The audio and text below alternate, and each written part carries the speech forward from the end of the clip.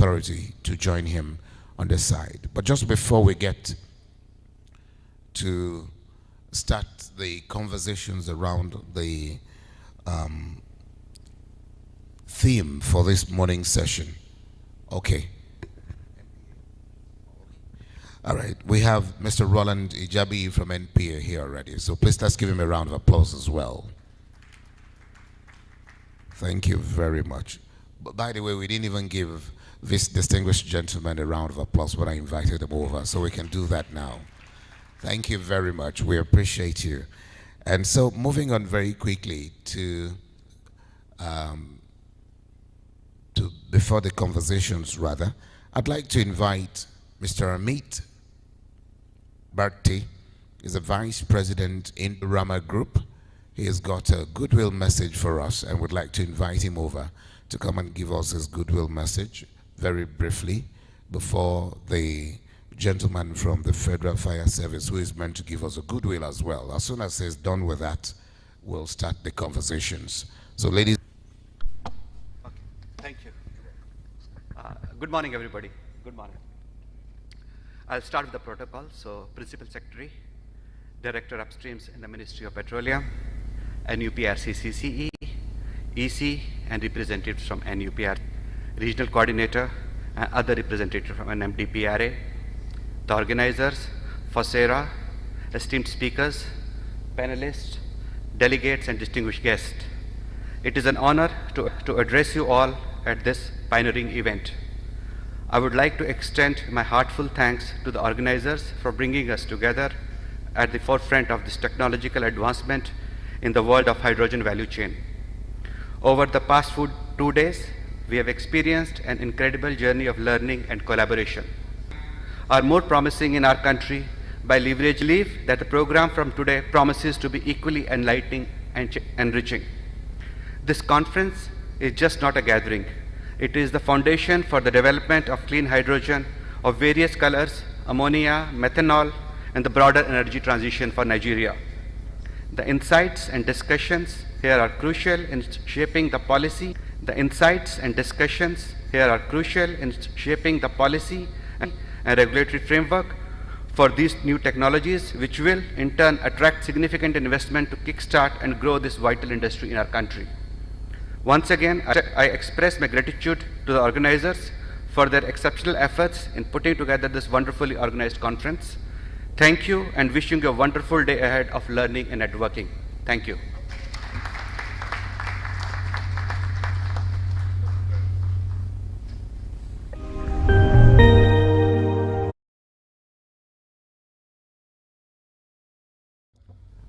We won't be holding on for the other man who is not yet here. And so in the light of that, I think we can start our conversations when he eventually gets here. Much later in the day, we'll be able to accommodate his goodwill. But in the light of this, ladies and gentlemen, we have the most persons who are meant to be playing one role or the other for us this morning. And for me, it's important that we do a bit of reading of the abridged citation, first of all, of our moderator. The moderator is Professor Samuel John, PhD. Professor Samuel John is a distinguished expert in mechanical engineering with over 3 decades of experience in academia and research across Nigeria, Namibia, and beyond. Currently based at the Namibian University of Science and Technology, Professor John leads research and training initiatives in green hydrogen, leveraging his expertise to foster Africa's emerging hydrogen economy. His contributions to engineering, education, and innovation have had a profound impact on advancing colleagues, I beg your pardon, short court courses, USA, Japan, and Brazil, and his work has been funded in the United Kingdom by the Engineering and Physical Science Research Council, the Biotechnology and Biological Sciences Research Council, and the former Department of Trade and Industry, the EU, the British Council, the Royal Society, and the Royal Academy of Engineering, with grants in excess of 3.6 million pounds sterling. He has supervised or co-supervised over 12 PhD students to completion, with another 8 currently being supervised, and has examined around 60 PhD theses nationally and internationally. He is a chartered physicist, a chartered engineer, and a fellow of the Institute of Physics, the Institute of Engineering and Technology, and the Institute of Measurement and Control in all the United Kingdom. He has been a recipient of the President's Award of Tianjin University, China, and both the Honeywell International Medal and the Calendar Medal of the Institute of Measurement and Control. He has been a director of the 3 limited companies, and he also holds an MBA and a DSc. He is a Leverman University Warden and Court Assistant of the Worshipful Company of Scientific Instrument Makers, a trustee and a chair of the Accreditation Committee of the Institute of Measurement and Control, and a trustee of the Benevolent Fund of the Institute of Physics. Distinguished ladies and gentlemen, please a warm round of applause for our speaker, please. For the panelists, Dr. Hussein Mizali. Dr. Hussein Mizali has been a senior lecturer at the Kingston University since September 2006, where he created and developed the MSc in Renewable Energy Engineering program, which has been successfully running at the School of Engineering and Environment since 2009. He holds a BSc in Mechanical Engineering from the University of Westminster and MSc in Alternative Energy for Developing Countries from Reading University, and a PhD in Materials Engineering from Imperial College. His doctoral research, sponsored by Alcan International, focused on environmental fatigue behavior of bonded aluminum alloy structures, establishing crucial mechanisms of fatigue failures, and now commonly applied in the motor vehicle industry. His distinguished professorial career includes roles as a consultant fatigue and damage tolerance engineer at the British Aerospace Airbus Structural Integrity Division in Filton, United Kingdom, and technical advisor to the Undersecretary of the Ministry of Agriculture in Iran for agricultural machinery and renewable energy projects. In recognition of his professional expertise, he was elected as a member of the Royal Aeronautical Society in June 2004. Please a warm round of applause for him. Mr. Odafe Jerome Atabe is management staff with the Nigerian Midstream and Downstream Petroleum Regulatory Authority, and is technical assistant to the Chief Executive Officer on HSE. Please a warm round of applause for him as well. And Roland Ijabi is also here as a member of the panel. We are expecting that Mr. Oladipo Adekunle Fatai will also join them. Is he here with us? Mr. Oladipo Adekunle Fatai. He's not yet here. All right, so we'll get the conversation started, and our lead presenter has 15 minutes allotted to him. But before he gets started, I think it would be proper to engage the moderator very briefly to provoke our thoughts on this very important topic before we proceed. Mr. Moderator, sir. Thank you very much, and good morning, ladies and gentlemen. I think today is going to be very crucial to the whole conversation that we're having, because we're looking at environmental issues, we're looking at governance issues, we're looking at policy issues. These are the bedrock upon which this economy can either grow or diminish. And so I believe strongly that as we go into this session to look at the environmental impact of the development of this sector, and let me just add that we've been talking hydrogen here, but actually what we have been talking about in general is power to X. And power to X just means renewable power to the various derivatives. It could be power to liquid, could be power to gas, it could be power to power.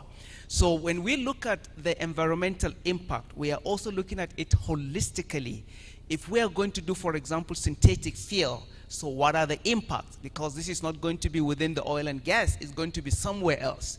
If it is green, of course. The blue, we know, will still be within the oil and gas framework, so we can look at that within that framework. But when it comes to green, we are now moving outside this safe and well-developed chemical area to an area where we need to now come up with new policies and regulations. With these few words, I would like to invite our distinguished speaker who will give us his presentation on this issue of environmental. After that, I hope we're going to have a very engaging conversation on the environmental impact.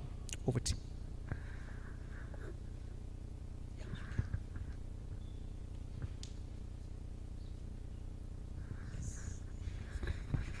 Yeah, just before the speaker, he's an energy policy expert with focus on integrated and evidence-based energy policy and planning. Over 10 years experience in public communication and community development in Ukraine, and 17 years in energy policy and planning in Nigeria. He has designed and executed projects on energy efficiency, energy audits, energy manpower and as well as household energy consumption, and produced and published technical reports on the same. Please, ladies and gentlemen, join me in welcoming our panelist, Ibrahim Sulu. A round of applause for him, please. And so over to our presenter, Professor Andy Augusti.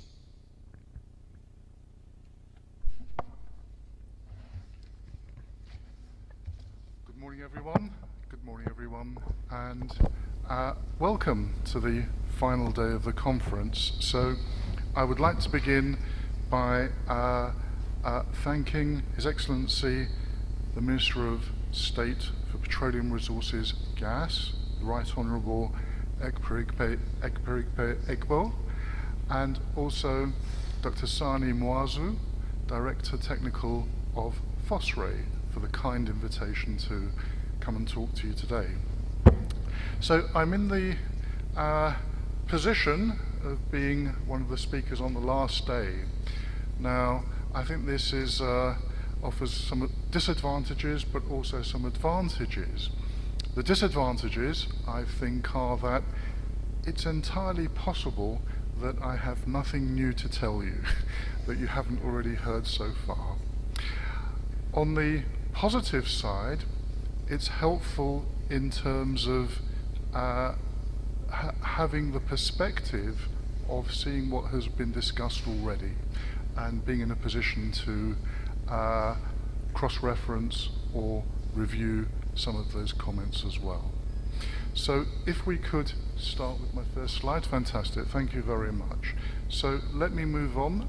I will also try and check my own timing because I don't wish to overrun. So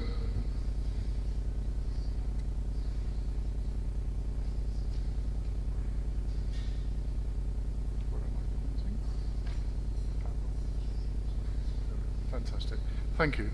So the agenda I wish to work to is a very brief introduction to production of hydrogen, the different types of hydrogen production which have already been mentioned already, an outline of the environmental impact of those different types of production, a few words about global standards and regulations, and a look at some of the challenges and opportunities that are presented to Nigeria at this time.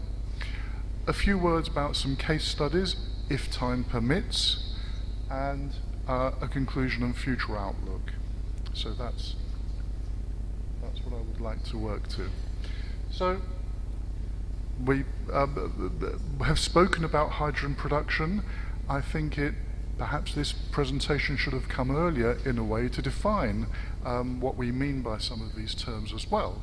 So, process of producing hydrogen for use in a whole range of areas for industry, for transportation applications, and for other value-added products.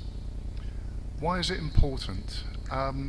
Largely because it's a route, one of the routes to decarbonisation at state level, not just for Nigeria, but for countries across the world. There are sectors which are big contributors. Oh, thank you. Speak a bit louder. Okay. Is this on? Yes, it is. Thank you. So it's a route to decarbonising some of the sectors that are big producers of CO2, such as the steel industry, cement industry, and also long-haul transportation, whether it's via air or sea or land. So we'll simply summarise or review some of those environmental impacts and look at some of the standards examining hydrogen production.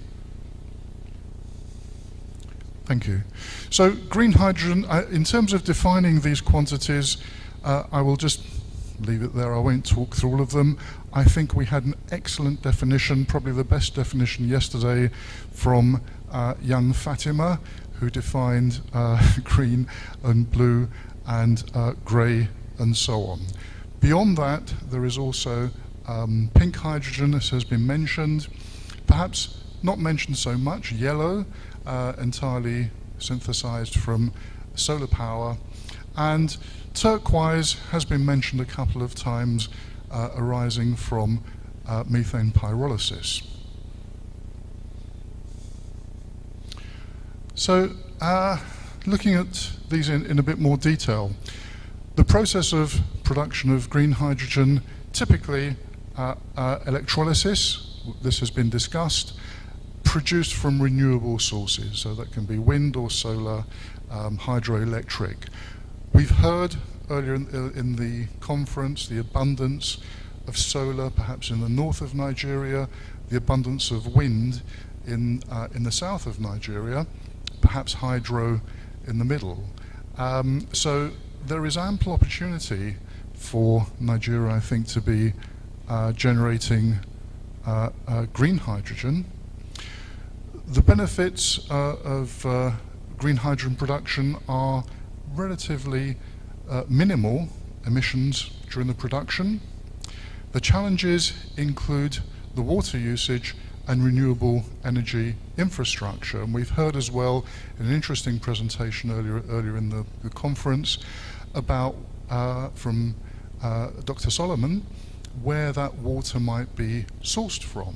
And the possibilities include rainwater, of which there seems to be ample, essentially 1,200 millimeters per square meter, or groundwater, which probably should not be used, or desalinization. Now, I'll probably say a few words about desalinization of water later as well, because it's close to a thesis of mine in terms of energy production.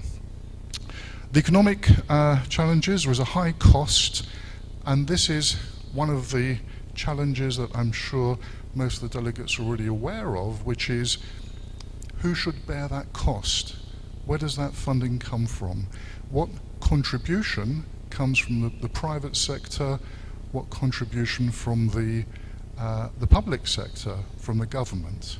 And this is a theme again, perhaps which I will return. In terms of the future outlook, this area is still immature, let's say. There is room for improvement in the efficiency, in particular, of electrolyzers, and also in the cost of the renewable energy as well. So that's a quick description of hydrogen. Blue has already been mentioned. It seems to be at the moment, in a transitional period, the preferred option, at least in the short term, for Nigeria. It fits the local circumstances in terms of resource availability and minimal barriers, if I can put it that way. The challenge is, and it's a non-trivial challenge, is that the carbon capture and storage technologies not yet widely deployed and not yet necessarily cost efficient.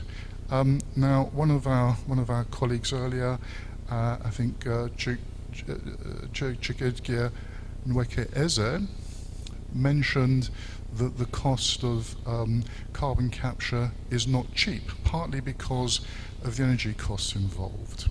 And that, I think, is, again, an issue that I will return to in terms of the impact or the use of energy in that context. It is, I think, considered everywhere likely to be a transitional technology. It seems to be the front runner, as we've mentioned, in the specific to the situation that Nigeria faces at the moment, that you find yourselves in. Grey hydrogen, maybe not so much said about this. Again, in brief, in summary, I won't sort of say much about the process there. The environmental impact is that it's carbogenic. It produces carbon. It doesn't reduce the carbon footprint from that point of view. So it's probably less favorable in the long term, and but may still be a contributory factor in the near term. So a quick table for comparison. This summarizes some of the comments that we've made about the three forms of production. There are others as well, and we can say a few words about those perhaps during the discussion, which I think is going to be more valuable. Some of the challenges that face almost whichever route one takes is the usage of water. For example, electrolysis requiring 9 litres of water for every kilogram of hydrogen produced. That can be a challenge. We've spoken, I've already mentioned as well, about the availability of water at the moment within Nigeria. There are possibilities here. The use of land, even for renewable energy, whether it's solar or wind farms, land must be set aside to produce this energy. I have to say I particularly liked Dr. Solomon's description yesterday of agri-PV. I rather regret that this was an idea I had had myself maybe 30, 35 years ago, but did nothing about it, unfortunately.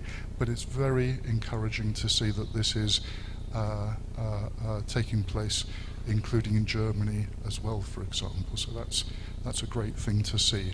I think it's likely to be an appropriate way to go in the future, certainly as large-scale photovoltaics are concerned. In terms of carbon emissions, well, I think we've touched on those already in terms of outputs.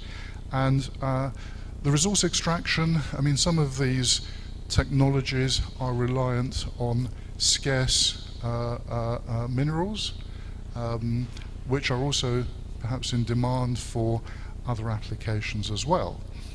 There's also the issue of mining and associated consequences that follow on from that kind of resource extraction. A few words very quickly about international standards, noting as well the comments made by earlier speakers about, and let's summarize it as adaptation rather than adoption. So first one to note is the ones that I'm most familiar with. So UK low carbon hydrogen standard. This is a standard relating to the production of hydrogen, and again, as one of the speakers noted yesterday, the move is away, I think Dr.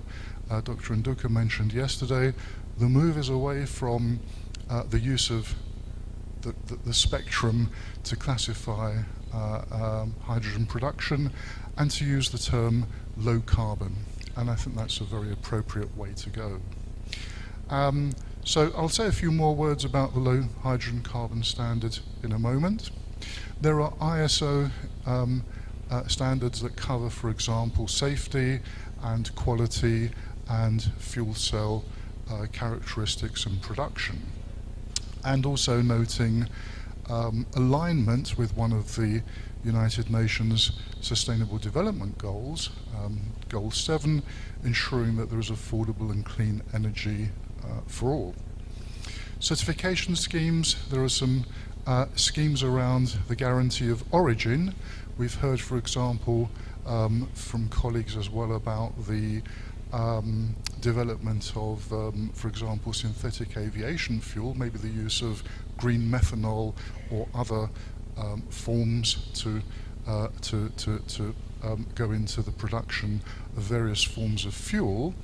And part of the future in those areas is around being able to verify that the sources that are being used to produce such fuels are indeed as claimed and are indeed green. And part of that as well is around the technique of life cycle analysis. This was touched upon also a little earlier. Life cycle analysis is important. It is impacted by the kind of data that can be measured and can be recorded. We heard as well from Natasha, Dr. Natasha, about the importance of data collection and where you might collect that, and its relevance to the importance of liaison with stakeholders in collecting that data.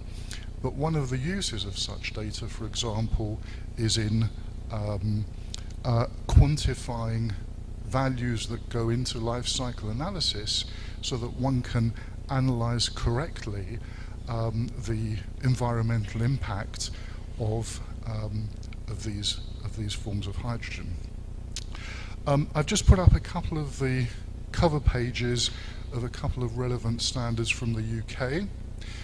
One of them is a hydrogen production delivery roadmap, where we are aiming in the UK to achieve something like 10 gigawatts of hydrogen by 2030, hydrogen production by 2030, of which at least 5 gigawatts would be green, the remainder likely to be blue, but including other techniques, including other electrolytic techniques, which probably suggests pink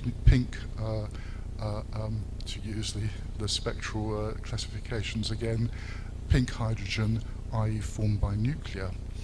We also have the UK low carbon hydrogen standard, again, which relates to the requirements for production and requirements on greenhouse gas emissions in terms of production. So just to throw this up quickly, I'm not going to go through it, but to note that the roadmap is developed. Again, one of my colleagues, Sanjeev Gajula, yesterday, Dr. Sanjeev Gajula, mentioned the use of the hydrogen allocation rounds in the UK, the funding of projects. I have to say, overall, at the moment, these are still relatively small scale hydrogen rounds, 1, 2, and 3, of the order of starting from 140, 50 megawatts up to several hundred megawatts. It's still below a couple of gigawatts at the moment, but that's not insignificant. A few words about national initiatives, and I think I may very well skip through some of these because I think I'm probably at 15 minutes, but I hope that these slides will be circulated. The point about these is simply to note, the picture is changing. It's a rapidly transitioning situation. There are initiatives across the world. I'm not going to sort of run through those in detail, including, you know, there are challenges that need to be met. There are opportunities in terms of electrolyzer development, for example, and there are examples where this kind of integration has taken place in the EU, in Japan. I'm sorry, I apologize for going through these quite quickly, but actually these are simply making the case that there are lots of implementations in different parts of the world. The question was asked the other day, is it late for Nigeria? I think the answer to such a question is always yes. A better question is it too late? And the answer is no. And I think the kind of discussion that has taken place over the last couple of days during this conference, which I have to say has been very lively and greatly impressed by the passion of all of the speakers. I think it's fantastic.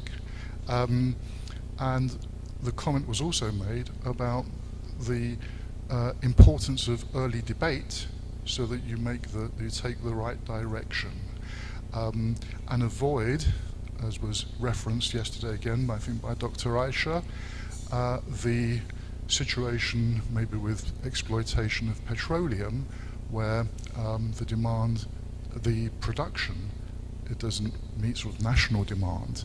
So I think those are problems, those are issues that can be overcome exactly by events like this and by production of a national policy. And that's probably something that we'll come on to in a moment. So I'm not going to say much more. That's actually my closing slide. I'm slightly over my 15 minutes, apologies, but just wanted to say I think there's great opportunities.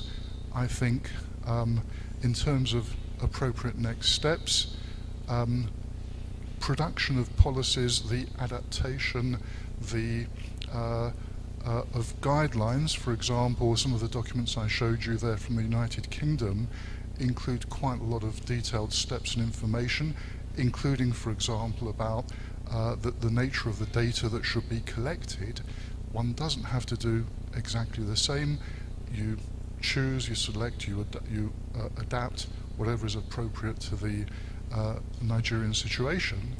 But I think it's that kind of thoughtful, well-governed and strategic approach as well that I hope will lead to a successful situation in 5, 10, 15 years' time or so.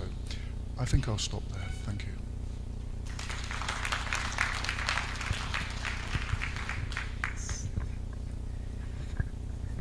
Please, another round of applause for that wonderful presentation. Well, thank you very much for that great presentation. And we will now kickstart the panel discussion. As I've earlier alluded, we are looking at the impact, the environmental impact of this whole economy, and we are looking at the whole value chain. So I would like us to speak a little bit more broadly and not just limit ourselves to the production of just hydrogen, because hydrogen is a stepping stone in the whole value chain. It's like the first product. After that, what do you want to produce with it? For example, Kenya is ammonia to make fertilizers. Some countries is maybe power. So it all depends. But we want to look at the environmental impact. And I will really start with Dr. Hussein to give us perspective with regards to how Nigeria can develop this sector and at the same time meeting international environmental standards.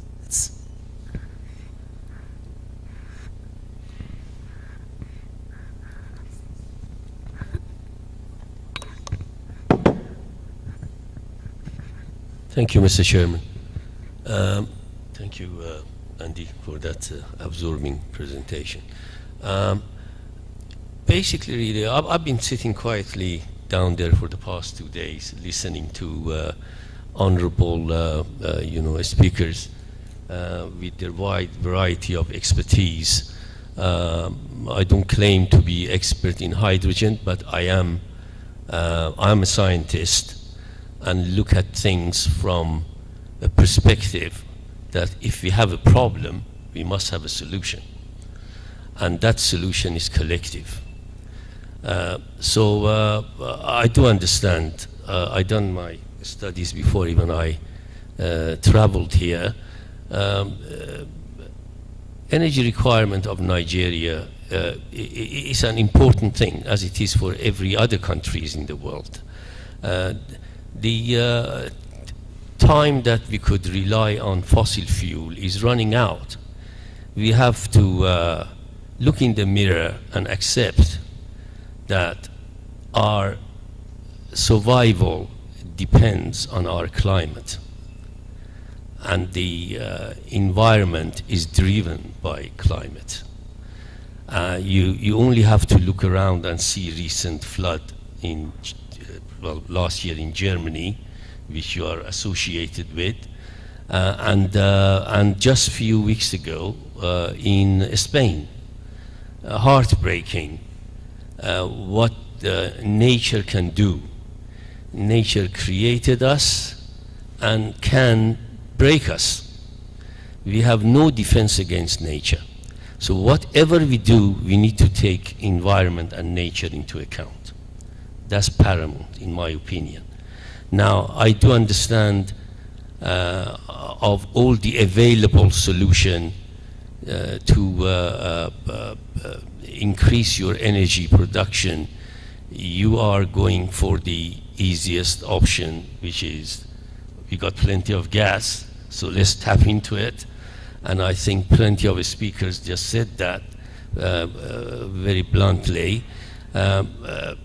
Okay, you know, blue hydrogen, if you do your homework right and you know, kind of capture and store CO2 with nuclear energy. Where you're going to dump that. So CO2 is similar, really. You got to dump it in your own garden because nobody else would want it. And for how long can you do that? Obviously, there are some usage, which is good. We should do that. During COVID period, all the pubs shut down because they didn't have enough CO2. Really, beverage industry relies on CO2. So drink industry relies on CO2. So there are some use for that. So really, the issue is really you need to look at the effect of the type of hydrogen that you are producing on the environment. And my concern with the blue hydrogen is that CO2 element of it. That we keep going through COPs after COPs after COPs, and even we now know Paris Agreement is broken by all those countries that signed, and I don't want to name any country here, but we are now at an average temperature of 1.55, and now we are talking about 2.5. And then gradually we go to 3.5. So how far are we going to go? All this will have impact on the environment. That's all I'm saying. So in terms of, even green hydrogen is not straightforward, and there is no carbon even there. But there you are using water. You basically splitting water through electrolysis and getting hydrogen. Now, there you got to look at it. The quality of water, I understand, needed for this purpose is quite high. So it needs to be of a potable, kind of level for drink.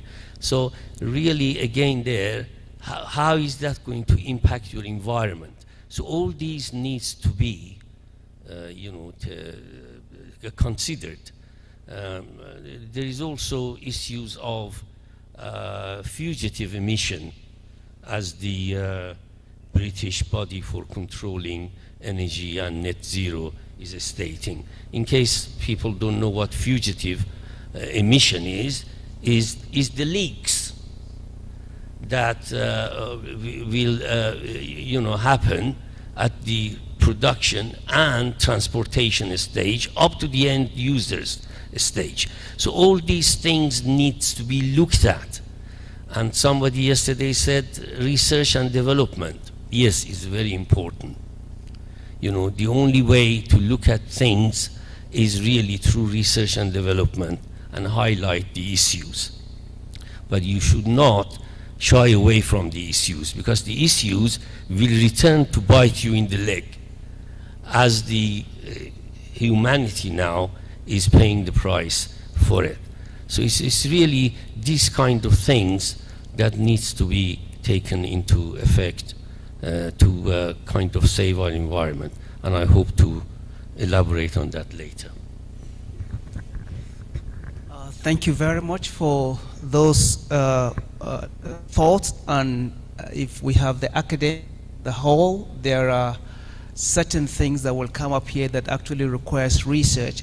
At the moment, it's very difficult to say whether going blue, when you look at the fugitive CH4 that you talked about, and also the fact that the technology is also not mature, just like the green hydrogen technology is not mature, whether we shouldn't even be thinking of the turquoise hydrogen, where you use pyrolysis and you get a solid carbon. And I think these have not been really come up very strongly, and I think this is something that I really want to challenge us to research into and to see which one is really viable. I will go to Engineer Sulu, and I would like you to just briefly explain to us, don't worry, I look very young, not that young, balancing between industry, a country trying to industrialize, and also thinking of the environment. Remember, during the first industrial revolution, second industrial revolution, even third industrial revolution, we were not the players. We were like onlookers and consumers. Now we want to be part of what is happening. But how do we balance these dynamics of wanting to grow our economy at the same time taking care of our environment?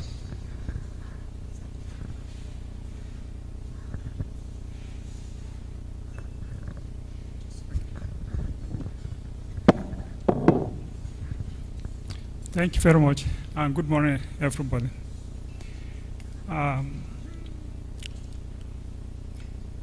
I think we should adopt the approach of a gradual development. For example, Nigeria is an oil and gas-based country. And at the onset, the issue is about money, not caring about the type of technology we deploy.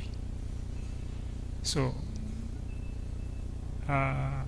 but if you adopt the gradual approach and you have a very good regulatory environment, then you go for the best technology and you enforce compliances. So when you go gradually, just like a child, when it's trying to, from crawling to growing, to walking, the parents are always there to safeguard the baby from going to danger. So gradual approach to economic development, to industrialization, I think will enable us to avoid some of the lapses of the past. And let us remember, just like the first law of motion, that action and reaction are always equal and opposite. You see, the gains we made trying to grow fast without cognizance for the environmental issues, later we pay back in form of clearing the debts, the environmental pollution that we've accumulated. We paid back by losing our ecosystem. Like in Niger Delta, all those beautiful forests and ecodiversity, almost half of them, or half of it is gone. And to reclaim back the land that were polluted, we are spending millions or billions now. and people's health and livelihood are affected. So I think the primary thing, without talking too much science, is like globally we have some countries they call, developed countries. But we have some other countries that are doing better than those developed. The citizens are doing better than those developed countries because they adopt a very balanced system of development compared to those giants. So I think Nigeria, we are going to an unknown terrain, as we've said. As we just heard, the entire thing about hydrogen is just evolving. The technology has not reached the TRL 8 or 9.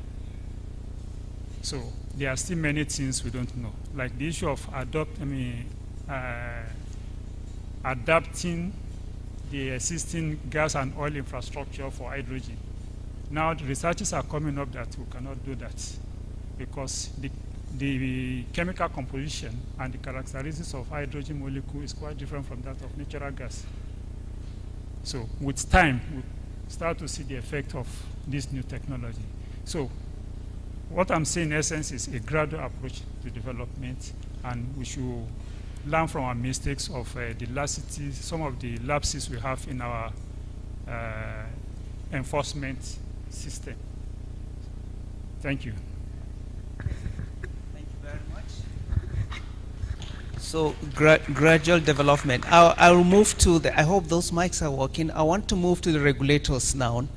And how have we been able to balance the development with regulatory, making sure that regulation is enforced and complied with in terms of developing green hydrogen? How do you see these, the role of the regulatory body, making sure that we comply with the regulations that are in place already with respect to environmental issues?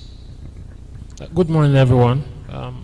With regards to regulation, I'll speak from the point of view of the Nigerian Ports Authority. We have robust and thriving regulatory environment within the ports as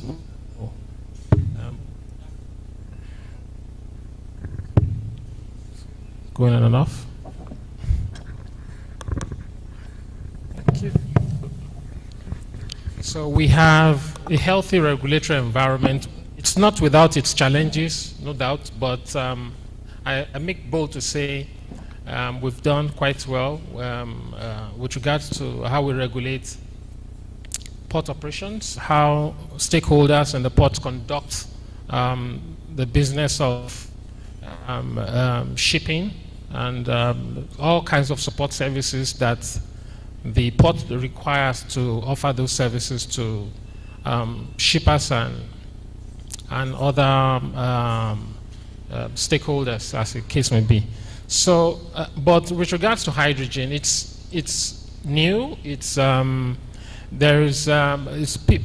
People have expressed the different kinds of cold feet for good reason, because it's a completely new and uncharted territory, even for us regulators. So my thinking will be, instead of reinventing the wheel, we could look at success stories around the world and copy and adapt to the uniqueness of our situation here in Nigeria. Obviously, we're different, and things work differently here, both positively and negatively, as if you allow me to say that. So we can quickly adapt this to how things work here. I can quickly mention, for instance, the blue economy efforts of the federal government, of which NIMASA, MP, and other agencies within that sector are taking the lead. We've had to adapt different kinds of regulatory frameworks here and there. Even the ones we have locally within NPA, we've had to adapt them very quickly to this new concept of the blue economy. So, and we can copy from the lessons learned from that, the challenges, the pitfalls, and the success stories we've had so far, and scale up that into regulatory frameworks that we can develop for hydrogen production, and whatever kind of logistic support we will provide as a seaport to that value chain, both from production to storage to transportation and even consumption. We can play significant roles in it and enforce regulations. Mr. Faye Atebe, who I really want you to now look at the minimization of hydrogen production. Also from the regulatory point of view, maybe your experience from the downstream, midstream and downstream that you've been regulating, how do you see what we already have can be leveraged in the hydrogen space as well? Now remember, I said hydrogen is just the first product, but we also have the other like methane, ammonia, and all the other was synthetic fuel, for example. How do you see that leveraging to minimize the impact on the environment? Good morning, everyone, and thank you for having me here. I represent the Nigerian Midstream and Downstream Petroleum Regulatory Authority. Good thing is I have been in the industry for a better part of 16 years, having the initial part of my career in the upstream space, and now in the mid and downstream space. So I may as well speak to the entire value chain of the oil and gas sector. So you would all agree with me that blue hydrogen specifically, which I'm going to speak to, starts from natural gas. Yeah, so extracting natural gas on its own has its own attendant issues, and that's primarily emissions, fugitive emissions, and methane, which is a potent greenhouse gas. And Nigeria, being a signatory to the Paris Agreement, has promised that by 2060 we're going to go net zero, either conditional or unconditional. By 2030 we're also going to hit certain levels of reducing emissions and all. So as a regulator, we understand what we have to do, and by saying that, what we have done currently is we have developed and framed some policy instruments, and by policy instruments I mean regulations and guidelines, and these regulations actually do speak to emissions management. Now, emissions management, we're looking at what you're doing in your midstream space, which is gas processing and transportation, as it were, the downstream and down to the last mile.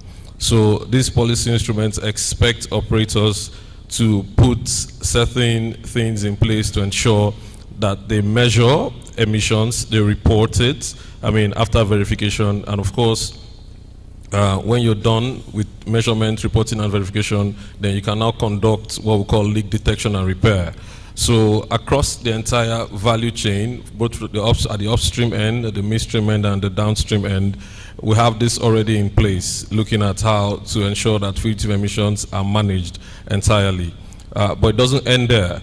So we have also taken time to start working and looking closely at what the concerns and the challenges would be if Nigeria as a country decides to adopt hydrogen as a fuel. The key thing here for us is, what are the processes that natural gas will undergo before it becomes usable hydrogen for whatever industry or whatever space is going to be used. And now understanding that value chain means understanding how those processes will interact with the environment and what the outcomes of those interactions would be. And once you're able to frame and determine those outcomes, then you can put in mitigation measures to ensure that the environment is duly protected, and whatever harm might come to the environment, you can reduce it to a lap. So with that in mind, we are also developing guidelines in that regard. So across the entire value chain, we quite understand and appreciate the likely impacts of adoption of hydrogen as a fuel, because it's natural gas just converted through different chemical processes. So we quite understand what we're dealing with, at least to a reasonable extent. It is at the commercial end that will now maybe pose a challenge in terms of distribution, acceptability by the people. I mean, I say that because we can all see what we're trying to do and how we're trying to handle CNG adoption in Nigeria. Yeah, so that's also an issue. But overall, in terms of its environmental impact, it's not much too different from regular hydrocarbons that we've been dealing with. It's just the processing, and at that end, we have looked at all the processes that occur and what goes into that process, how it interacts with the environment, what it will do if it ends up in the environment, how we can manage the outcomes of these interactions to make sure that people operating in that space, the environment itself, and the locality where these facilities may or may be sited we do not leave a negative environmental footprint. And even if at the end of the project lifespan there is something that is left there, we have what is called decommission and abandonment plan that has already been adopted in the PIA 2021 to make sure that every facility, as it were, when it comes to the end of its life cycle, there is something in place to make sure that that environment is repaired. If we cannot get back to the state at which it was before the facility was introduced, and it should go back to ALAP as large as practicable. Also, we're not just doing this on our own, let me put it that way. We are collaborating with, of course, agencies locally and foreign. Clean Air Task Force in the United States, Coalition for Clean Air as well, and several other bodies, even EU, GIZ, who are also part of this event. We're collaborating with them as well, looking at ways in which we can measure, verify data on emissions and how we can use these data sets to manage emissions in Nigeria in order to meet our NDCs. So from a regulatory standpoint, I can say, well, hydrogen, yes, it's a new fuel, as it were, but if we take it back, if we do a backward integration, we are quite aware of what we're going to be dealing with. Yeah. And we have things already put in place, and we'll just keep working from there. Yep. Of course, there's also engagements. There will be constant engagements with our stakeholders and the players in that space. And as the space evolves, we'll take in new knowledge, and we'll try and make sure that we do not make, in quotes, mistakes that were made in the past to get a better outcome. Thank you. Well, thank you very much for that. So the regulatory body. We start rounding up this session of conversation, but now I would really like Professor Andy here to just what are the possible challenges that Nigeria will face when it gets to the point of scaling up? Usually, you start with small pilot plants, and then when you start scaling up, what are the key environmental challenges that you foresee Nigeria is going to face? Thank you. I think the point has been made. Can you hear me okay? Is that okay? Thank you. I think the point that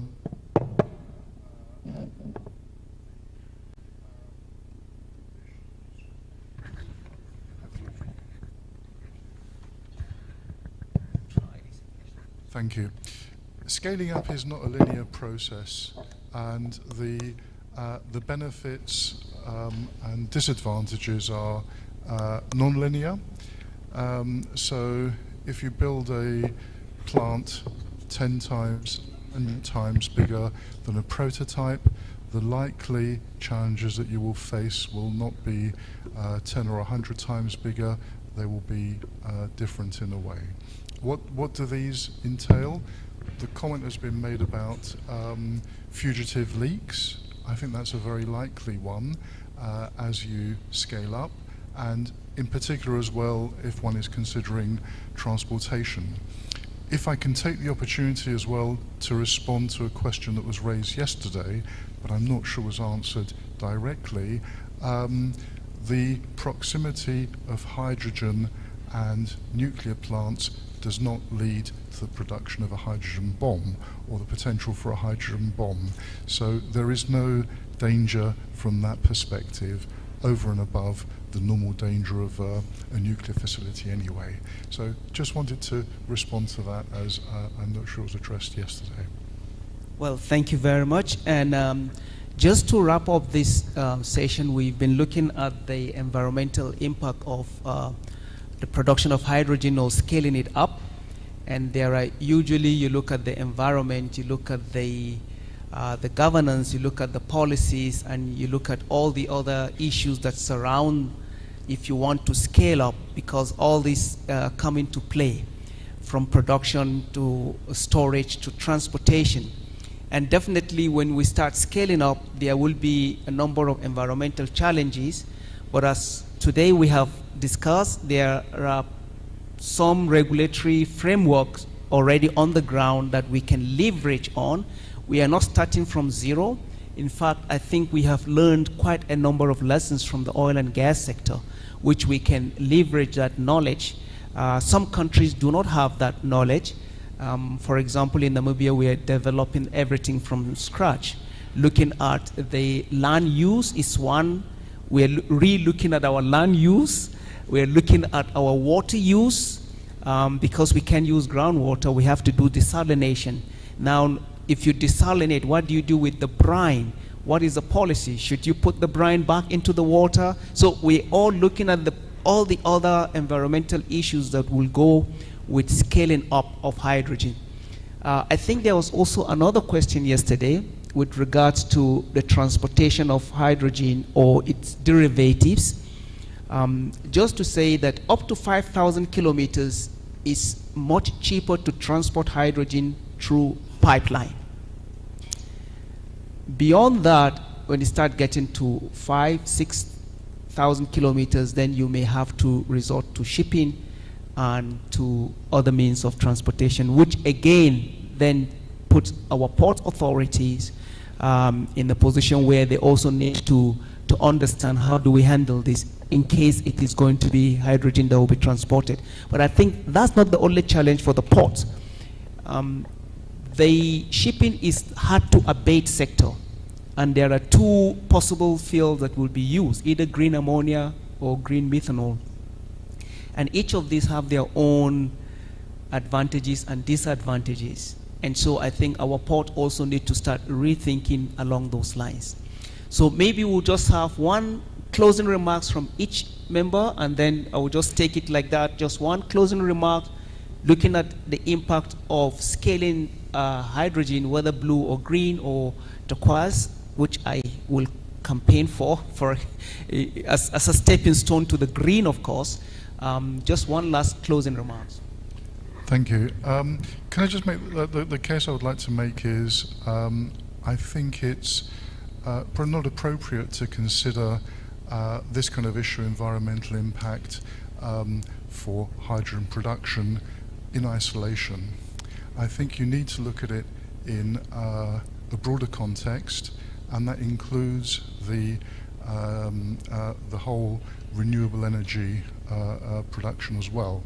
I have a thesis, which I will take one moment to mention, which is, I think the two pillars of our modern civilization are unbelievably cheap energy, and you may be complaining about the cost of petrol in the station in Naira, but believe me, the energy that we have today is unbelievably cheap, otherwise we would be living in the Middle Ages or the Stone Age.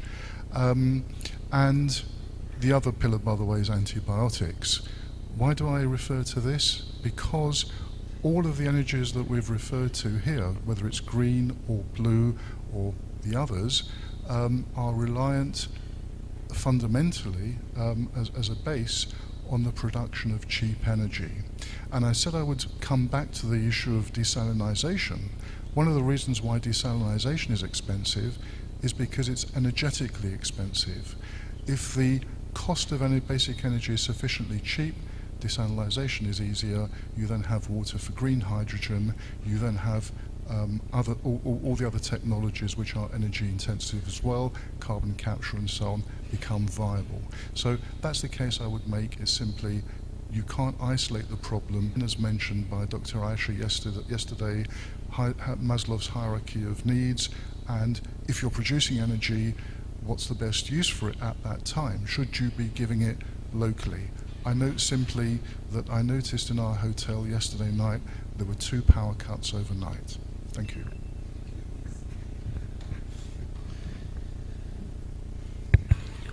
Well, my closing statement would be really Nigeria is. I didn't know much about Nigeria until I arrived a few days ago, and I'm really impressed. I think you know, you got people who want to be engaged. Majority of this population are young people, and they must have a future.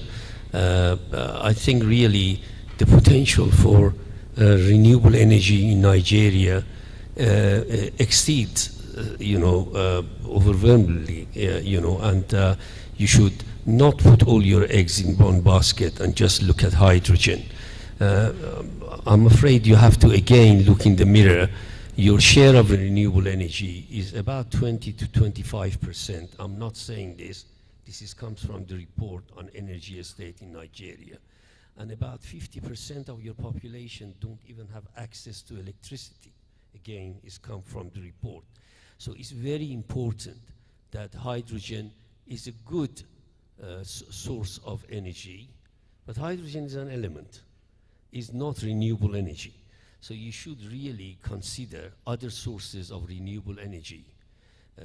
Remember, you know, renewable energy always been expensive at the beginning, but over time it becomes very cheap.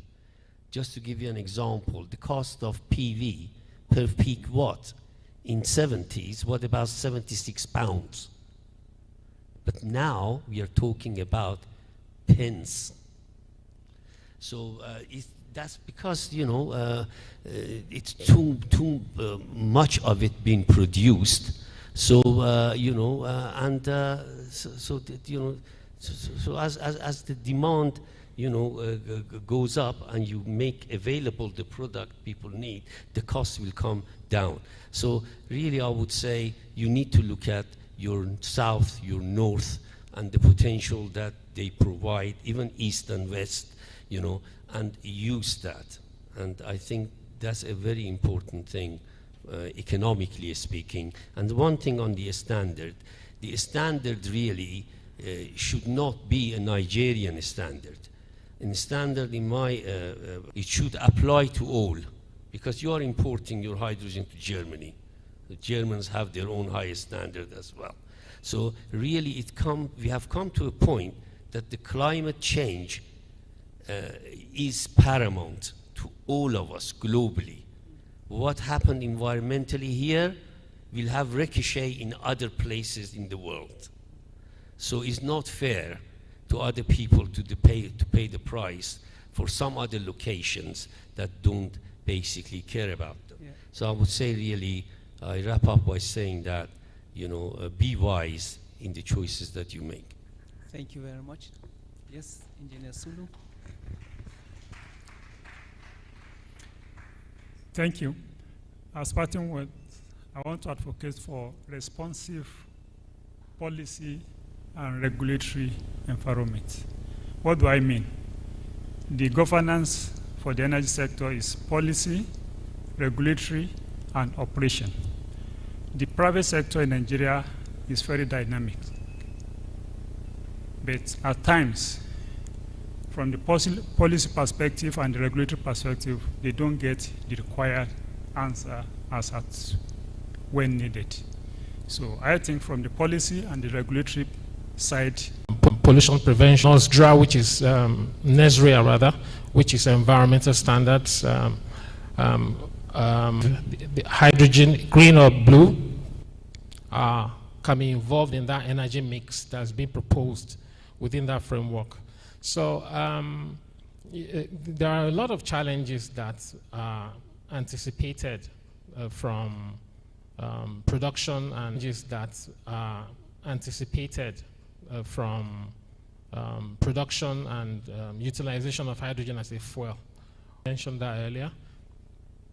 Freshwater resources is a very fragile resource, and it's within communities that and it's within communities that rely on the resource for survival. So we have to be very careful how we do this. And of course, regulation will come in to help manage it better. And also the carbon capture and storage technology that we've talked about from day one, I think we can agree that the technology is not quite there yet. So we have to be really observant and regulation to step in to ensure So we have to be really observant and regulation to step in to ensure there are no serious environmental consequences, long or short term. So I think this is pretty much all I can say for now, if it's okay.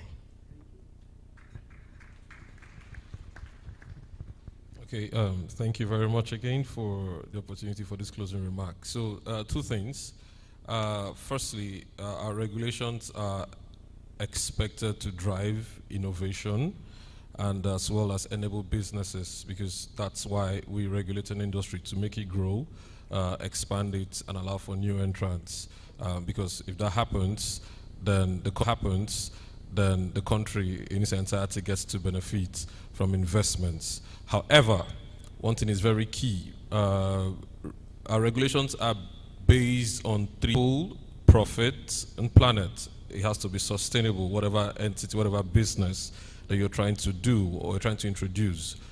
For example, you want to, introduce hydrogen as a fuel into the country, or, the understanders as investors. A lot of you sitting in this hall, you're in business because you want to generate some sort of income and make profits on your investments. So what we advocate is whatever it is that you're doing, these 3 Ps must always be at the forefront. One cannot exist without the other. It cannot be 2 over 3. It always has to be 3 over 3. That's why we ensure that we enforce our regulations and our guidelines to the latter. In terms of hydrogen, like I earlier mentioned, we are currently working on putting out a policy instrument so that new entrants can follow through and get their businesses up and running as much as possible. Thank you. Thank you very much. Okay, thank you very much. We appreciate it. Can we please put our hands together for them one more time?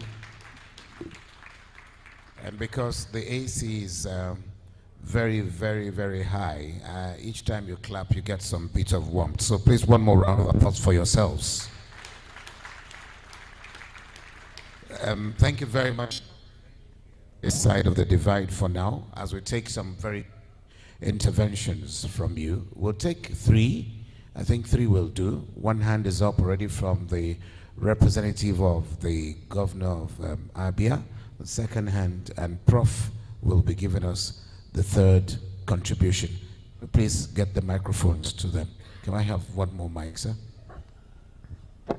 Yes. Thank you very much. Please, let's keep our questions brief, to the point, but do us a favor, your name and the name of your organization. Thank you. Thank you very much, Professor Bona Joel, the Honorable Commissioner for Petroleum Mineral Resources, Abia State, representing the Governor, Dr. Alex Otti. I'm glad I'm in this conference. It's been quite educative. For me, I spent my earlier career 18 years in the oil and gas industry. Went to the university, became a professor, and today I'm in governance. And I'm an advocate of care for the environment. And as I listen to discussion, all we are doing is to secure the future. And from all the discussion, I found out we cannot do it alone. Collaboration is key. And I'm glad that we have students here, because what we are discussing provides innovation. But there is something we need to look at. This application of hydrogen, blue hydrogen, green hydrogen, cannot exist in isolation, especially in the transition stage. There has to be energy mix. Some of the energies you think will go away will never go away. Wood will never go away. Coal will never go away. Fossil fuel will never go away. We saw what happened during the COVID. Many countries went back to fire their turbines with coal. And so, what I have not really heard from the discussion is, where does this thing come in the equation of energy mix? There is no way it can run away. And unfortunately, relying on wind and water and whatever, these are natural. How do you manage this? So I want to hear something on the energy mix, where blue, green, hydrogen can come into the equation. Because Nigeria, we have oil and gas. I'm a petroleum engineer, professor of petroleum engineering. If you tell me it will go away, I wouldn't agree with you. But how do we support this to minimize the emission under the space of hydrogen technology? So I will want to hear that, because it will really help. Thank you very much. Thank you very much. Please let's get the second contributor. The second hand that was up. Yes, please. Give him the mic. Your name, your organization, and then you please go on straight to your question. Thank you very much, Mika. My name is Ibrahim Aliu Eskamina, representing CIHAT organization. My question here goes to the hydrogen production. We all know that whenever we talk about production, production is all about consumers. So my question here is that what measures are in place to protect consumers and environment from the potential risks associated with hydrogen technologies, fuel cells, vehicles, and hydro-powered compliance? Please take the mic to Prof.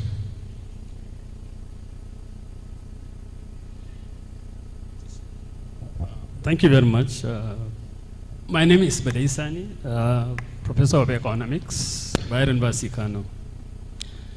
Well, I came with my expectations, given my expectations is that a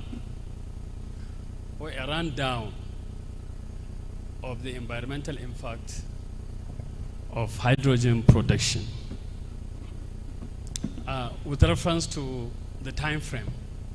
For instance, what is the environmental impact in the short term, medium term, and long term?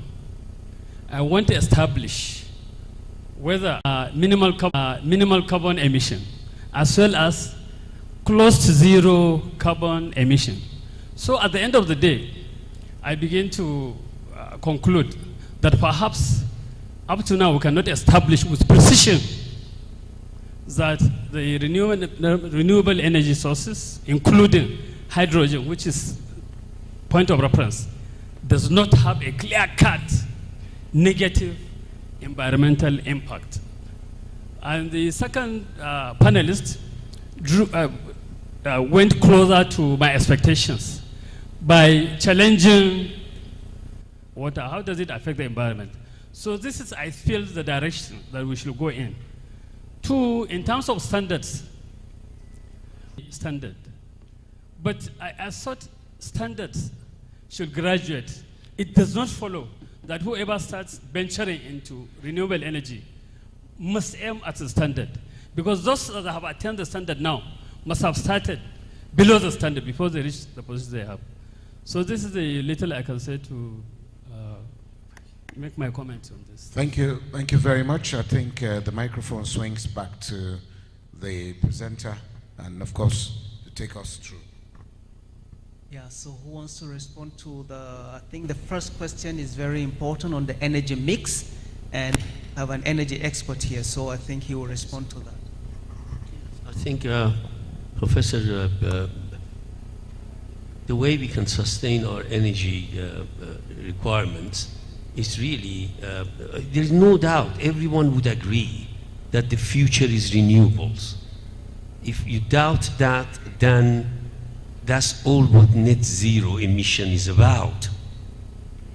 The meaning of net zero is basically no carbon. So we have to get it, one way or the other. Now, coming back to your question, is really, it's always been, since even when I kind of founded the renewable energy at Kingston University, that the idea is about mix, using everything. Even there is a place for fossil fuel. You cannot just take it out because you require it still. Otherwise, all the light will go out. So hydrogen, I don't know, gentleman just said has negative impact. I have to say that hydrogen will have a positive impact because it will decarbonize the end users. So that will actually bring down the CO2 emission from the end users, be it industry, be it power generating industry, be it heating and buildings and whatever, list is long. But the reality is really, the idea is the way you can sustain this is by using a mixture of renewables. Hydro is one of them. Unfortunately, it's land consuming. Solar is, well, I'm wearing the tie to advertise. You get 170,000 terawatts of energy radiated by sun towards the earth. And we know, scientists, that on the planet Earth, you get about 1 sun power, which is about 1,000 watts per square meter, or 1 kilowatts per square meter. Now measure the area of Nigeria and multiply it by that. That's how much you're getting, yeah? So really, it's about the mix. We need to bring solar, we need to bring hydrogen, which is really, Professor yesterday was saying very important things. It will remove the stigma attached to renewable energy, and that is intermittency. That will be removed by having these sources of energy. It will give you continual energy. And I think really mix is the answer. Thank you. Can I respond perhaps to the second and closer? So can I respond to the second and third questions?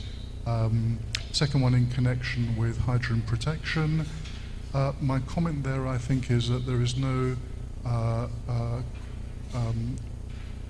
step change in terms of the requirements for hydrogen protection. The points were made yesterday about leaks in the open generally disappear. That's not to say that they're irrelevant, but they will disappear.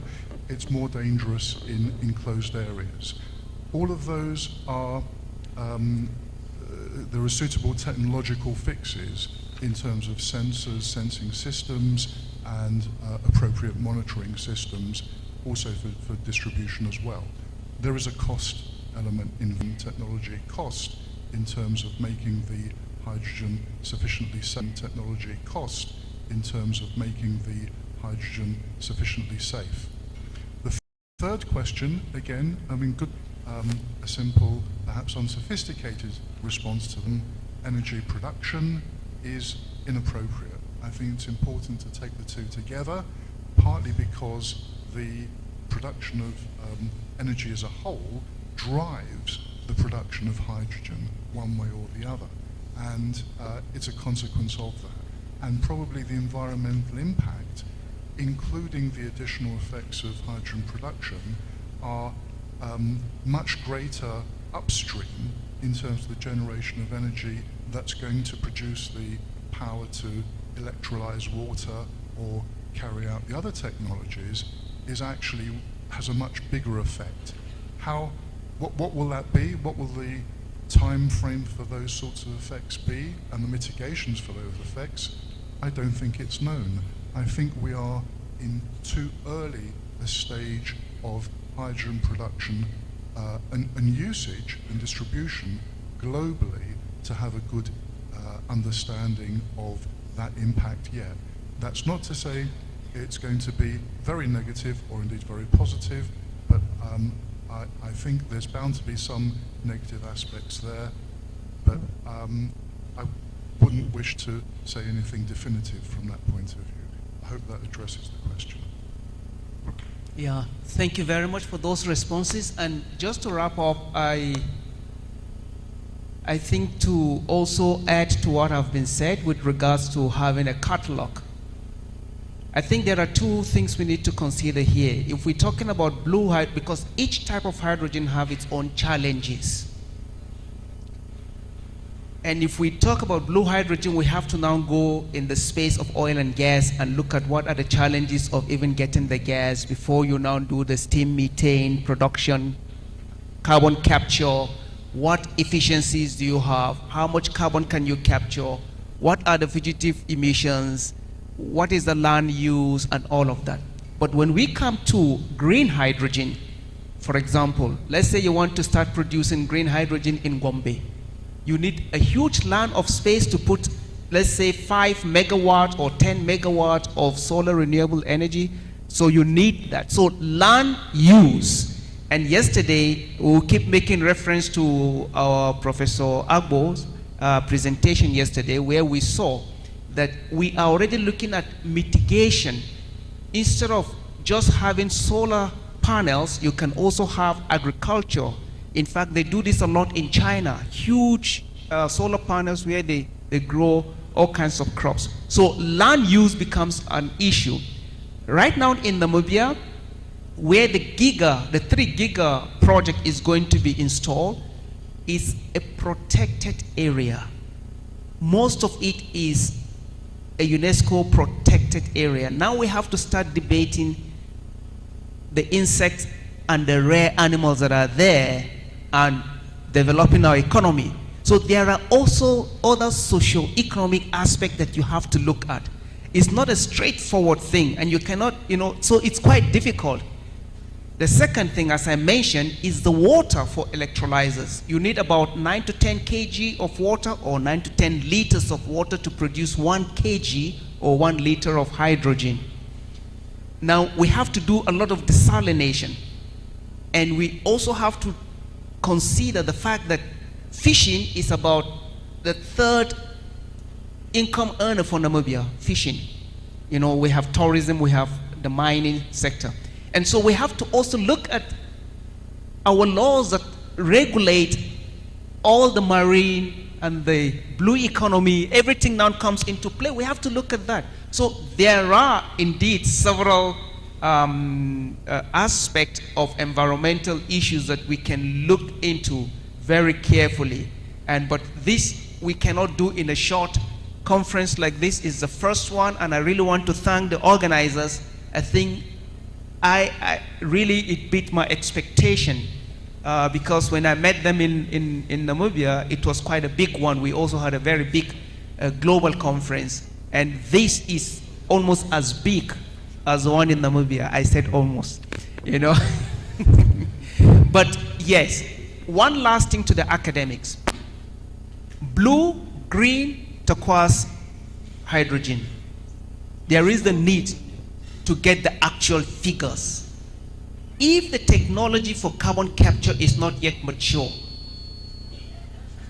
what does it cost to get it as viable as possible compared to setting up a green hydrogen plant? This is a topic for research. What about turquoise? Is pyrolysis. Somebody mentioned other means of hydrogen, which we can, to my friends and professors, that we need to really go into research in order to develop this whole economy, because we need the knowledge in-house, not bringing it in, but in-house to develop this economy. Thank you very much. Thank you very much, and I think we all deserve to give them a round of applause, and they all deserve our applause. Thank you so much. It's been very, very thought-provoking and revealing and incisive as well. But just before we bring this aspect to a close, the representative of the governor of Abia State asked a very important question, and I don't know if the panel left that out, but another expert sitting there, Dr. Nduka, would like to quickly respond to that question. Thank you. Please do that with some bit of dispatch so we can take one more video message and then we go for tea break. Thank you very much. The representative for Abia State asked a question about hydrogen and his experience in the industry and how hydrogen and the other sectors of the energy ecosystem will still play a role in terms of oil and gas and natural gas. And he said something about what happened during COVID-19, 2020, when a lot of people relied on other aspects of energy, coal, to survive. Hydrogen, like I said yesterday, is not yet an asset class. But hydrogen before 2030 will become an asset. When hydrogen becomes an asset, what does that mean? A lot of you can trade hydrogen. You can trade hydrogen on the global commodity markets, and you can buy and sell hydrogen stocks or shares of hydrogen companies, and a lot of hydrogen companies be visible to the naked eye. Like Bitcoin. Bitcoin became an asset class from nowhere. Bitcoin today has value, but Bitcoin, you can't hold it. Hydrogen before 2030 will have a value that will surpass anybody's imagination. The researchers like us and Professor Privet and so many other researchers working behind the scenes to create value for hydrogen. How do you create value? When you use hydrogen in several applications, cars, boats, and all these other industries, that's what it takes to create value for hydrogen. So what happened in COVID-19 was very important to know. The value of oil went down to $0 per barrel, and from the value of oil went down to minus $10 per barrel. So everybody then moved. What happened in the future? Thank you. Thank you very much. Sorry for that little bit of hitch with the microphone. Thank you very much. Would, before we go, please let's have a photograph. Is the PAMSEX representative still with us? Please do us a favor. Join this panel for a photograph. And as they're taking this photograph, please get ready the video message from Professor Bamidele Adebisi. He is an international hydrogen he is a global authority in intelligent infrastructure systems and renewable energy based in Manchester Metropolitan University, Kingdom, with wealth of experience in smart grids and energy technologies. He is currently the Director, African Hydrogen Partnership. Please let's watch his video message to this conference. Good morning. Good morning, everyone. Thank you so much, the organizers, for inviting me for this event. It's a great pleasure to be joining you virtually. My name is Bamidele Adebisi. I'm a professor in Intelligent Infrastructure Systems at Manchester Metropolitan University. I'm also one of the directors of the African Hydrogen Partnership based in Mauritius. This morning, I will be talking about hydrogen development in Nigeria, looking at prospects, opportunities, challenges, and talking about the technologies as well. So I'll start with this diagram, which I believe is very familiar to most people in the room.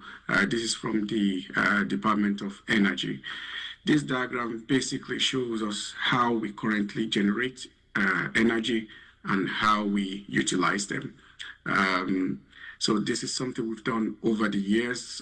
We generate electricity, energy, and distribute them via the electric grid network or the gas infrastructure, and we consume them in various ways. But something that we all agree is that our current way of actually generating electricity using fossil fuel is not sustainable. And that is why there is a need to move towards maybe using technology that are more sustainable. So one of the examples is, in the fossil fuel, we begin to use carbon capture, utilization, and storage so as to reduce the impact of fossil fuel in the environment. But we also know as well that we need to begin to move into renewable. We ramp up even the use of renewable all across the world. Example of renewable includes solar, wind, nuclear, and so on and so forth. In order to be able to ramp this up, we know that we need energy carrier. This is a necessity for renewable energy storage and transmission. And that is where hydrogen comes in. So hydrogen is an energy carrier. So it is not really just a gas that is competing with another gas. It's a necessity. It's an energy carrier that helps you to move renewable energies, or from one position to another. So it can act as a storage. It can act as materials, feedstock in various industries. So this is particularly important because of the fact that renewable energy are intermittent in nature, as we know. So you have wind here now and you don't have it after. There's sunshine in the day and not in the night. So hydrogen is really something that helps in ramping up renewable energy generation, not a competitor. I would like to emphasize that. So hydrogen is something that is abundant in the universe. It's actually all around us. Over 70% of the universe is made up of hydrogen anyway. Another characteristic of hydrogen is the fact that it's highly combustible, which means you can burn it to produce useful energy. You can do that easily. But it's highly reactive. Highly reactive means hydrogen does not stand by on its own because it clings to other elements to form a compound. So, for example, you have it in hydrocarbon, so where it combines with carbon. Actually, hydrogen finds its name from the word hydrogen, which is generation of water, because it combines with hot oxygen to form water. So because of its reactivity, it is really difficult to find hydrogen as an element on its own, except in natural hydrogen, which you get geologically. So the process of taking hydrogen, pure hydrogen from its constituents is what differentiates one hydrogen from the other. So there are various types of hydrogen. So I've just talked about 4 of them briefly, as I know other people may have covered this or will be covering this over the next 3 days. Brown hydrogen is the type of hydrogen that you generate from coal through a process known as gasification. Gray hydrogen, on the other hand, you produce gray hydrogen from natural gas in a process known as steam methane reforming. Both of these are highly polluting, as we know. Blue hydrogen is, gray hydrogen with carbon capture storage or carbon capture storage utilization, so that the high carbon intensity of that production process is reduced, so that it's low carbon. In gray hydrogen, on the other hand, you use renewable to split water, to split hydrogen from oxygen so that you can have pure hydrogen from water. So in the process known as electrolysis. Okay, there may be general outlets. Why now? Why hydrogen and why now? Well, hydrogen, as we said, has been around for a long time. It's really the low carbon hydrogen or clean hydrogen that is becoming very, very popular. And this is really, the drive towards this is, one, there's increase in energy consumption, and that is not going to reduce anytime from now. From you having your gadgets at home to new electrification of vehicles and so on and so forth. So energy consumption across the world is going up. It's forecast not to come down. So that's one thing. There's also the drive towards decarbonization. So regulators, investors, consumers that really pushing towards decarbonization. That's something we all know. Hydrogen is seen therefore as a key energy transition pillar, and that is why there's huge interest and consequently huge investments in this sector.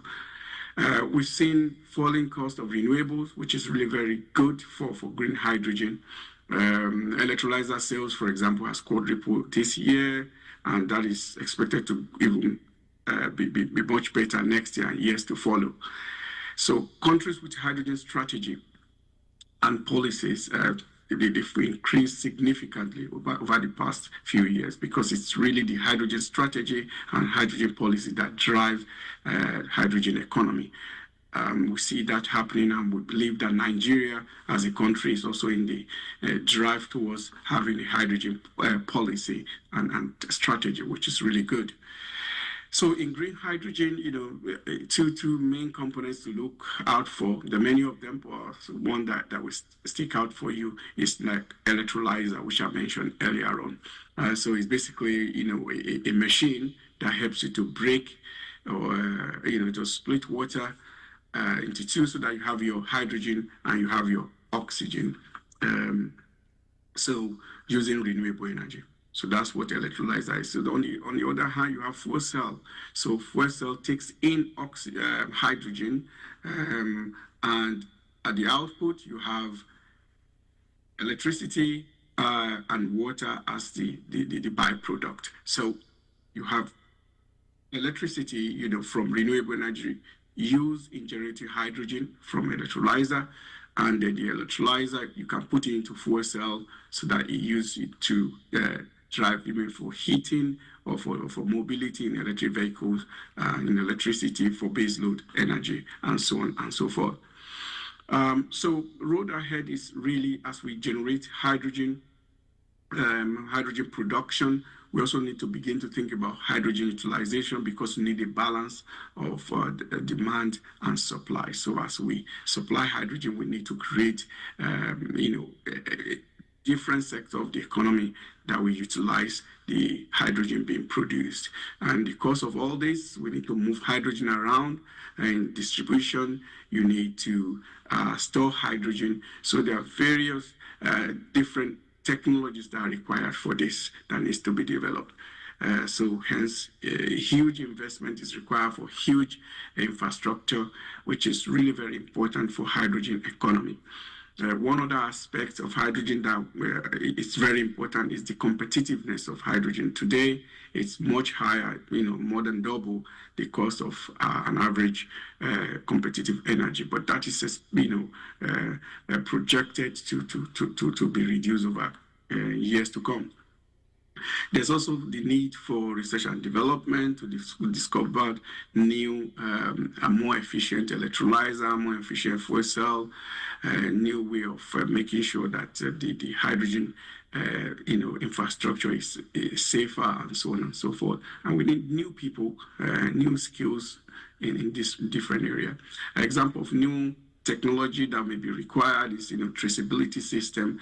So as I mentioned earlier on, you have green, you have blue, brown, turquoise, all kinds of hydrogen type. But actually, even though we use color to just differentiate between one type of production style and the other, every hydrogen is exactly the same. So we need traceability technology to be able to track down hydrogen right from production to when it's being utilized, so that it gives investors the confidence that there's going to be transparency across the value chain.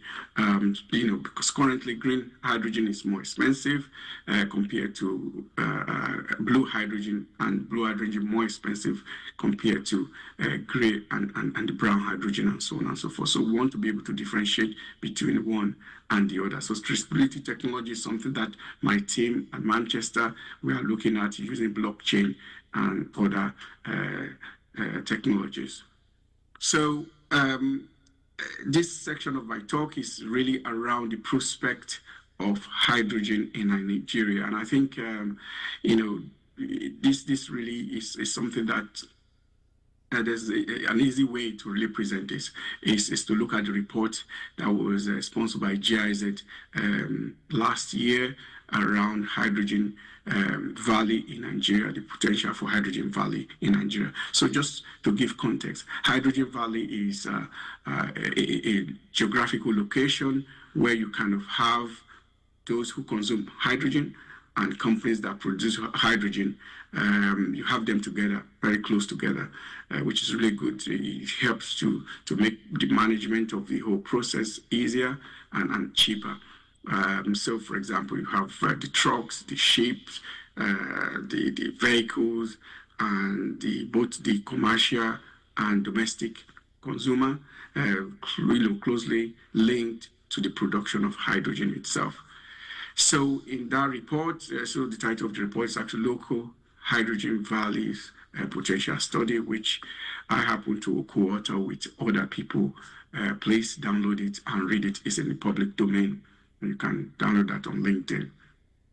In that report, it shows clearly that the solar radiation potential in Nigeria is very high. So all across the year, very, very. So you can see the minimum and the maximum solar radiation in each in different parts of the country. So as you can see, Maiduguri, far north have much higher than maybe Port Harcourt and Lagos, but even higher is relative because the lowest in Lagos and Port Harcourt is far higher than what you can get at the highest in other parts of the world. Hence the price of, because we can get more renewable radiation in Nigeria, it means production of hydrogen will be much easier and cheaper.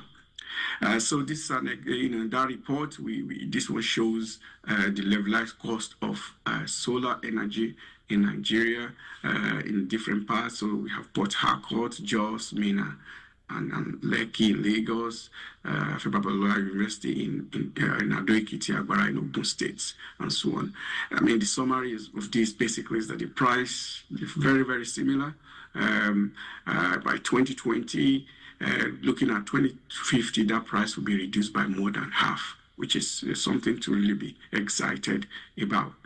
We also look at maximum hydrogen potential. For example, you see that the potential of hydrogen in Nigeria, in Minna, for example, is very high compared to Jos or compared to Lagos. And that's a function of the fact that radiation of solar energy in Minna is much higher. There's also land, availability where you can have solar farm and so on and so forth. Levelized cost of hydrogen across the country. So there's, just to clarify this is talking about the potential of a maximum hydrogen potential, meaning if you have, looking at the land availability, water, and everything, which of the location has the highest potential. Minna has the highest, but in terms of cost or levelized cost of hydrogen, is very similar across the country. Port Harcourt is slightly higher in terms of price of producing hydrogen will be higher in Port Harcourt, slightly low in Minna and Jos. But, very, very, very similar. One thing to note is that by 2050, again, the cost of hydrogen production is going to be half or even less than that. So as I try to wrap up this presentation, there are a few points to note about Nigeria and across the world, some insights to really take. So from this picture, one thing to really be aware of is that, at the moment we lack what I would call sufficient power grid. So our grid is not sufficient for our population. Our power generation capacity is very low.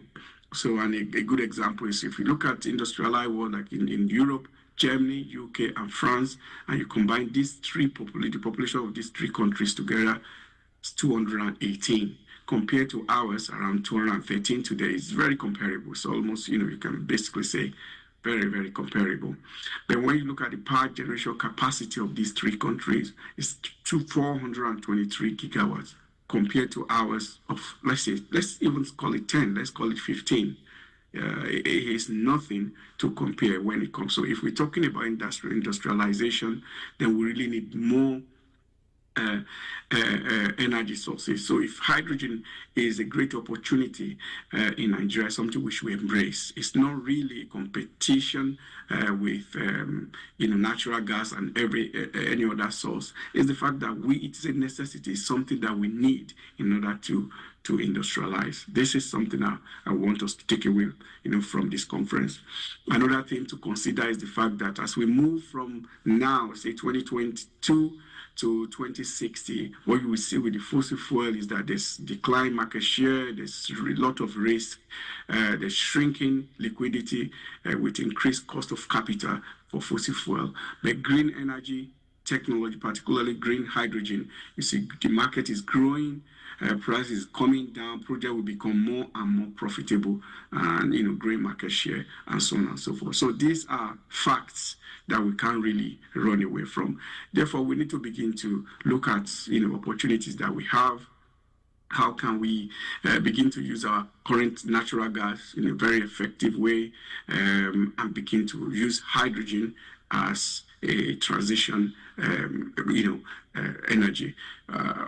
This is no-brainer in various sectors, whether, because we talked about electric vehicles today, even in electric vehicles, we don't have the grid to charge our electric vehicle, but hydrogen could help, because something that you can move around in virtual power plant, pipeline, and which can be used, using fuel cells to generate electricity, and you can then use that electricity into either in residential home or in charging your electric vehicle. So this is something to really embrace, and we can look at various sectors of the economy, especially the hard-to-abate sector in fertilizer production, and as we use hydrogen in green fertilizer production, that can help in agriculture, in producing food.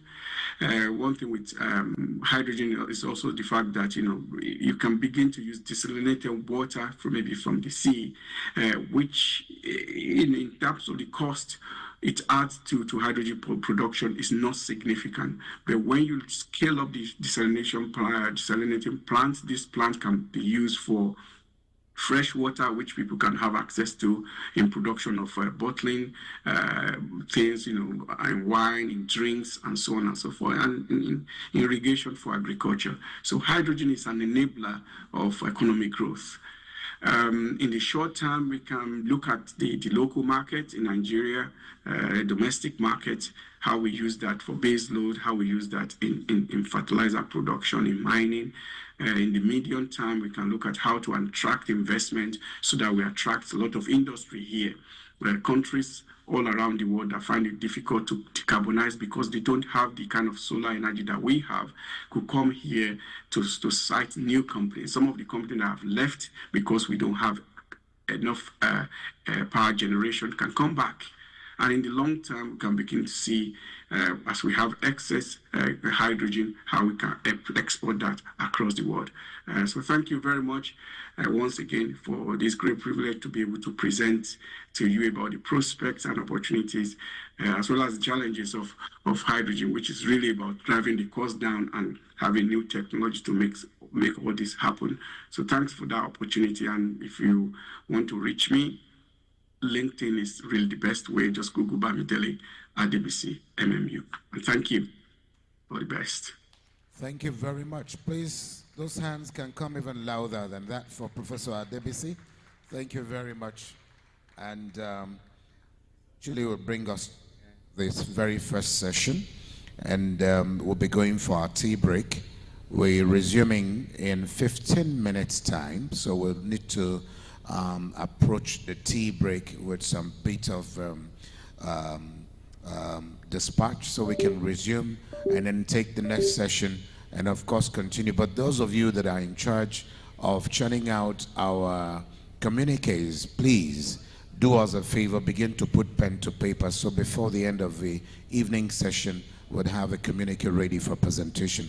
The PAMSEX representative will lead all the VVIPs to the foyer where your tea break is served. Bon appetit as you go for tea break. Our resumption time will be at 11:45. So we look forward to having you back pretty early. Thank you very much and enjoy your tea break. But please, if you've misplaced your car key, if you did misplace a car key anywhere, please come with proof of ownership and collection. Thank you very much, and do have yourself a wonderful tea break. God bless you.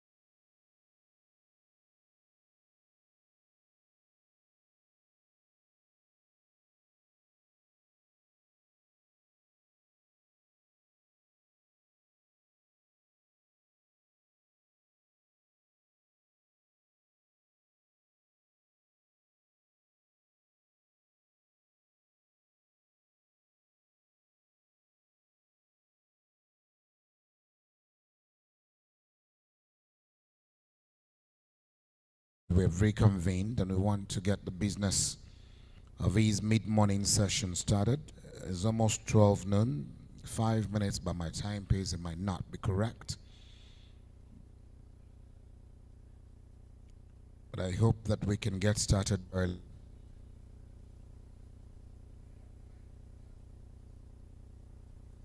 So please let's inform where the ushers.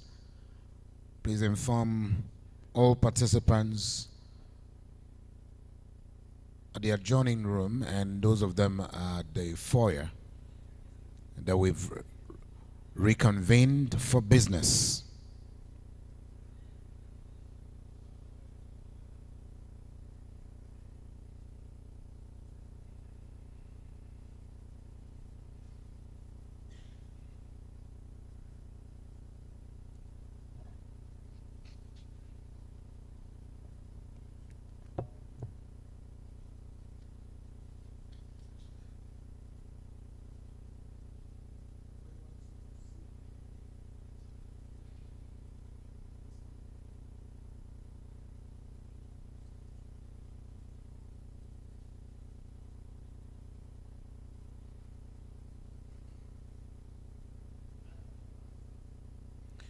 The very first session was on environmental impact and standards, and with the sub-theme environmental impact and standards of hydrogen production. We were able to discuss extensively the merits and the opportunities that are bound. And of course, this has still been being looked at futuristically as to what gains we can all make from investing in hydrogen in Nigeria. We'd like to welcome you back from the tea break. The Permanent Secretary, ably represented here,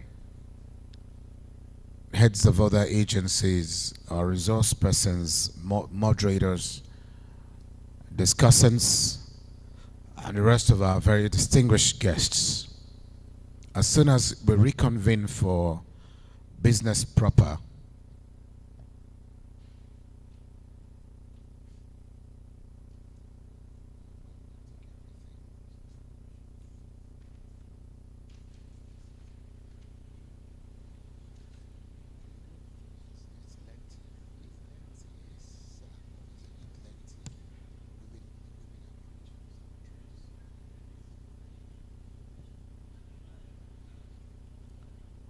so please, we're reconvened, and at this time we'll be looking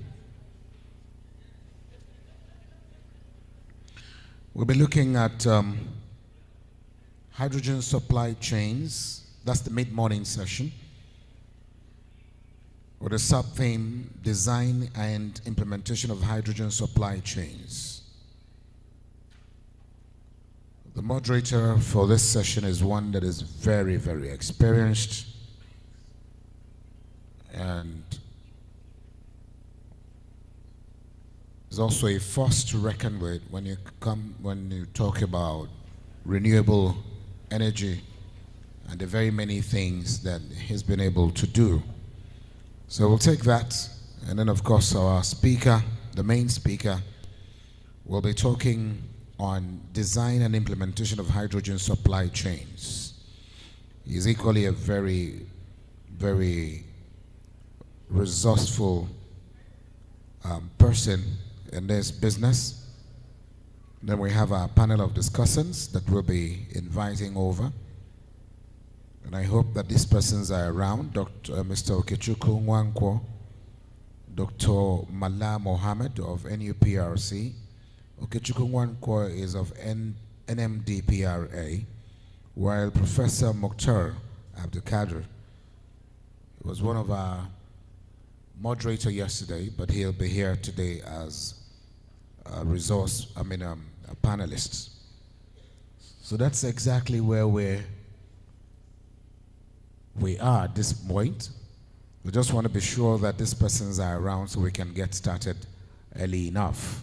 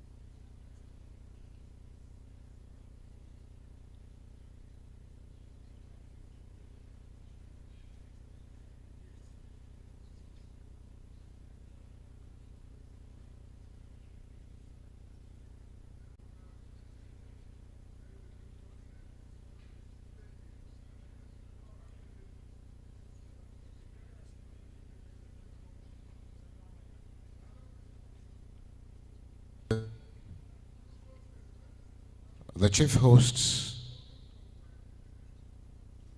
Permanent Secretary, Your Excellencies, the representative of the Governor of Abia State, distinguished moderators, distinguished resource persons, and a very great panel of discussants, distinguished ladies and gentlemen. Do I have your nod that we can start? Should we start? Those of you in agreement that we should start, say aye. Those against, say nay. The ayes have it, ladies and gentlemen. Thank you so much. We are practicing democracy here, so let's be very democratic about it. And in line with that, I'd like to quickly, first of all, bring you up to speed as to getting to knowing who the person who is moderating this very important session is. Our moderator is Francis Alabo Ogari. Can we please put our hands together for Francis Alabo Ogari? That applause came from just few of you. We can make it a bigger clap for him. Thank you very much, sir. You have an option of sitting where you want to sit, here, in the middle, anywhere. Just feel free, sir. But if you prefer here, please, in the middle. Fine, please. All right. Thank you very much. Francis Alabo Ogari graduated in 1980 from the University of Lagos and held several positions of project manager in a number of organizations for over a decade. In 1992, he joined NNPC, occupying various strategic positions. Served at NAPIMS, a corporate strategic unit, CSU of NNPC, technical assistant to the GGM operations, as a group general manager operations, acquiring vast experience in economic evaluation and project monitoring of the petroleum industry. At NNPC headquarters, he was manager Brass LNG project, general manager commercial renewable energy division. As recognition of his excellent performance, he was appointed to serve as a senior technical assistant to the Honorable Minister of State, Energy, Petroleum from 2007 to 2009. Later redeployed to NNPC as a general manager, international venture opportunities with the responsibility of consolidating upstream assets outside Nigeria. Engineer Francis retired voluntarily from NNPC in 2013 and joined the African Ventures WAV, an oil and gas service company, as a managing director. He left WAV in 20 take up the post of the Chief Operations Officer, COO, at the PAI International, an engineering consulting firm. In 2015, in his relentless pursuit for excellence, he established ISO-DATEC Multi-Concept, an oil and gas consultancy company specialized in training, procurement, and project management. Upon the passage of the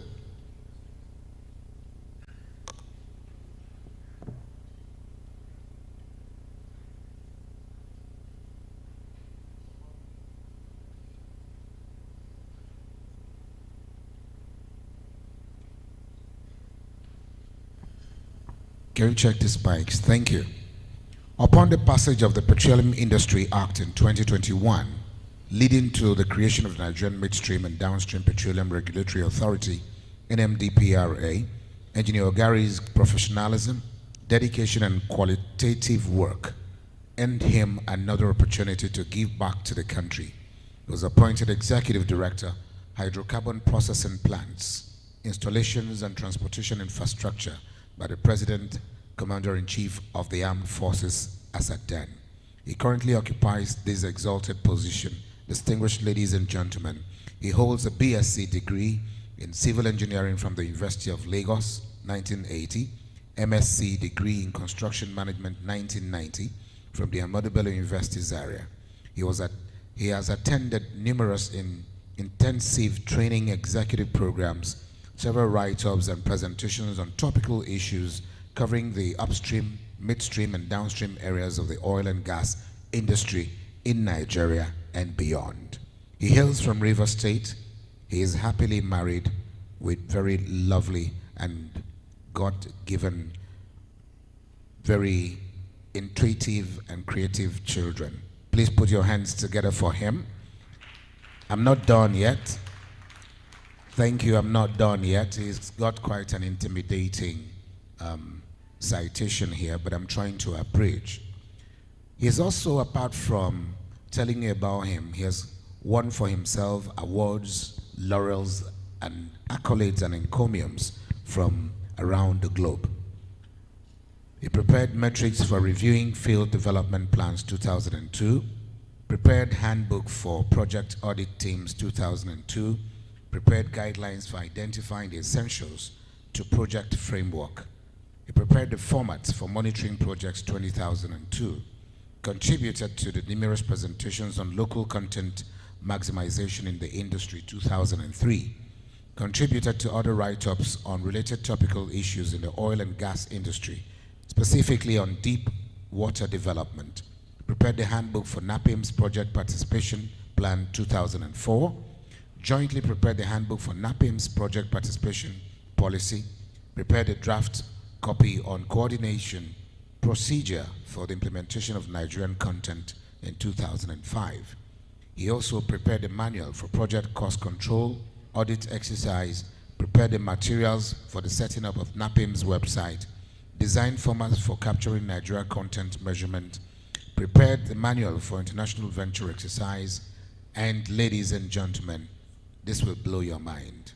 He formulated and implemented strategies for effective and efficient regulation of the activities in the midstream technical and operational activities in 2022. He administered the establishment, construction, and operation of midstream processing plants such as refineries, LNGs, blending and petrochemicals plant 2002, and monitored and supervised the midstream transportation infrastructure optimization through the development of the network code, electronics licensing, and administrative resources in 2022.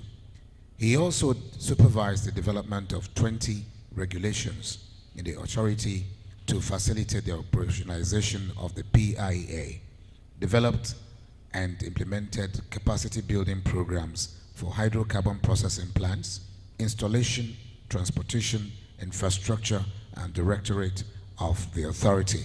He has won for himself, as I said. I'll keep the awards, I don't know all the accolades and encomiums and recommendations that he has gotten. I'll keep that at bay for now, but just let me introduce to you one more time the very, very highly respected and reputable engineer Francis Alabo Ogari as our moderator for this morning. That applause for him could come even better and louder than that for him. Very quickly, he won't be sitting on this side alone. He's going to be joined by our lead presenter at this point. I'd like to invite very quickly Dr. Jiri Rush. He's of African Sales, he's the African Sales Director, Newman and ESA Group. Can we please welcome him? Dr. Jiri, thank you very much for joining us. Dr. Jiri Rush is a Sales Director and Business Development Manager, Africa at Newman and ESA.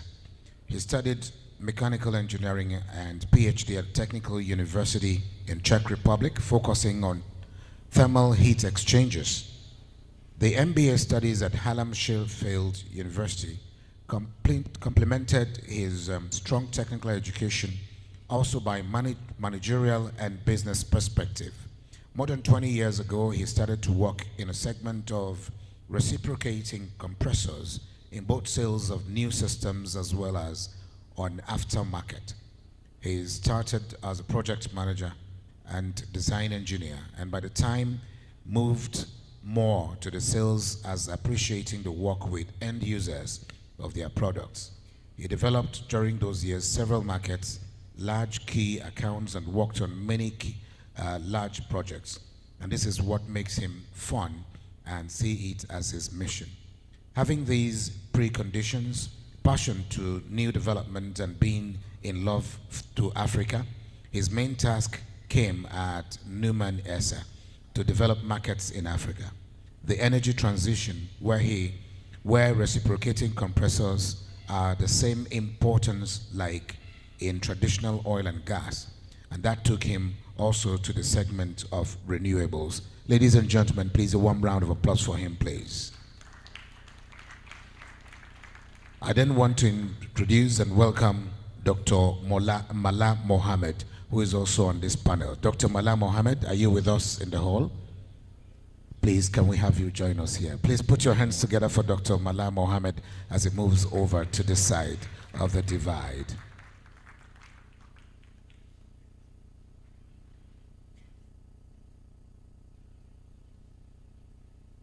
Dr. Mala Mohammed, another round of applause for him, please, as he makes his way here. Thank you very much. And so, very quickly, the conversation, this mid-morning session, is, centered around the value chain of hydrogen. And that's exactly where we are at this point. I'd like that we please pay rapt attention to the presentation, to the discussions, and of course, in turn, you'll be given the opportunity to contribute by having to either make remarks, comments, ask questions, or otherwise, an observation to be raised as we move on. So very quickly, Your Excellencies, very distinguished ladies and gentlemen, day 3 of this very important program with Engineer Francis A. Ogari as our moderator, and then of course the main speaker is Dr. Jerry Ross, and then our panelist, just as I mentioned, Mr. Okechukwu Nwankwo of NMDPRA. Is he here yet? Mr. Okechukwu Nwankwo, please put your hands together as he makes his way here as well. Dr. Mala Mohammed is already seated. Professor Mukhtar Abubakar is also meant to be here as a panelist. Prof, are you still here? All right. We'll carry on these conversations, and the main presenter has a total of about 15 minutes for his presentation, and I think it is also within the purview of the moderator to allot time to the discussants, but I'm sure 5 minutes apiece will do.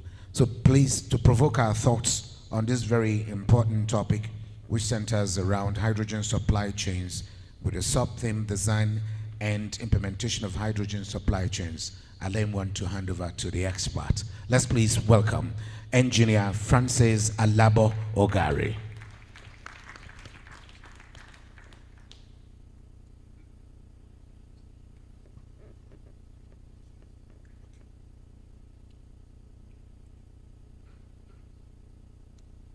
Good afternoon, the panel, the speaker. Good afternoon, everyone present here. Today, this panel, after the speaker, is going to talk about the design and also implementing the value chain for hydrogen. When we talk about source, when we talk about supply chain, we are talking about the source itself, first and foremost. Without a source, you cannot have a supply chain. And then from the source itself, we talk about the activities and the technology. We talk about production then. With the production, you have to now think about means and ways of getting to the end users, that is the market. Today, our erudite doctor is going to tell us more, and I don't want to take much of his time. Hydrogen, like I've had other speakers talk this morning, It's not really new, but it's also new. And why we are approaching it now? Because we want to reduce our carbon footprint. It is good for us. We've heard about climate change, and it's real, whether we like it or not. And how do we prevent it? Like every new invention or any new source, we have to study it very well. It must be beneficial to every one of us. If it's not, okay, if it's not beneficial, then we will not be gathered here today. This is not going to be another talk show. This is something we are going to build on something that already exists in the world. Like some speakers earlier today have had, we already have it in China, we have it even in the US, we have it in Germany, and most people are turning to hydrogen to move away from fossil fuel. But regrettably, some of those hydrogen we are talking about still emanate from fossil fuel. But now we are finding use for it to further bring down our carbon footprint. Today the panel is going to discuss, after the speaker has given us an insight, you, the audience here, will have the opportunity for educating your mind, for going beyond the envelope you set by asking the relevant questions. And this conference itself will be benefiting from your input, your questions, your comments, and then we can all go away from here who feel that the very first Nigerian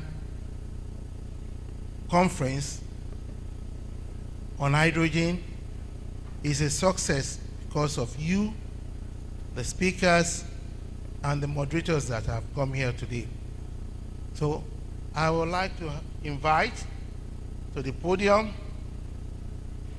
our erudite speaker who will further agitate our minds on the design and the implementation of the supply chain for hydrogen. Dr. Jelly, please. Thank you very much, and thank you for the comment. Hydrogen is old, but also new, and this is something that I would like also to share with you. So very nice, good early afternoon, Your Excellencies, Managing Directors, heads of agencies, professors, doctors, ladies and gentlemen, and special welcome to all the students which I see here, because these are our future doctors, professors, excellencies. I'm all the time happy to see you. Comparing to Professor Ende, I am very happy I have the presentation just for a day. Why is it so? It is, I somehow overlooked when I was preparing my introduction or presentation this first. I somehow prepared the presentation about the supply chain for the hydrogen economy or hydrogen circular economy, but then I'll come to that, thank you.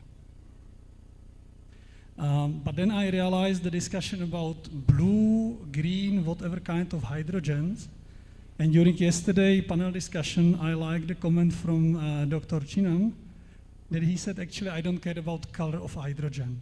I think we are here now about how to find a way to fill the commitment of governments to make the decarbonization. So it does not necessarily need to be immediately to the green hydrogen. Because of that, I changed the presentation completely yesterday evening. Thank you, Dr. Sini, for accepting that. And I would like to share with you a story. I think you all got a lot of technical presentations, so I rather like to drive you through the story, where I would like to show our experiences of the company, what we did with a value chain, how we implemented that to us, because I think this is what Nigeria now is facing to find its way to go through the energy transition. And I am no one to say what is the correct direction, because especially in Africa, you have also the challenges, not only the decarbonization, but also to increase the energy.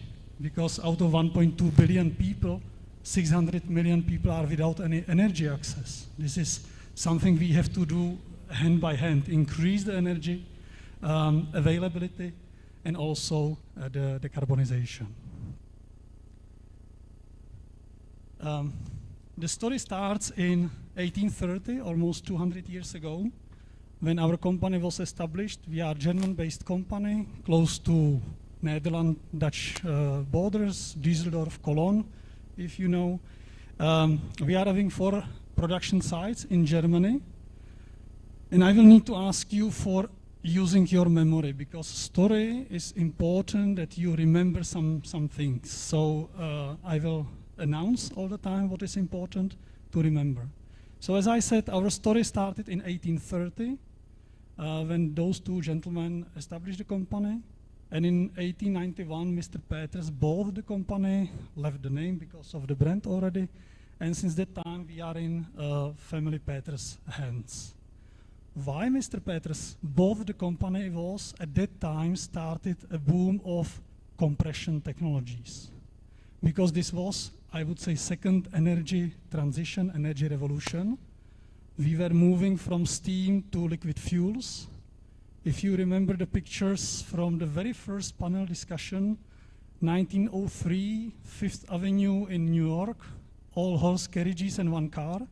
10 years later, Fifth Avenue full of cars. And this was actually when we started to really demand liquefied fuels. Saying that, what we did, we created a value chain of oil and gas in general, which here in Nigeria everyone of you knows, and we try to identify where are our places for the compression technology. We are producing reciprocating compressors, and we try to understand value chain where these compressors can be used. They are used for high pressures, for gas, because gas usually without pressure is for nothing. And you see we are starting from the exploration where we have our seismic applications up through all the value chain. Of course, the transportation of gas was included somewhere in 70s. Yesterday I heard someone said that this is a disadvantage of hydrogen and as an energy carrier, that it has to be liquefied. Actually,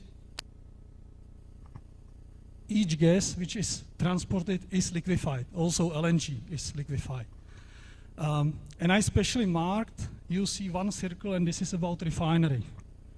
And this drives me to the fact that actually hydrogen is nothing new.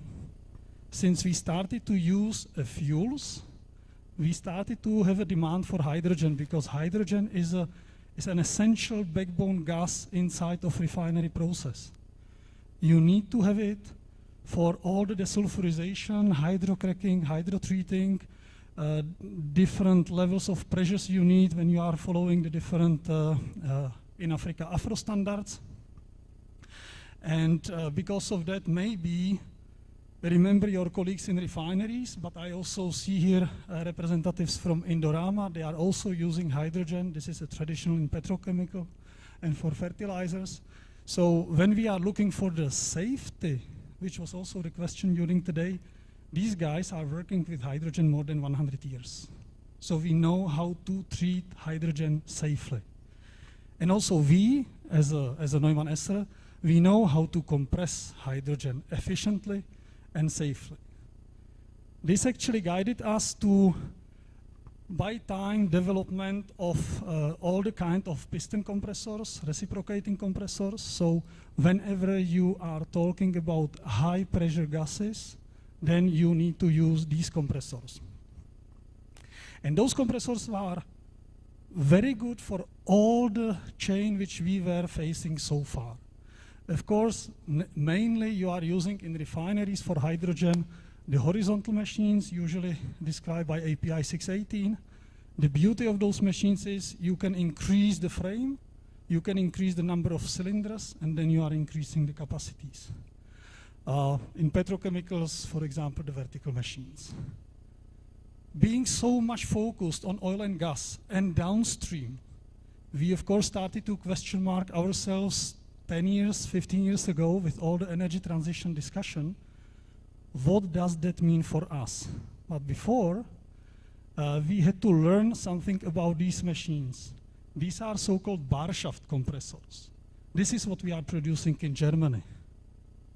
However, what we are supplying to customers is complete compressor plant. So the blue baby down, this is the bar shaft compressor, and all around is so-called balance of plant. So we are designing all this compression plant.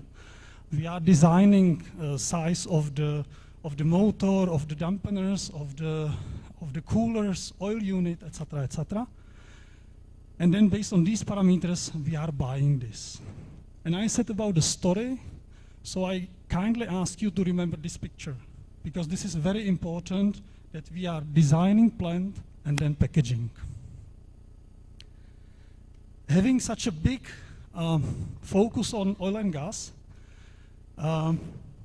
we wanted to understand the value chain of hydrogen. And I think this is very similar what Nigeria needs to do now to understand what the decarbonization for Nigeria itself means. As I said, hand in hand with development of energy availability, but also the labor demand and education for people, because the unemployment rate is also the topic. So we try to design the value chain of hydrogen. Thanks to the hydrogen, that this is such a light gas that you cannot really compress it by different technology than reciprocating or piston compressors. We identified that there is a lot of applications.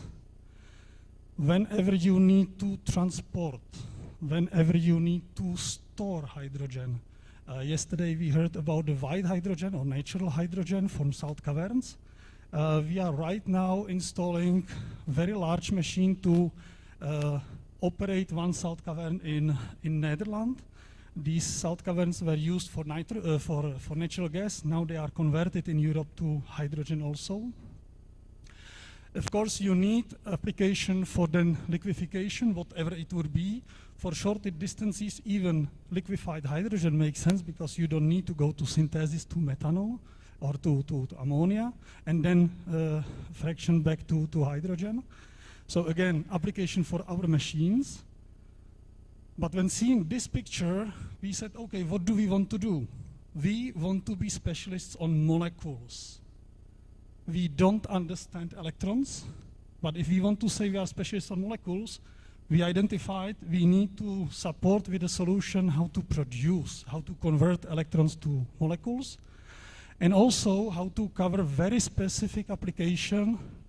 And this is the hydrogen mobility or trailer filling, where for personal cars you need 750 bar, and this with piston compressors, sealing ring, you cannot do. So our takeaway from this value chain evaluation was that we looked around on the market and we found a company, Hydron, in Brazil, which was producing and developing small-scale electrolyzers, few 10 kilowatts. And we acquired 5 years ago, and we did what we are good at, and this is a plant engineering. We are not producing electrolyzer stacks. We are having open source strategy. We have now 4 suppliers of electrolyzer stacks. This is actually the heart of the electrolyzer. And this means we included this containerized solution for PEM. Why we went for PEM? Because we believe that you need to have higher pressures than alkaline with 1 bar or pressurized 14. And we also looked for additional solution for very high pressures, and we acquired company Hoffer with this diaphragm solution, where we can go with hydrogen up to 1,500 bars. However, as I said, we are here, or we should be here talking about decarbonization. I don't know who said that yesterday you had a twice blackout in a hotel. I'm having a bad luck probably. I had 4 times, and my window is over the diesel generators. So I had a great night. But this means this is about decarbonization, renewable energy, green energy. And before transferring that to the hydrogen, it's good to think about how to use first energy from electrons. Because when you convert it to the hydrogen, you are losing a lot of energies on that. And when, by the way, converting back to the electricity, you are getting like 20% efficiency. So think about that, and I would say, again, being from outside, I would say first focus on the electric grid. It has to be strengthened, it has to be extended to support the electricity and to get away from diesel generators. I think this should be the first target, and this would be a great contribution to the decarbonization. Of course, yesterday we heard from Dominic about the high fuels. For the off-grid solutions, very remote solutions, this is a great thing. Now the question, what company like Neumann Esser can do contributing to all these three aspects: decarbonization, increase of the knowledge inside of the country, and increase of the local values. Yeah, this is just confirming what we are saying all the time, this milk cheese story, that electrons are like milk, immediately available, but off-take shelf only, no storaging, while cheese you can storage like a hydrogen as an energy carrier. This is a contribution from our side. This is what we believe we can do.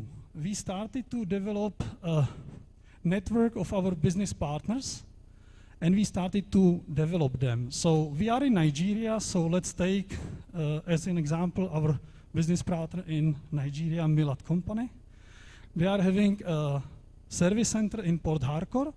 So what we started to do, we first develop and train and certify their field service people, because then they can support you locally. You don't need to wait for specialists from Germany.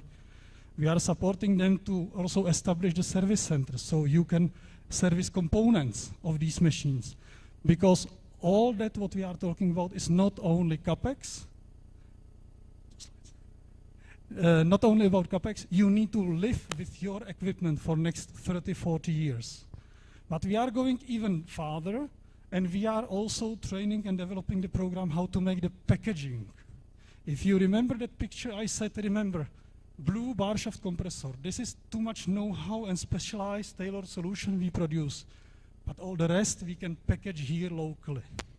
And there I would be addressing to all the heads of governmental authorities, put it as a request to all the projects.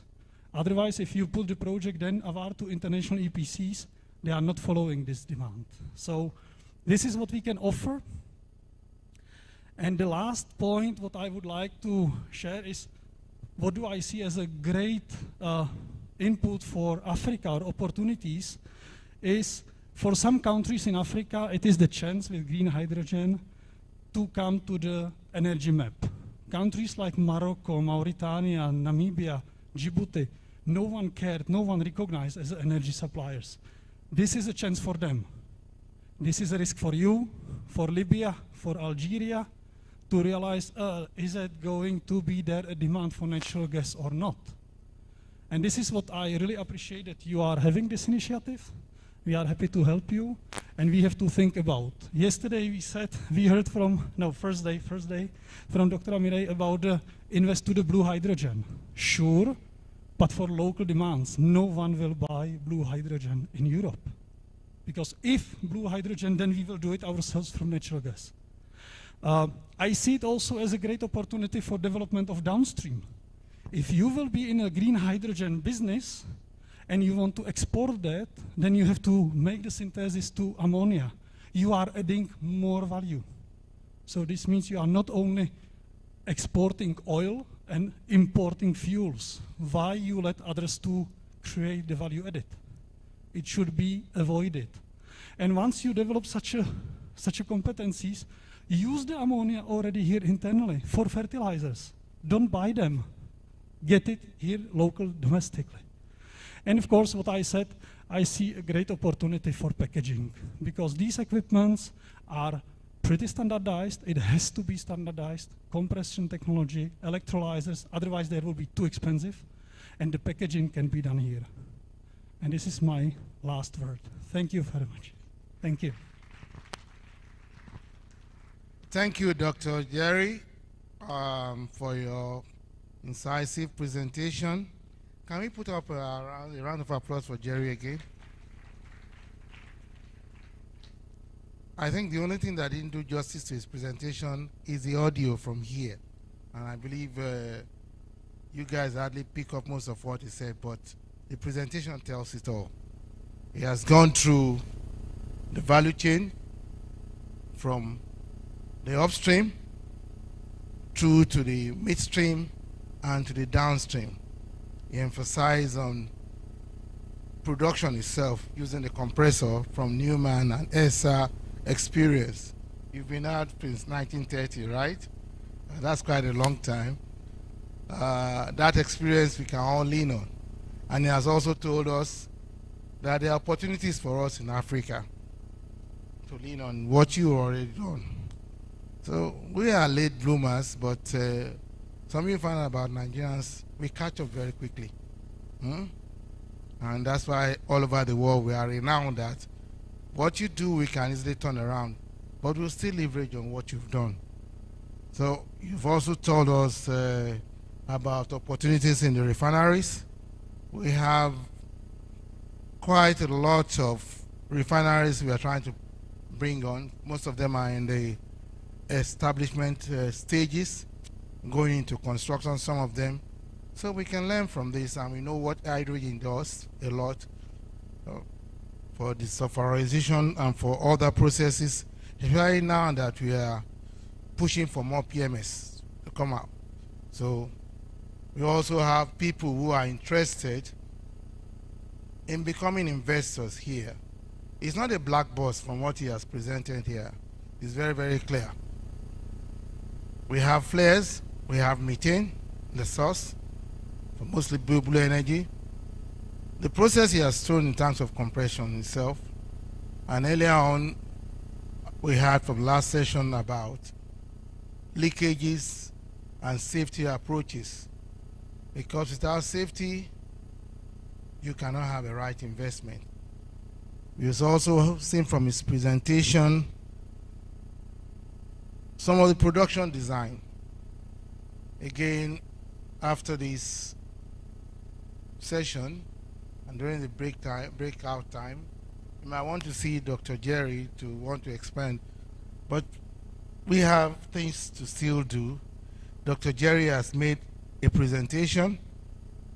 We also have a panel of discussions here to also take us further.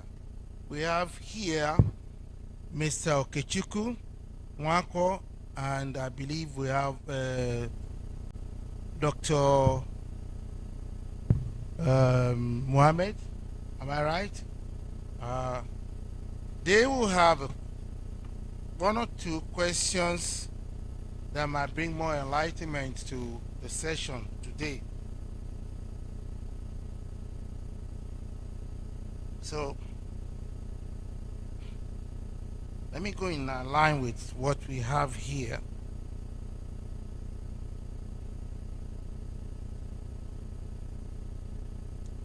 Yeah, I think we're right on board. Dr. Okechukwu, in this session, and from what you've seen, from what Dr. Jerry presented,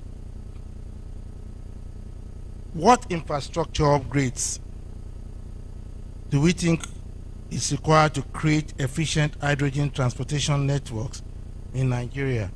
We've seen transportation network in its value chain, and from what our experience is here, working in the midstream and downstream, what do you think you can say to that? Mr. Nwachukwu, please.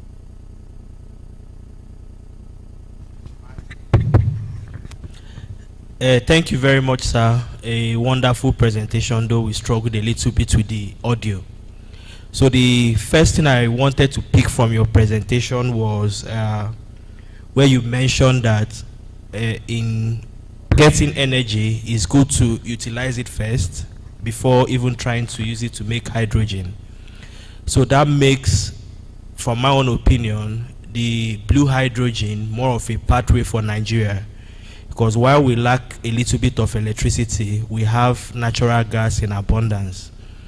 And the organization which I work with, which is the NMDPRA, the Midstream and Downstream Petroleum Regulatory Authority, we are at the forefront of, in addition to maintaining supplies for all Nigerians, also have started a program on the blue hydrogen, right? My boss, who is also the moderator of this, is the leader of our team. We have been developing a framework for adoption of blue hydrogen in Nigeria. And the essence of that is to actually have a different varieties of fuels for Nigeria, so everybody doesn't have to depend on PMS. We all know that to remove a subsidy from PMS. So coming specifically to the question, the good thing about Nigeria is we already have vast experience in oil and gas. We discovered oil and gas in Nigeria in 1952, if I'm not mistaken, 1952. So that experience have helped us a lot in understanding that part of the value chain, because honestly, you can't implement anything without considering all aspects of the value chain. You have to consider your source, you have to consider your means of transportation, you also have to consider the market. It's only when you have developed this upstream, midstream, and downstream part of the value chain that you can really see value in what you are doing, because like they say, a chain is as strong as the weakest link. So coming specifically, the Petroleum Industry Act have also elaborated the industry in terms of opportunities, which can also be mirrored in terms of developing the hydrogen value chain.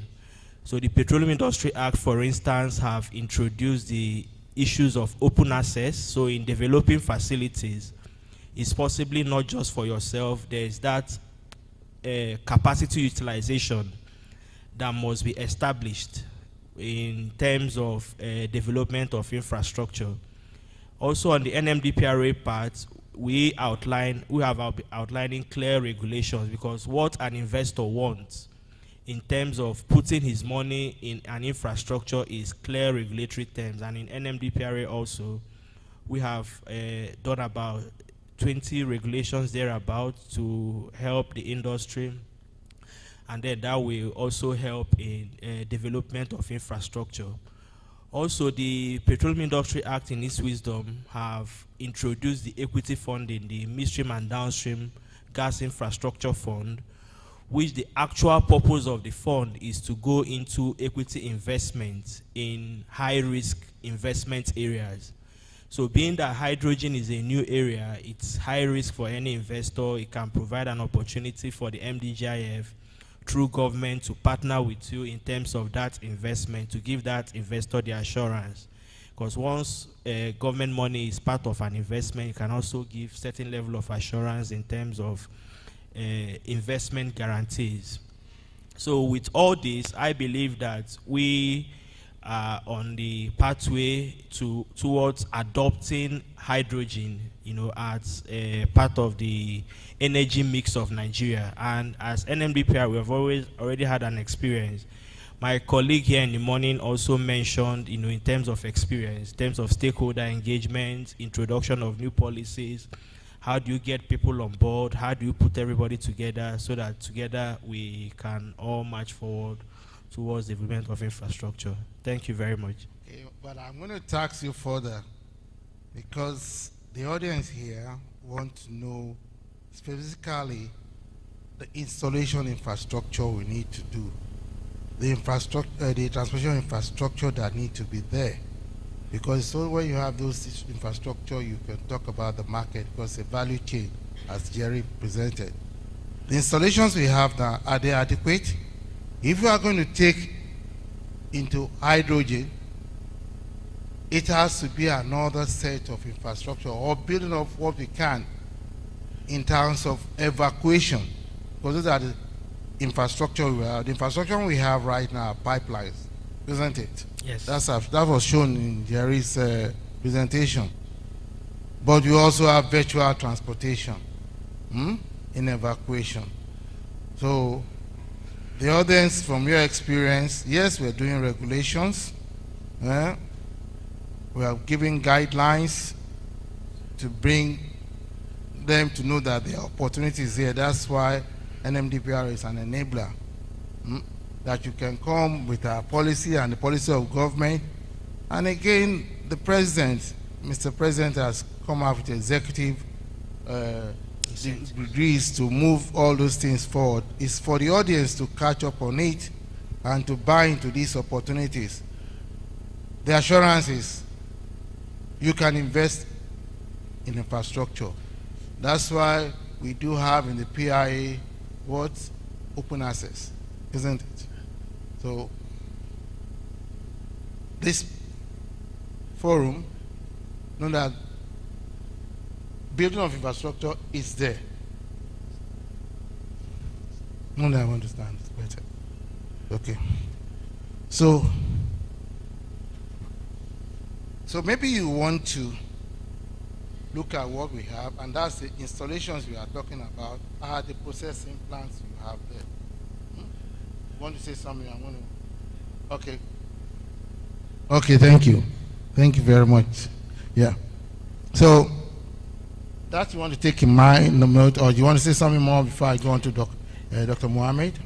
Okay, so just to also elaborate on what you said, sir. You know, my boss is actually the head of hydrocarbon processing and installations in Nigeria. So he is speaking from vast experience and some of the programs he is already implementing. So like we say, we already have the experience. There are vast pipelines in Nigeria. We are already doing virtual transportation. We have over 30,000 retail outlets and growing. So these are stations that can be used, just some retrofitting in order to accommodate this use of hydrogen.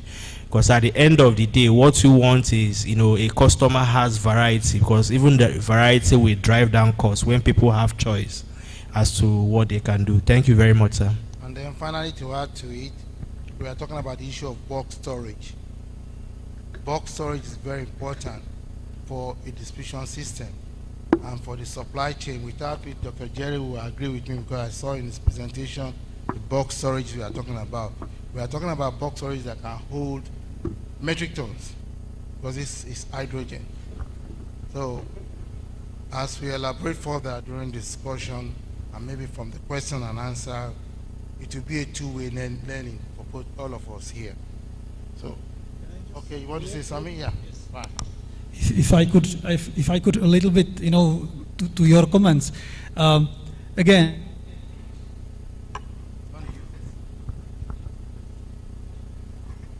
thank you.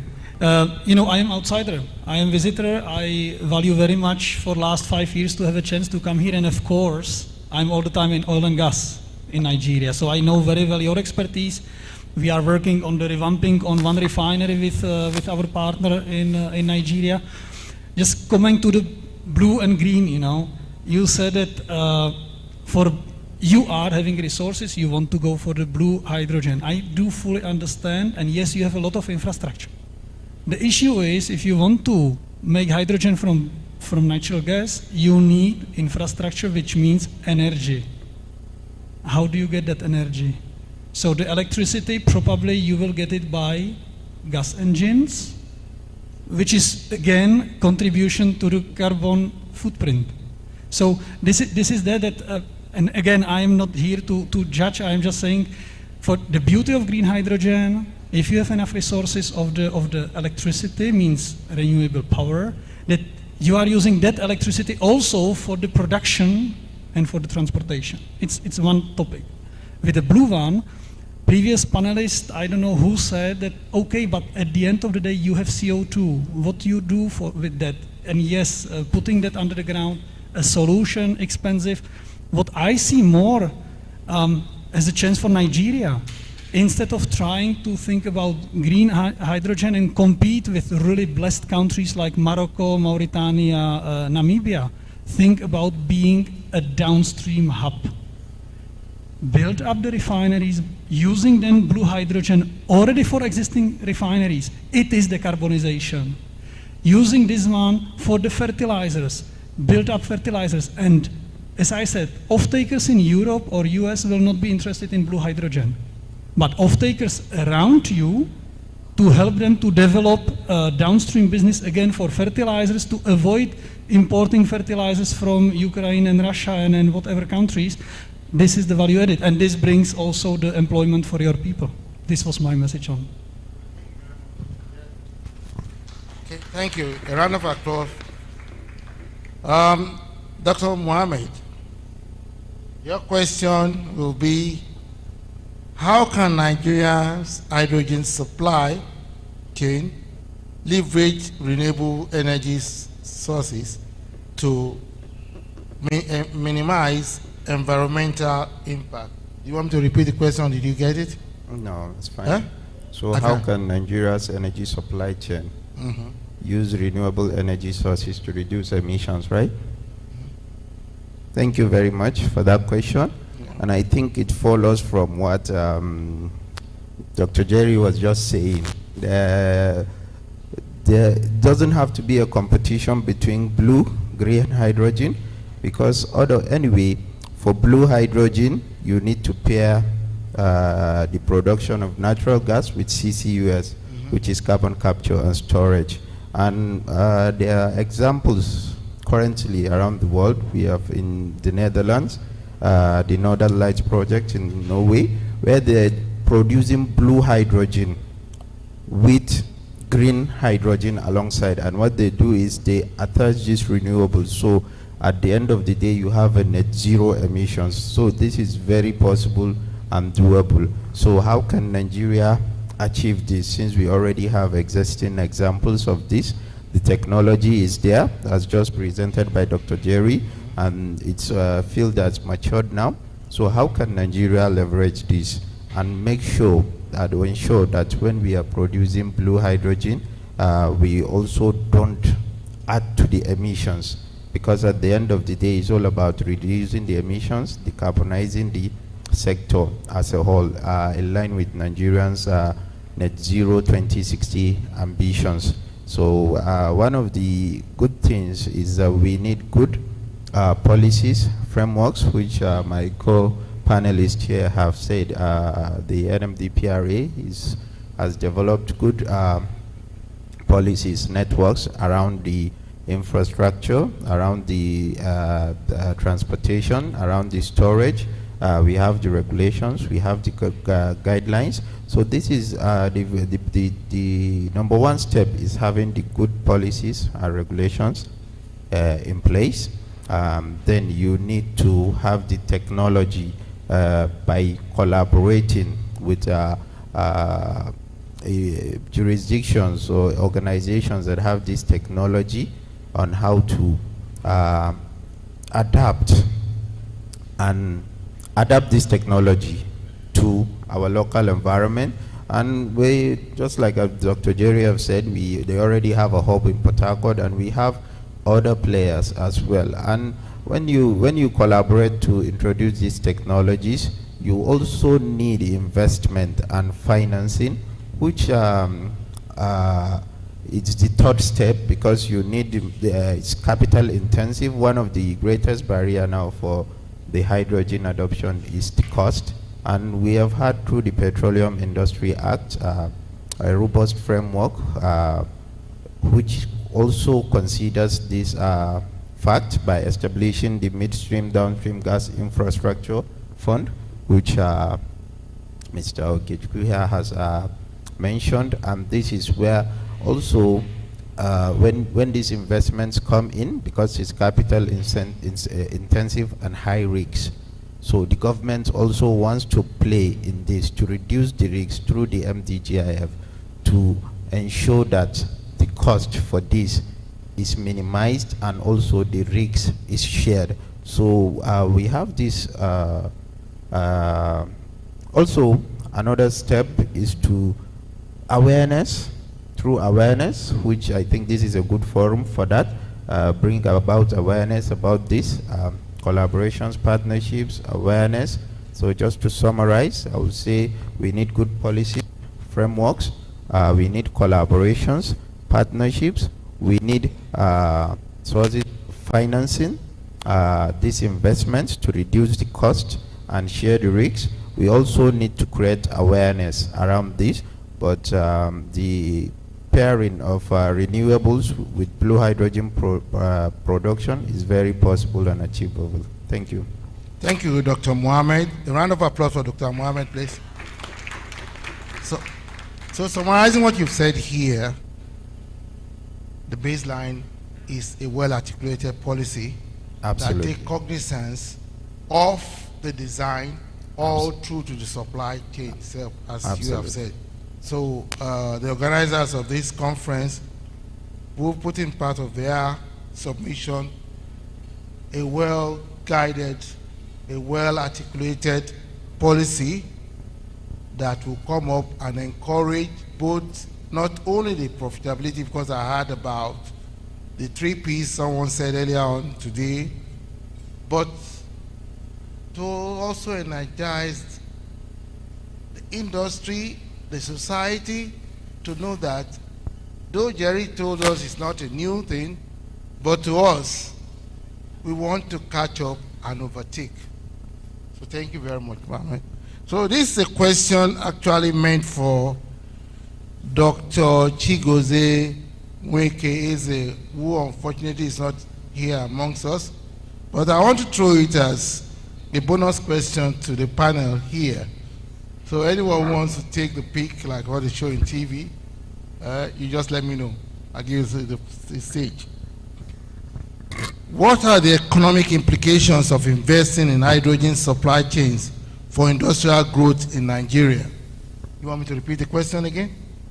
I said, what are the economic implications of investing in hydrogen supply chains for industrial growth in Nigeria? Who wants to take it up? Or you want to make it joint? I can go for it. Yeah, well, I think this question should be for the second panel, the first day, about financing. I'm not a financial guy, I'm a technology and technical guy. But I think I partially answered. I think all that investment should be calculated in a bit larger frame. So this means from the agencies, because as I said, I see Nigeria more as a blue hydrogen hub for the certain region around, not as exporters for the green hydrogen. This is like why to fight against someone who is really having a great advantage on that because of the nature. And you are right, you have all the knowledge. Only what I see very often going across Africa in countries which are having downstream or oil and gas, that we are talking about two different words. People from renewable energies, they don't speak with the people from oil and gas and vice versa.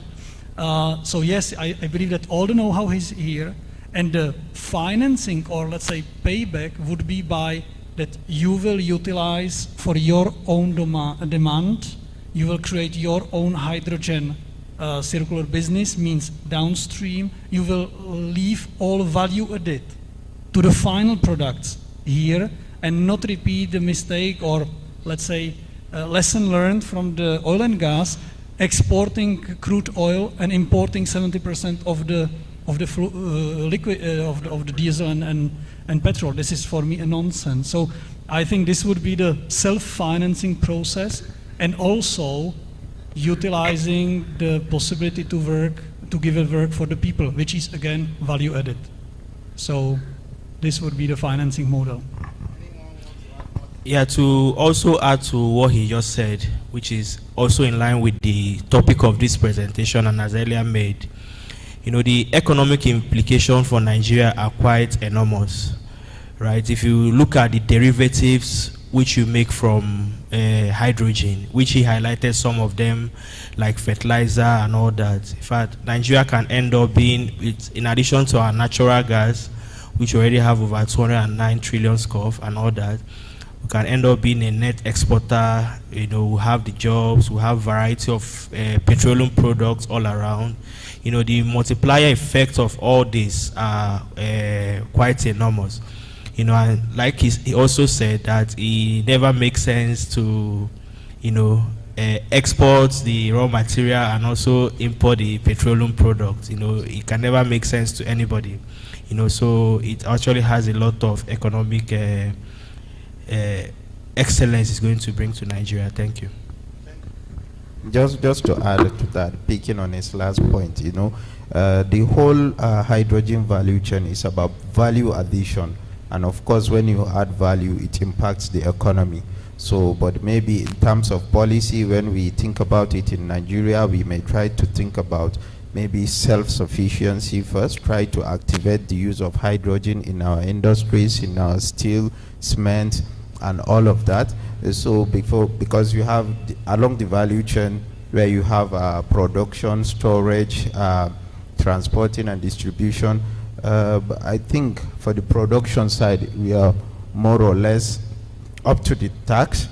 We need to develop these value chains along that, and all this creation of these storage value chains in storage, in transportation and distribution also add to the economy. It impacts the economy positively because we can either transport the virtual pipelines you have mentioned by trucks or ships at export terminals. We have the NLNG, which we can, very good hub, we can easily retrofit for the export and import and transportation across Africa and other regions. So all this impacts the industry, nation positively, and we can also use it to activate our industries in Nigeria. Thank you. Thank you very much, panel. And just to wrap on it, the opportunities are there. It's a whole new world, hydrogen. Over time, we'll be talking about crude oil, but from crude oil, we can also get blue hydrogen. So it's not a waste of flaring. So it's endless and unlimited possibilities. So the next question I'm going to ask is to the audience, which is going to more or less support what they have said. So to all, how can the public-private partnership drive innovations, efficiency on hydrogen supply chain development? Particularly if I say this because I've talked to a friend of mine who is a banker, who is risk averse, earlier on when I came in. So now I'm telling the audience, how can the public, the private sector, partner to drive this hydrogen initiative? It's not really an initiative, it's come to stay. But how can we advance it? So audience, who wants to speak could just raise their hands and they'll bring the mic to you.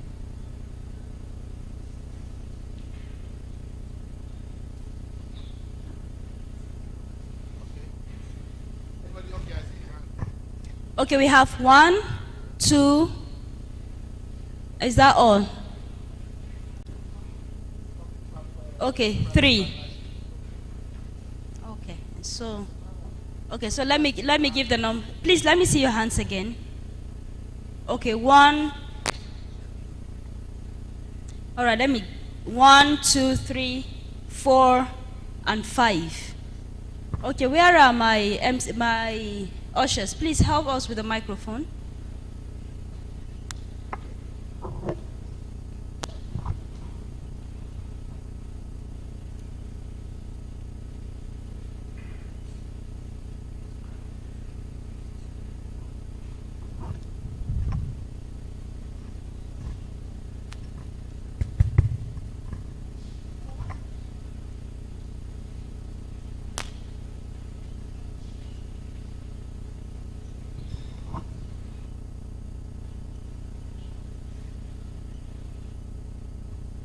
Please, your name. Hello. And if you have a company. I am Alamin Waziri. To your question, I have a simple answer. By providing the financing and the technical expertise. That's what your contribution will be? That's all. So it's not really, it's just a comment. Okay, thank you.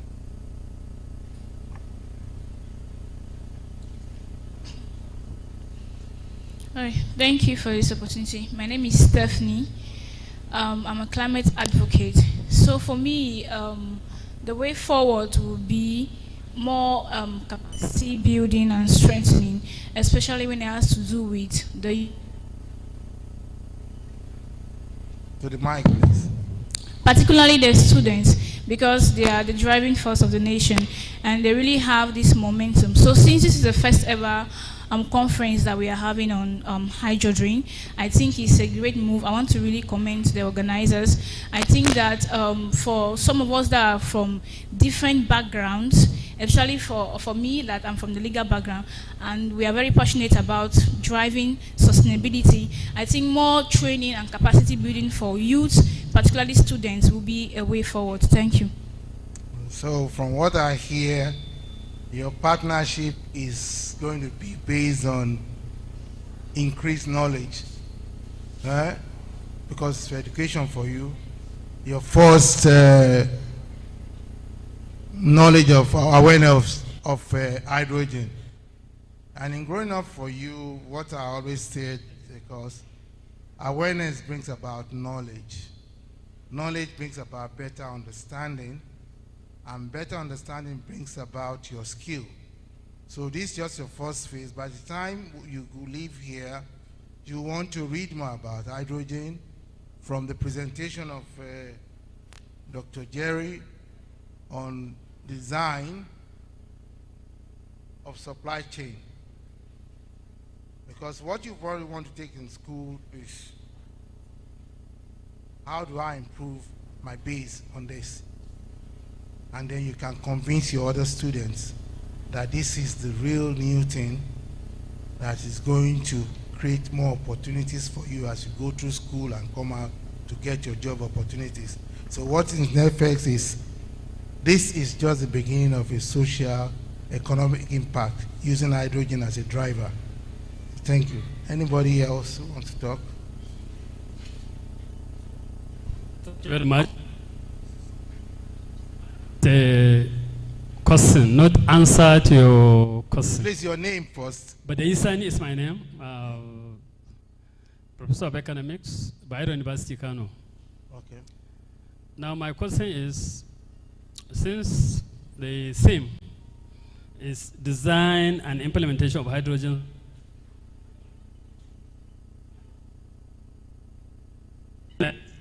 panelist. Which of them? To all of them. Okay. Anybody can answer. Okay. My question is, what is unique about the supply chain of hydrogen as a renewable energy? Okay. Other than what we know, production, storage, marketing, or utilization. What are the other value chain in between that we can see and identify as unique to hydrogen? This is the first question. Okay, so if I recast your question, you're The talking about Can protection, which is environmental, and the second one? No, I said apart from the chain, the value chain we know, supply value chain we know, production, storage, and utilization. What are the other chains that is unique to hydrogen? Okay, that are in between. I have an answer, but I think I'll leave the panel to say something about it. Yes. You want to start first? You want to start first? Okay, like you rightly said, value chains are natural principles. You know, it starts with source, it moves, and then it gets to the final person. You know, but one of the things I observed as unique with this hydrogen value chain is the end user of the hydrogen can actually start another value chain. What I mean by that is when you generate electricity for hydrogen, you can also use it to either power for more production of green or blue hydrogen, as the case may be. You know, so that's one of the things I observed it doing his own presentation when from what I saw, he started with power plants and also ended with power plants, meaning that power plants can also start the value chain. So that's one of the things I observe as unique in the hydrogen value chain.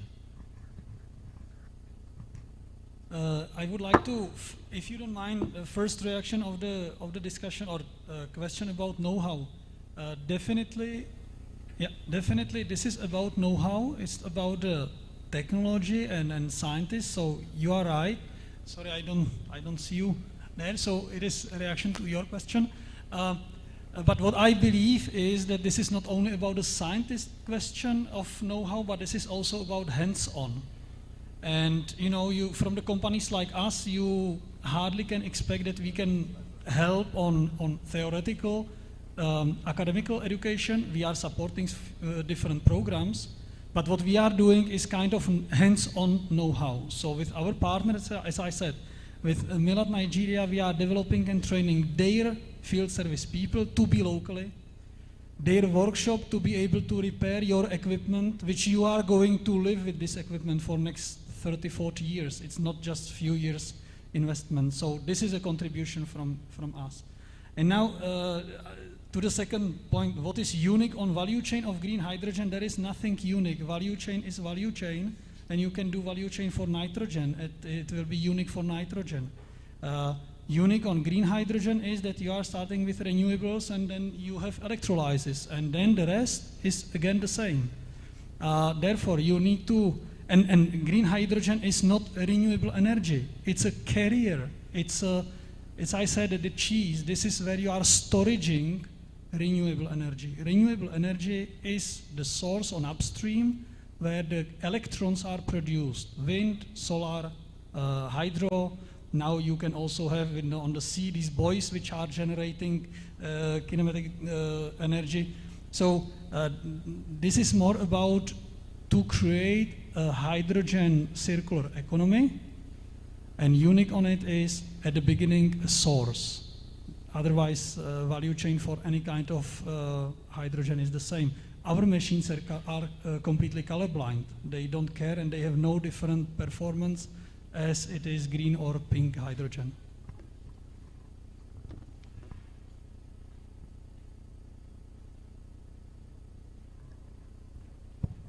Okay, I believe there is another hand here. Okay, yes, there's one here, and then.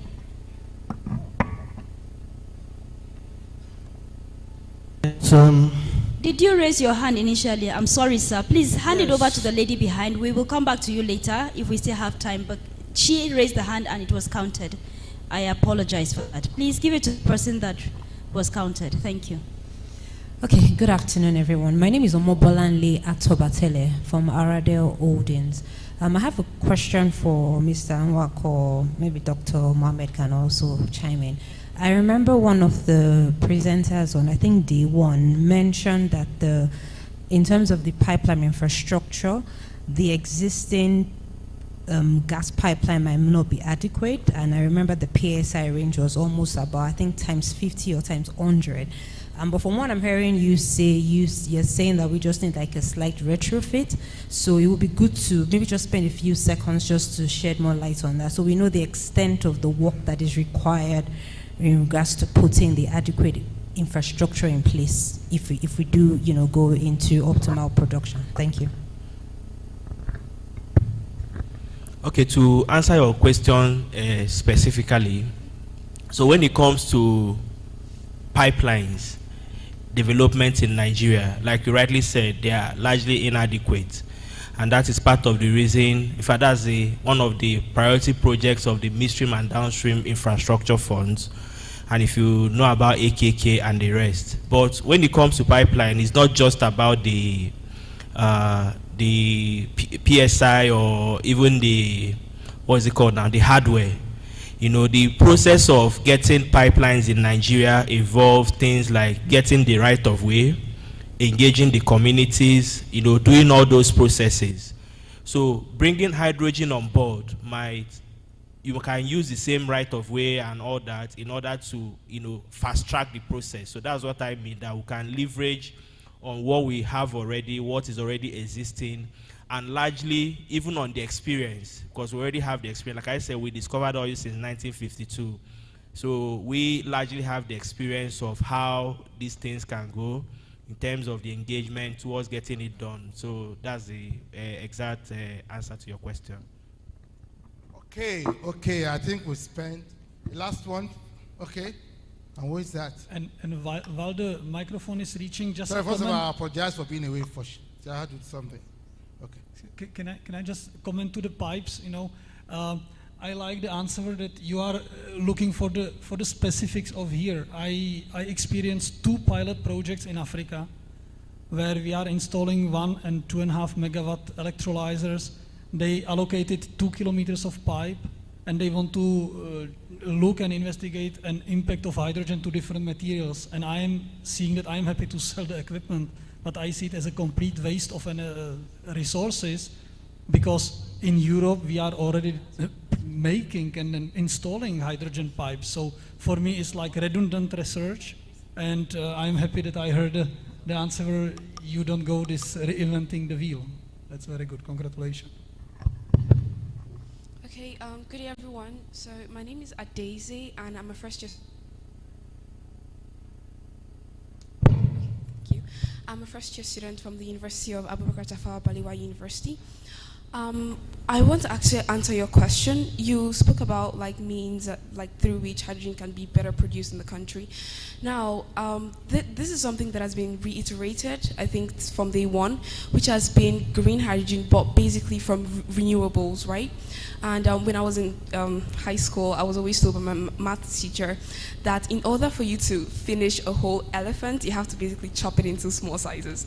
So the answer to the question that he asked, would be to basically see how we can basically, like what he said initially, the grid and the electricity generation system needs to be properly worked on, such that we are able to impute and implement more highly efficient solar panels or highly efficient renewable energy sources that can in turn also aid hydrogen production for the country, which is basically going to be one of the massive things that we've done. And basically from his presentation, we saw that Nigeria has a very amazing solar radiation, I guess. So from that, we can be able to really maximize what we have in turn to produce green hydrogen for the country, as well as basically, mixing it like the professor here once said, also mixing it with like blue hydrogen and other forms of hydrogen. But majorly, I feel that if we are able to basically implement and improve the renewable energy sources that we have, then we are really going to be able to, improve or aid the adequate production of hydrogen in the country. Thank you so much. Thank you very much. Any more? Okay. Who is that? Just one more, because we are running out of time. Who is that? Okay. Thank you. Yeah, thank you very much. I'm Dr. Ahmed Adamu, Petroleum Training Institute. I have 2 questions, and I'm directing the first question to Mr. Okechukwu and Dr. Mala Mohammed. And my second question will go to specifically Mr. Okechukwu. My first question is that so much has been said about the hydrogen value chain. I didn't hear a mention of training, research and development as part of the hydrogen value chain. So I want to know what NMDPRA and UPRC are doing with respect to that, because from our experience, the way PMS is being handled as well as the LPG, we have been witnessing some accidents here and there.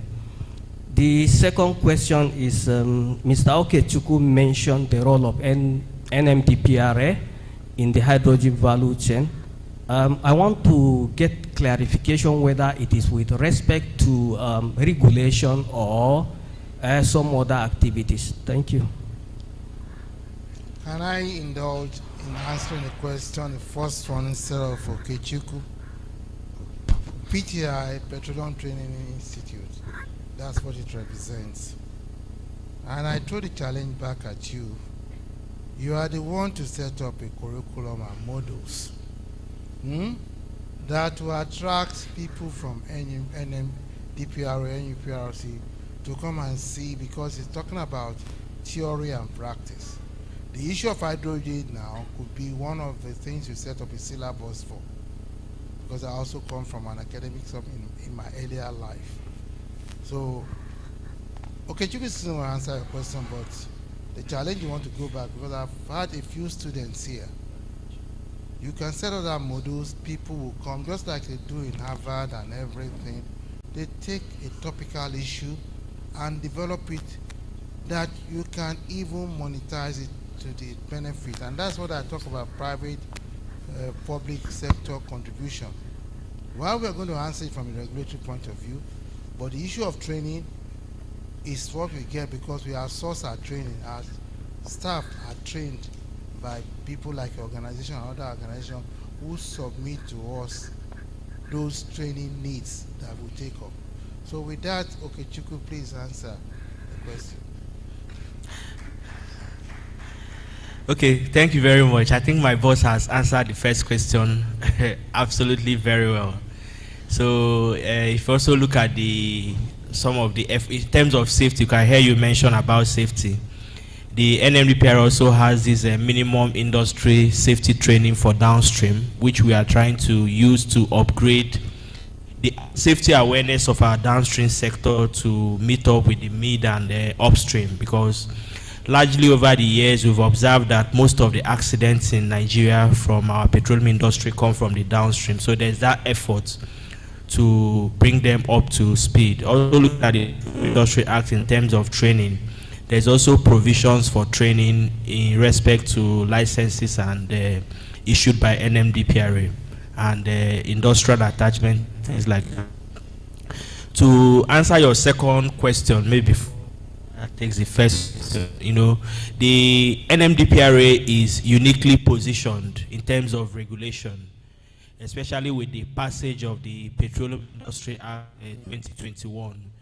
The NMDPRA, to be specific, regulates transportation, distribution, retailing, meaning it regulates how you bring fuels from the source down to your homes, down to your kitchen, anywhere you need energy. And if you also look at the Petroleum Industry Act, it has also included hydrogen as part of the transportation fuels expected that NMDPRA is supposed to regulate. And it was on that basis that my boss, through the Authority Chief Executive, have set up this committee on the policy implementation and adoption of hydrogen as fuels. So we are on top of it. Thank you very much. All right. So just to add to, I think, what Doctor has said about the R&D, the challenge will be thrown back at you. You are the ones doing the theory every day. You are the ones doing research. For us at the NUPRC, these technologies, they come. We just don't adopt them and implement them. We do a feasibility studies. We do a pilot. The PTI can request to be a part of such projects, and which will be a learning process for some of your students and your staffs here. We do that innovation. We have a special department called Innovation and Technology Adaptation. Any new technology that comes, there is a set of processes they go through, and the PTI can request. So the challenge is still thrown back at you. The PTI has to take initiative, has to reach out, has to come in, but we are also always open to support such initiative and collaborate on it. Thank you. Okay, we're running out of, or you ran out of time. So we need to draw the curtains on this session on design and implementation of hydrogen supply chain. You all agree with me, it's been a very interesting session with two-way knowledge sharing between the panel. I want to thank you, Doctor. I want to thank you, Mohammed, and I want to thank you, Okechukwu, for coming here, and also thank the audience, because the feedback we've got is enough to spur us on to greater heights.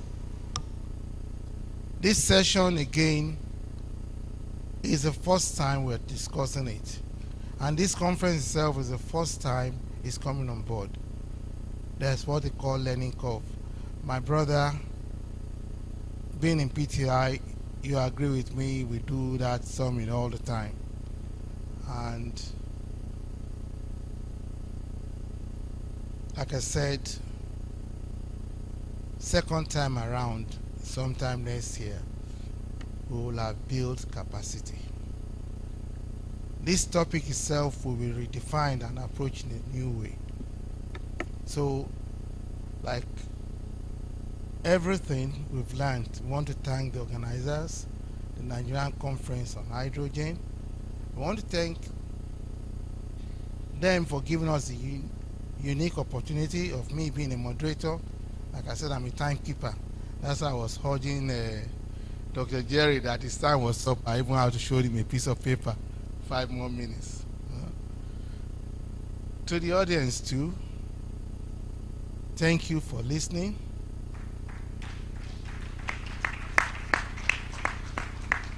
And before you go, I'd like you to give this erudite panel a resounding round of applause. Thank you and good afternoon. Thank you very much. I think the panel and the moderator deserve a resounding applause. Thank you very much. And as it is our culture, please, we invite the representative of the Permanent Secretary for a group photograph.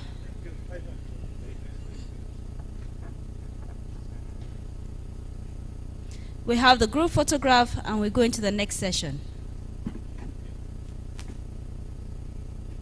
Yes, sir. We must keep your faces alive in our hearts. Yes, sir. We must keep your faces because we enjoyed the session.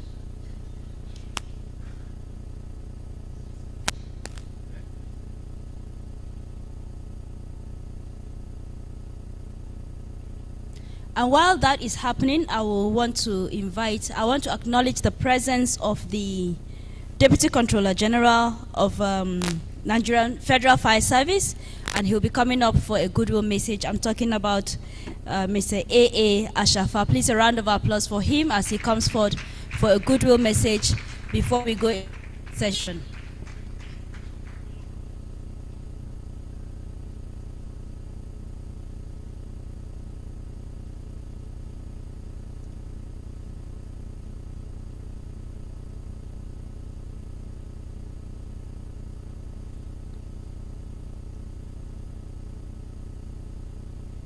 Please, a round of applause.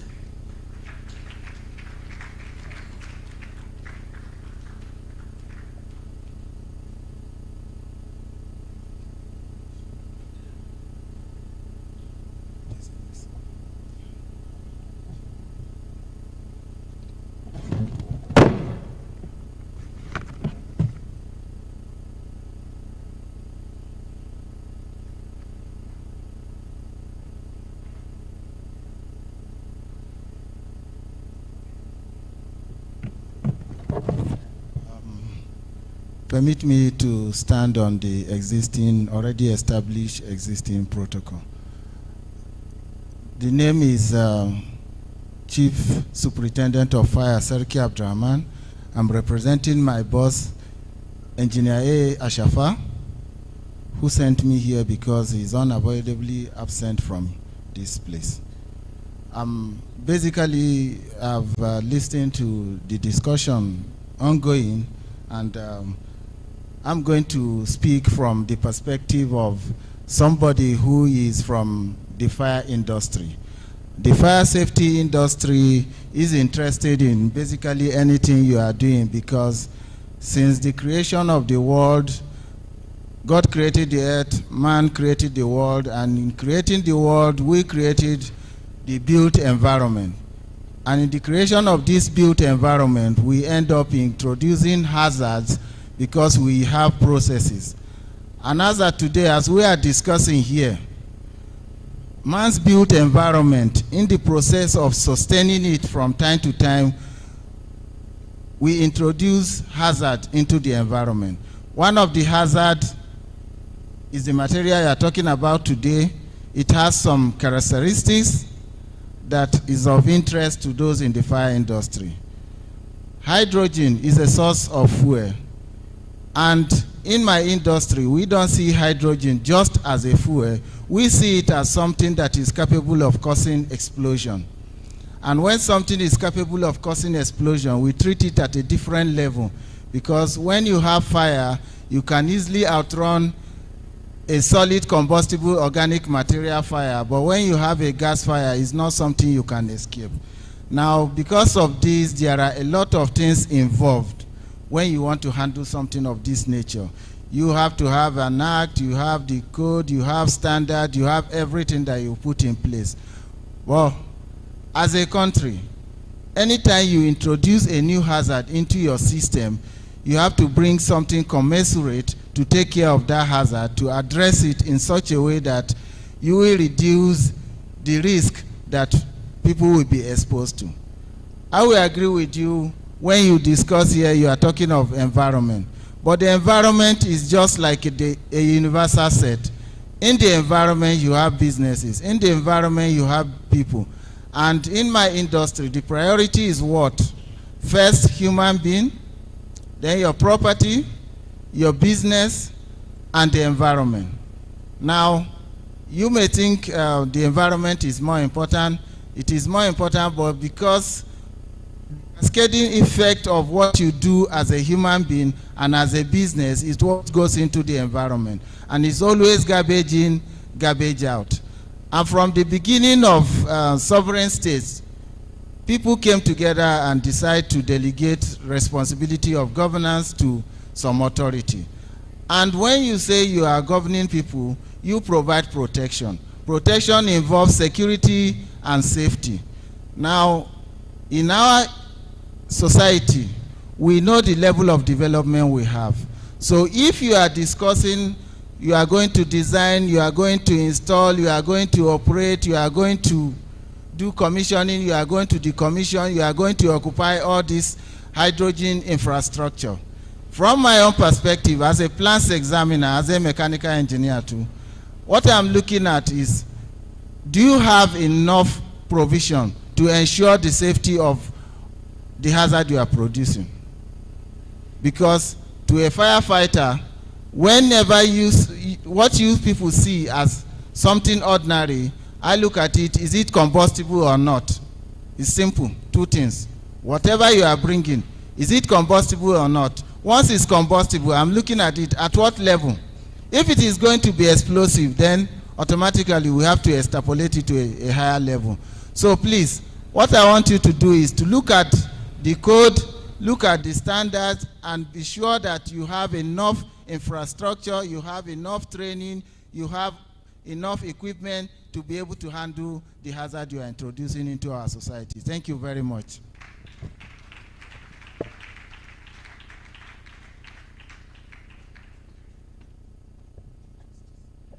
Thank you very much, sir. We deeply appreciate your presence and your input to this discussion. Indeed, safety is everything, and everything is safety. Thank you very much. Please, another round of applause for him. Thank you, and thank you. And to the governance session. And just saw my moderator stepping out.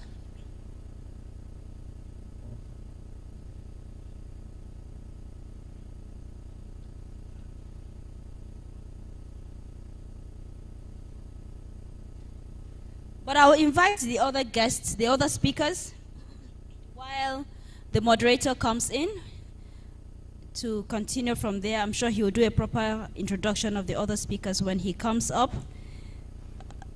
Like I said, this session is about governance and policy framework.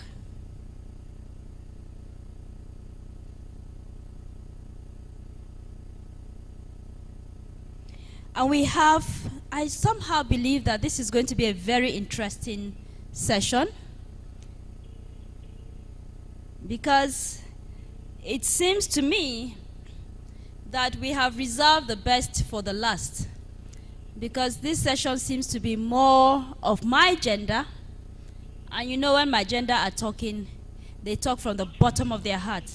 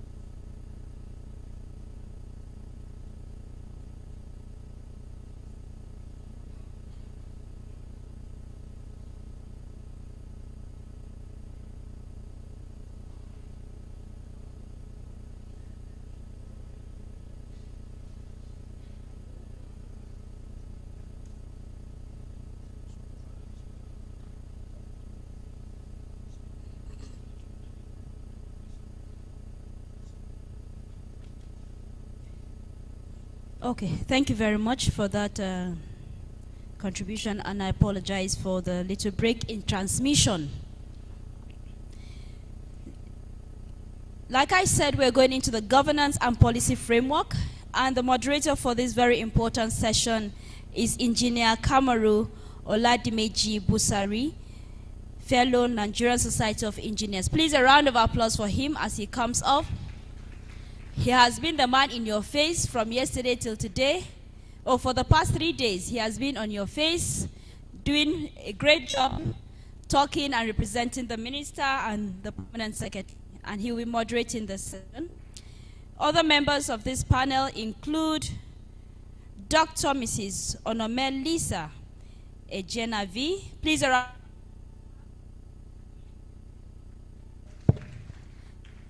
She will be speaking to us, and then she'll also join the panel in the discussion. Please, a round of applause. I told you this session will be interesting.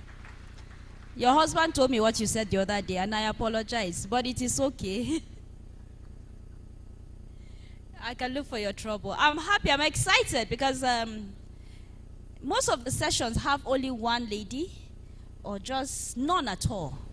But this session is our session. The next panel discussant is Dr. Mrs. Adiola Ijoma Eleri. Please, a round of applause for her. I told you it's going to be interesting. Please make it resounding. I like it when you applaud women, and when women are on the stage, you applaud. Thank you, my darling. You're doing very well. Thank you, Mom. You're welcome. The next person is Professor Chinwe Abuaku. Please, a round of applause for Professor Chinwe. You see why I'm happy? I'm even taking my time to do shakara to call them. Sir, you're in trouble today. Oh. You're in trouble today. And you are alone. It's good that you have one person to your rescue. Just one. I wanted to skip him because I wanted them to show you what women can do. But I will pity you a little because you are my boss. When I have the microphone, I can talk to my boss anyhow. But when I go down, so you know that insurance cover me here. So the next person that is going to just help bail my boss out is Engineer Oladipo Agbola. Please, a round of applause for him. Engineer Agbola, I was hoping you have gone out for break or something.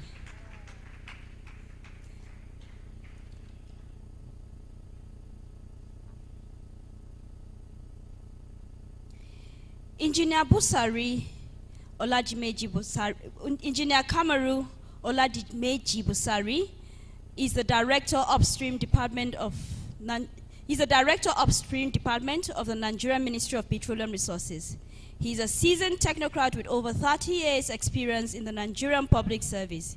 He has his first degree in chemical engineering from the prestigious University of Lagos in 1987 and a master's degree in energy and environmental economics in 1993 from Eni Corporate University, Italy.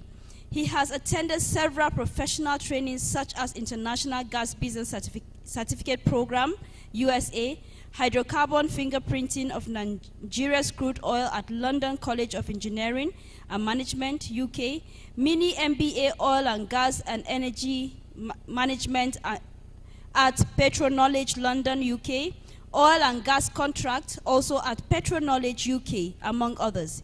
He has represented Nigeria and presented paper at several international and local energy conferences and seminars. He joined the Nigerian Federal Civil Service as research officer in 1990, grew through the ranks to become the Director Upstream in the Ministry of Petroleum Resources in 2017. He is responsible for policy formulation, supervision of their implementation, and regulation of the Nigerian oil and gas energy industry with speciality in the upstream of the industry, exploration and production.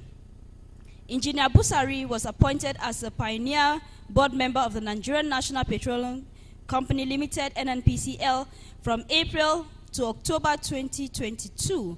He also served as member of the board of Nigerian Liquefied Natural Gas Limited, NNLG, member governing board of Council for Nigerian Mining Engineer and Geosciences in 2018 to 2022, member of the board Nigerian Upstream Petroleum Regulatory Commission, NUPRC, technical assistant to Honorable Minister of Petroleum Resources 2010, member of the Technical Committee of Construction of Hydrocarbon Pipeline and Refinery Project from Republic of Niger to Nigeria, Nigerian hydrocarbon expert to Economic Community of West Africa, ECOWAS. He is presently the Nigerian representative on the Executive Board of International Energy Forum, IEF, which facilitate dialogue between producing and consuming communities from OPEC and IEA on increasing importance of global energy security and sustainability, and also examines all energy issues including oil and gas, clean and renewable energy, sustainability, energy transition and new technologies, and data transparency, as well as providing focus on the critical issues of energy poverty, among others. He has served at various times as the acting permanent secretary of the Nigerian Ministry of Petroleum Resources and participated actively in the development of Nigerian gas policy, Nigerian petroleum policy, and in the development of Petroleum Industry Act 2021. He is a fellow of the Nigerian Society of Engineers, registered with current fellow Occupational and Safety and Health Association UK, fellow Institute of Corporate Administration, among others. Well done, sir. Ladies and gentlemen, I have to cut the citation short. It's not finished. The man is vast. But when he comes, he will introduce the rest. I have to stop here and take a bottle of water so that I can allow him continue from here. Please, a round of applause for my boss, Engineer Busari. Thank you. Thank you, Halima. Thank you very much. Good afternoon, everyone. It's been this is the third day, and like I said earlier, this is one of the best audiences I've seen in conferences, and I want to appreciate you for being there up to now. Thank you so much. Today, we've heard so much in the past 2 days about the technical aspects, and everything kept going back to the fact that we need policy, we need regulation for hydrogen in Nigeria, because that is what is going to give us the direction, and that is what is going to help us to have a roadmap to getting to turn Nigeria into an hydrogen economy. Interchangeably, several people have been using policy and regulation as for the past few days. For purpose of definition, policy informs regulation, and policies provide the foundation for regulations, which are designed to implement and enforce policy objectives. So the difference between policy and regulation is that the scope of policies are broader and more general, while regulations are narrower and specific. The policies provide direction and guidance, while regulations implement and enforce policy objectives. So on that note, I want to invite members of my panel to let us delve on, I think, the most important aspect of getting it right. Because when I got involved in this hydrogen conference business as a member of the LOC, the first comment I made was, what are our efforts towards guiding us, in navigating this? And for the past 2 days, we have heard from agencies, we just heard from NMDPRA now, that they are doing something on policy, on regulation. We heard from Energy Commission, they have something they are doing. We heard from several other agencies that have been here. So how do we navigate? How do we get it right? How do we get the real stakeholders that should be part of the process, you know, the policy formulation process? So this is about governance and policy framework development. And on that note, I want to start by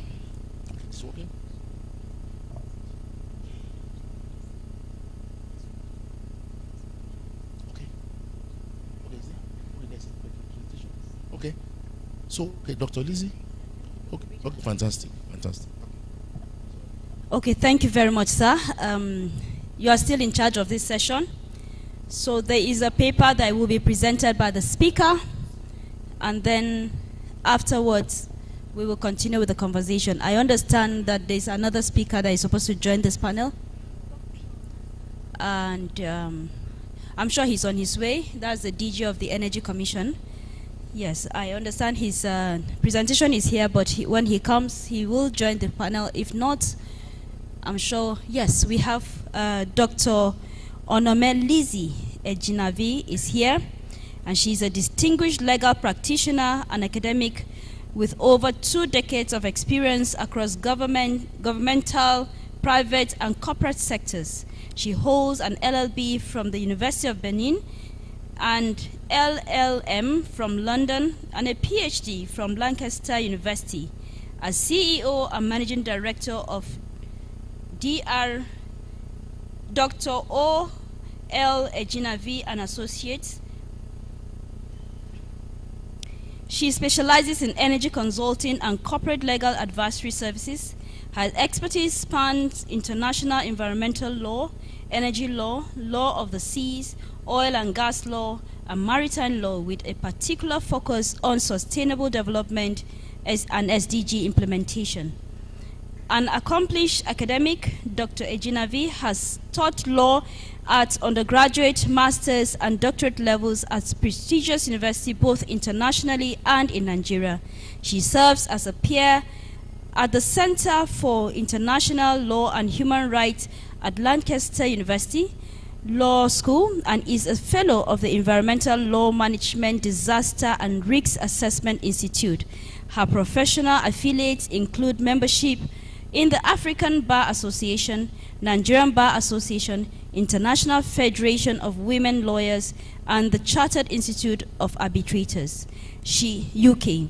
She is also an ambassador of the UN International Association of World Peace Advocates and serves as the editorial board of the Petroleum and Petrochemical Energy Journal. Ladies and gentlemen, I want to present to you our speaker this morning, Dr. Ejinavi. Please a round of applause for her as she comes forth. Thank you very much. You said, you heard what I said. Did they tell you I said you have a very lovely voice? Oh, you heard that. Thank you very much. So, all protocols observed. Good afternoon, ladies and gentlemen. So, I'm looking at, yes, hydrogen governance, regulatory framework development.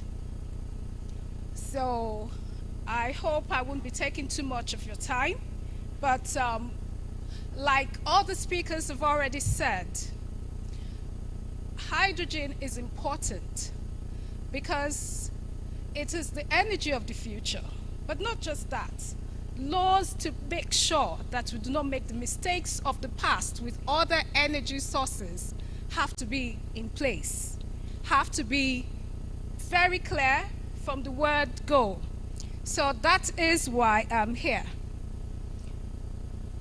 Yeah, so I have a brief outline. We'll look at energy trajectory, energy law evolution, SDGs integration, and then hydrogen energy regulations.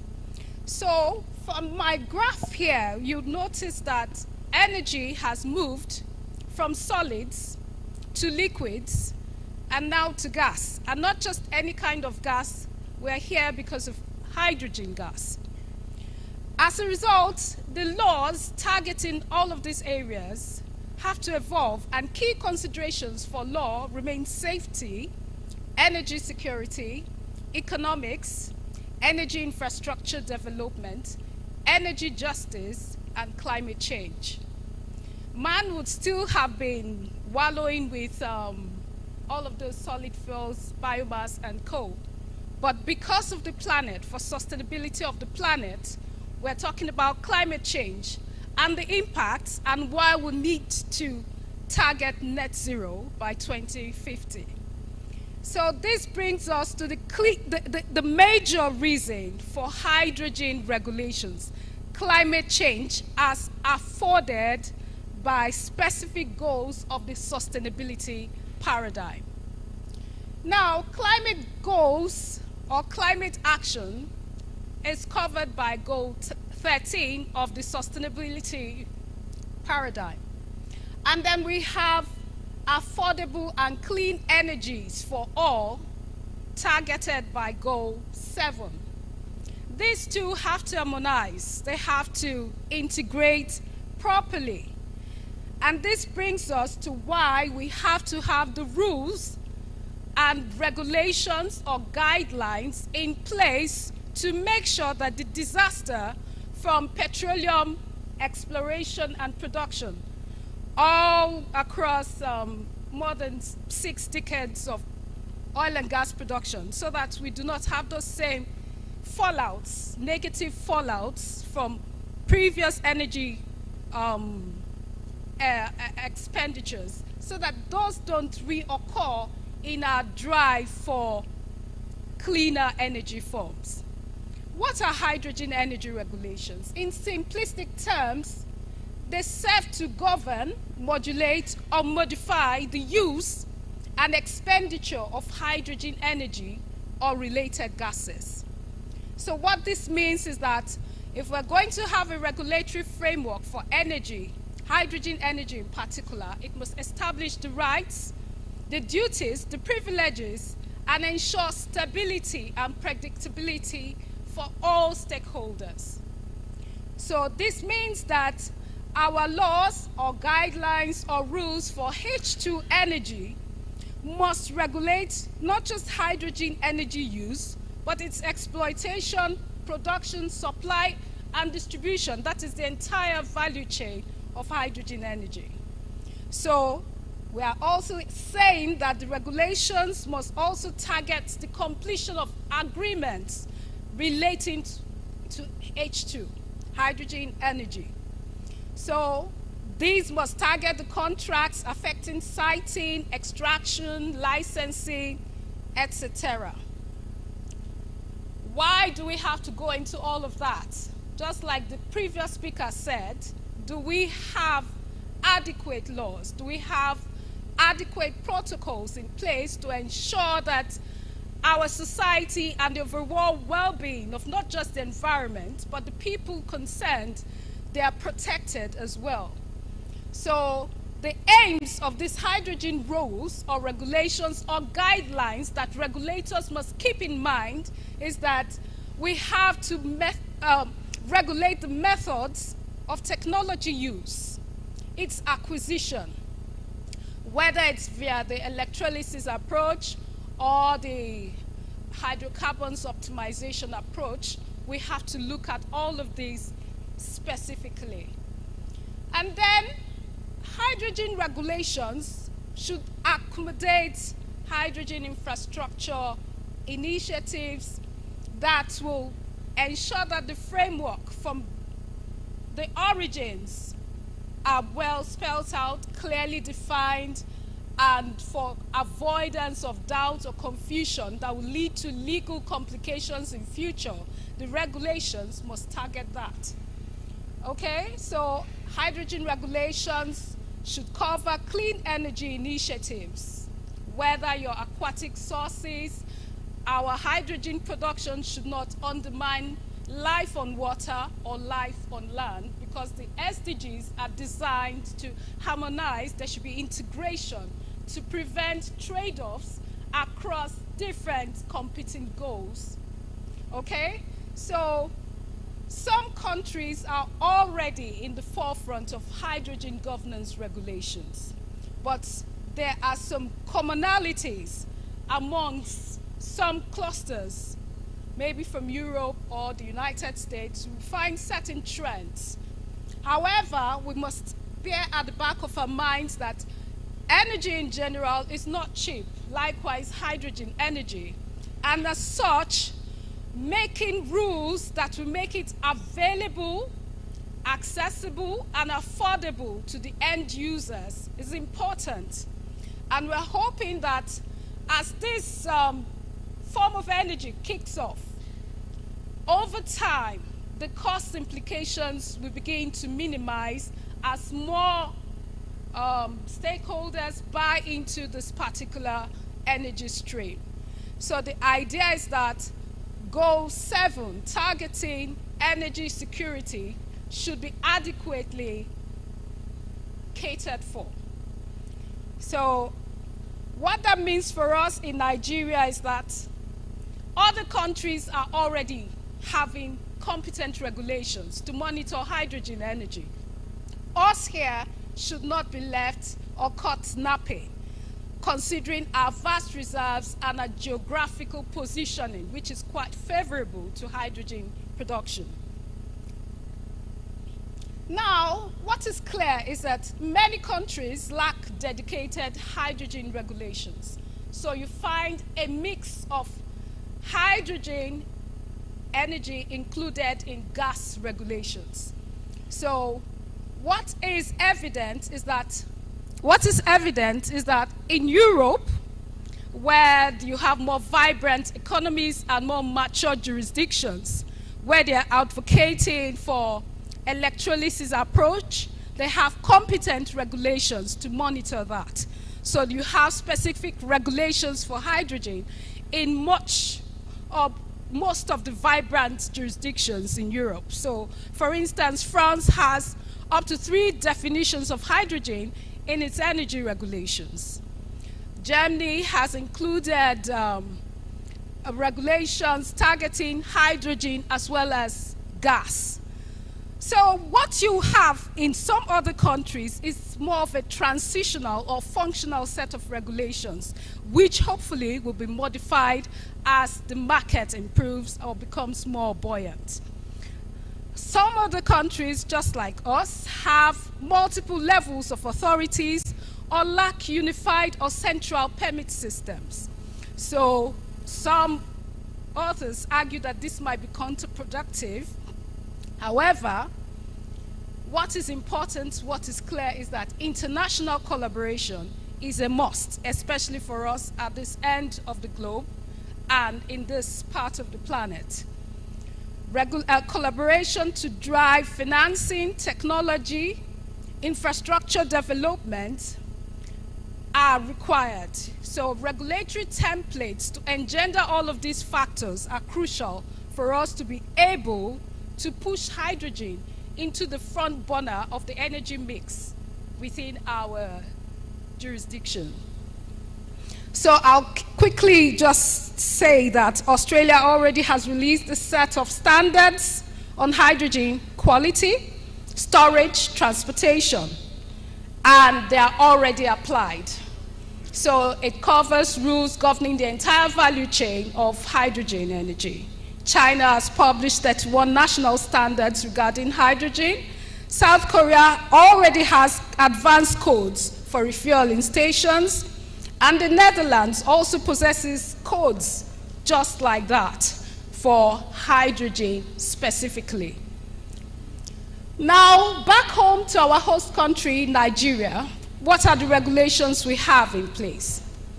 If we look at our Petroleum Industry Act that was passed in 2021, Part 4 of the regulations, Part 4 of the PIA provides for midstream and downstream production, supply, distribution of gas. So it is expected that Part 4 administering gas, midstream and downstream gas operations will target hydrogen since it is gas as well. that is the intention of the lawmakers. But remember that at the onset of the PIA, hydrogen was still a marginal energy form that was not really at the consideration of the lawmakers at the time. So we look at what we have in our PIA. Part 4 covers sections 125 to sections 173, targeting everything related to gas production, supply, distribution. It covers, for instance, section 125 talks about licensing for midstream and downstream gas operations. You have citing rights of way related to midstream and downstream gas operations. You also have network codes afforded by this section, this part of the Act. It covers everything relating to dispute resolution. 160 to 173 talks about access codes, supply licenses, everything you look for when it comes to gas production. Is this adequate? Well, my next slide will also tell us more about what Nigeria has in place. Sorry, it's up, yes. Okay, I just skipped a slide, but I understand that this remote, if you mess with it, it will mess with you, so I have to be careful. Yes, so but the previous slide was talking about the Climate Change Act and what we have, you know, net zero, targeting net zero by 2060. So we have that. We also have our intentions to make sure that we mobilize for funding, all of that towards mitigations of fugitive gases from oil and gas production, elimination of gas. All of that is covered by the Climate Change Act and the other rules that we have in place. So we see that Nigeria is actually making some proactive steps here in terms of law. We are not as laid back used to be, just relying solely on modified colonial regulations. We are more proactive in this instance. Whether that is adequate, if we want hydrogen to be a mainstream energy source, is another matter altogether.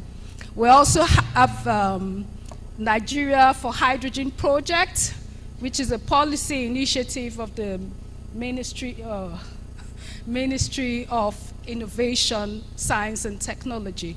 And this is also a very crucial move because across the African sub-region, the regional groupings, it is important that collaboration, participation will drive the goals for H2 to become more of a major player in the energy mix.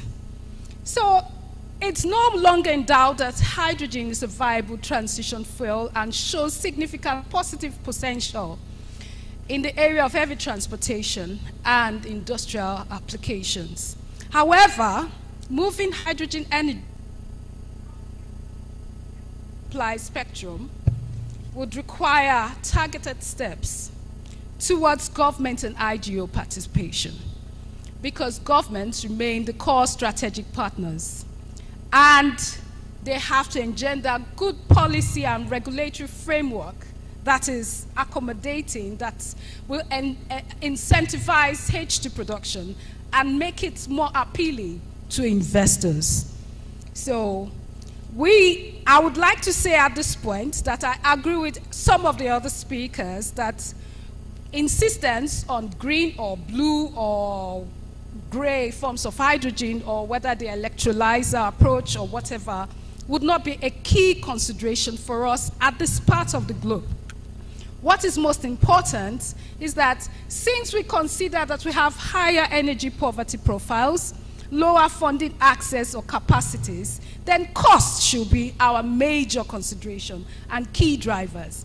So if we can have regulations that will engender hydrogen demand networks and resilient supply chains, then when the market is better stabilized, and then when we have better facilities infrastructure in place, it would not be too late by then to emphasize on cleaner production methods.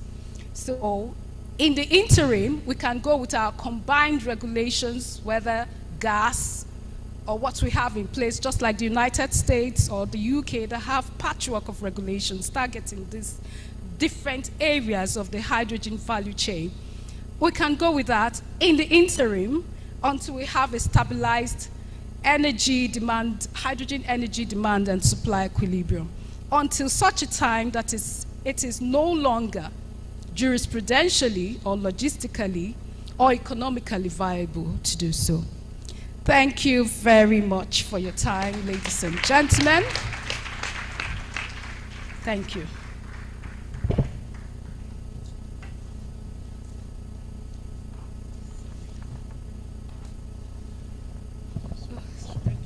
Thank you so much, madam. Thank you. That's it's from what I could pick from that. She has given us direction that we should try and get it right from the start, so that we don't fall into the pit of what happened to us in oil and gas. The rights, the duties, privileges, agreements and contracts, technologies used. We should activate the hydrogen infrastructure. We should not endanger life on land or water. Whatever policies or regulations we want to put in place should take into consideration of this: availability, accessibility, affordability, and then in trying to achieve goal 7, energy security. Hydrogen is necessary to be in the mix. Then many countries don't have hydrogen regulations. Is usually embedded in the gas regulation. Nigeria is not an exception. In fact, from what she said, we don't even have anything. But where we know hydrogen is gas, gas is gas. So we have a policy on gas, and we have a minister for gas, and then what we need to just do is to adopt some of the things we have in the law to do some regulations for hydrogen. We have multiple levels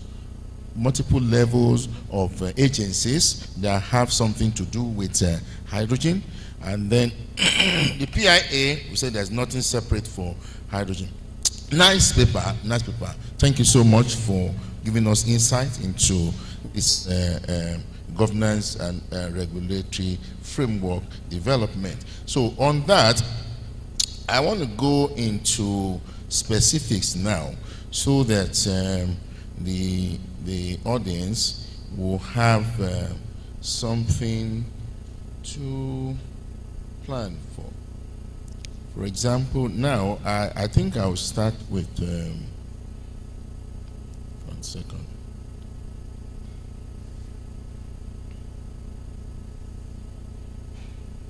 Yeah. Okay. Let me start from the policy man here. I will say policy because the ministry is for policy, and that's what we do. We do policy.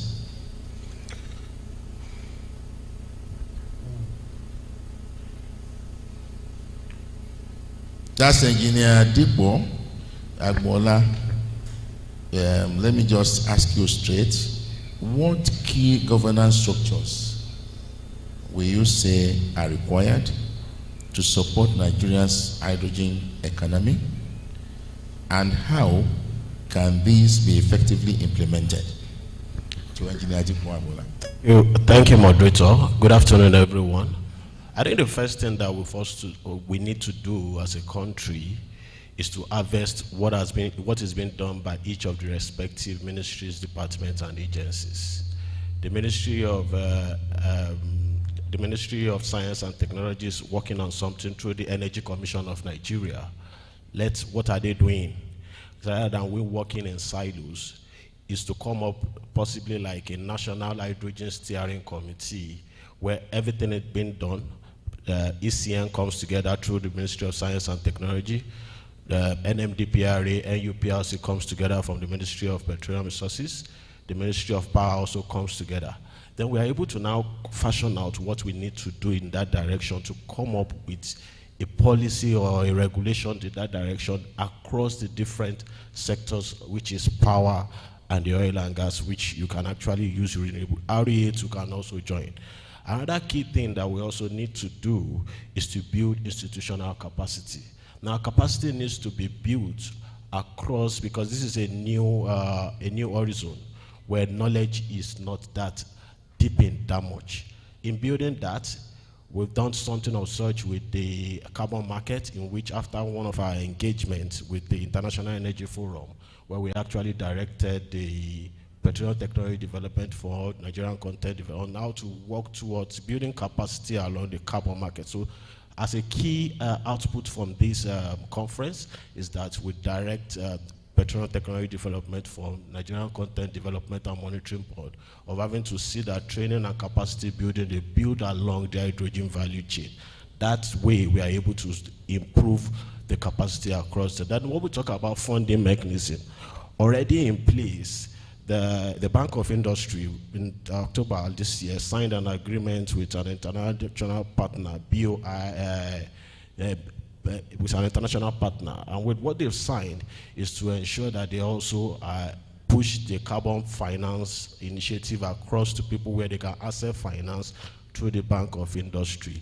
Also, a lot of things need to be done, and it goes along different segments that are also involved. Research, for me, I would say research, development, and innovation.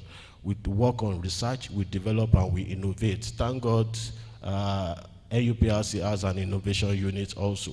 So research and development with innovation is also very key. And when we look at what is being done in other climes, we have to adapt it to what we do here, because our national priorities, our national advantage is key. We did that with the PIA, because the PIA is something that we also modeled around the Norwegian model. But what was the difference was that we modeled it with Nigeria's national circumstances. What is our circumstances is that the midstream and downstream is not as fully developed as we have developed the upstream sector. That is why the initiative of coming up with the Nigerian midstream and downstream authority came about, because we adapted it to our national. So when we look at what is being done in countries like Australia, China, US, is to look at what they have done and adapt to what is our national priorities or our national circumstances. Now, partnering international organizations and collaboration is also very key. And a key outcome of what has come out from COP29 is that multilateral agencies globally have agreed to also increase climate finance, that is African Development Bank, World Bank, etc. So leveraging upon these opportunities, it's also a way of having to increase capacity and also increase investment along it. Then the funding mechanism. Now, for the funding mechanisms, we know that we have the bonds that are existing. Nigerian Sovereign Investment Authority also can also invest in it. But looking beyond that also, our banks, now they are recapitalizing. They're back to a new figures of 500 million for those that will be, 500 billion for those that would be engaged in international operations. This is also an opportunity because they need to. The World Trade Organization is also presently working on sustainability issues. And these are places that we need to leverage the opportunities of having to develop the policy sector or develop the policy arm of hydrogen and deepen it. So capacity will be built as much as possible. Access to finance would also be built. We'll create incentives. We've adopted incentives in the oil and gas sector. What are the incentives that we adopted? Was to create tax incentives, tax holidays. For this would also be in place. We would also create incentives relating to those that are investing in the hydrogen value chain, that as much as possible, when you invest, you get tax holidays, etc. And when you import, you get exemptions, tax exemptions. We have it for refinery, we have it for gas too, likewise, for gas equipments that those are invested. So this would also be replicated as a means of having to deepen it, because these are critical things that we need to do. But we will not take away, the last thing I would say is the public-private partnership.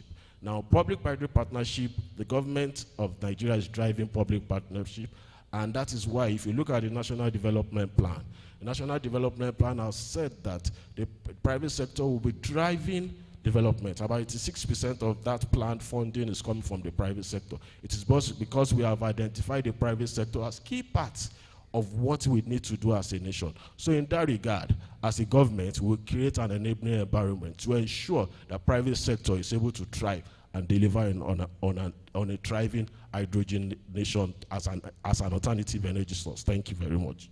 Thank you so much. That's fantastic. You've gone the whole gamut of what we need to do in order to have an effective policy and what we need to do to get people to be interested in this policy, to have a buy-in in implementing the policies. Now, there's something that came up when at COP29. I observed that most of the Nigerian participants at COP29 went to COP, and at that venue, you see some states, representatives of state governments coming out at Baku to actually ask questions like they are not involved at the subnational levels in whatever is going on at the federal. And I was of the opinion that we should rather come back home to address that and not in Baku. That was my opinion there, that it's like the collaboration is not sufficient at home. I would throw this to Professor Chinwe, right? Because you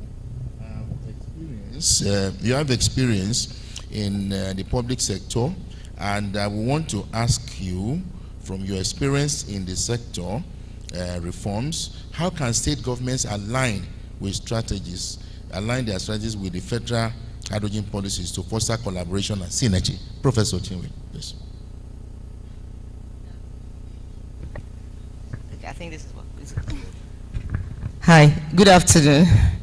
Mr. Moderator, I think I feel like a naughty child right now. I feel like you just called me out because I was representing, I was leading the delegation from Osun State, and I felt that there was a disconnect between what the federal is doing and what the subnationals are doing. And I will link this to what happened at the last stock take we had with NCCC. At the moment, most state governments are grappling with the challenges of domesticating the National Climate Change Act, and they don't know how to do it. And yet, you keep seeing climate change policies flying around. I don't think it's up to more than 5 states who have data for that. So that got me a little bit worried. Why? Because they keep telling you we have a draft policy, we have climate change policy. They don't have, a policy document has to be evidence-based. It has to be data-driven. So it had me questioning some of my colleagues from other states, asking them, by the way, I'm a consultant of Osun State government on climate change and renewable energy. So I had to question and ask some of my colleagues, how are you doing this? And it was the same sentiment across board. There is a disconnect between what state government, the federal is doing and what the state governments are doing. And it takes me to the question you just asked now. And the first would be that state governments need to develop complementary frameworks, okay? There are frameworks, it's not just a question of the federal government coming up with policies. When the federal government comes up with policies, it becomes imperative that state governments have to figure out how those national objectives reflect their local priorities. At the national level is the mother body, and at the subnational level, there are local priorities that have to align and synergize with what the federal government is doing. For example, if the hydrogen regulation or policy at the federal level indicates that it has to be export-driven, what state governments can do is to create green hydrogen hubs around the state and make sure that they are able to key into the international value chain. The second thing that the subnationals would do would be to institutionalize collaborations, just like the attorney, our colleague there mentioned, the doctor mentioned. Oftentimes you find out that subnationals do not institutionalize collaborations. And what do I mean by this? we tend to have knee-jerk reaction in Nigeria, where people just up and go to federal ministries or agencies to ask for things.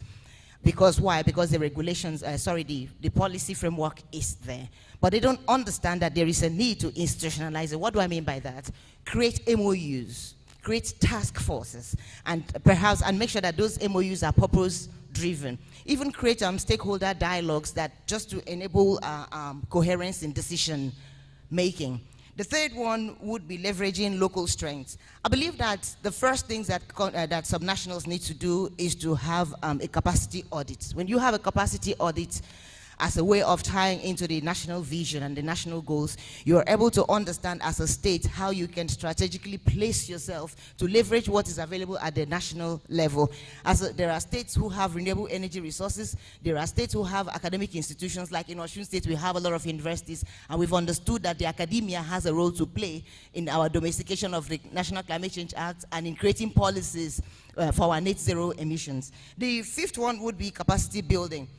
Most policies at the federal level require technical expertise, and that is one of the things that the subnationals lack.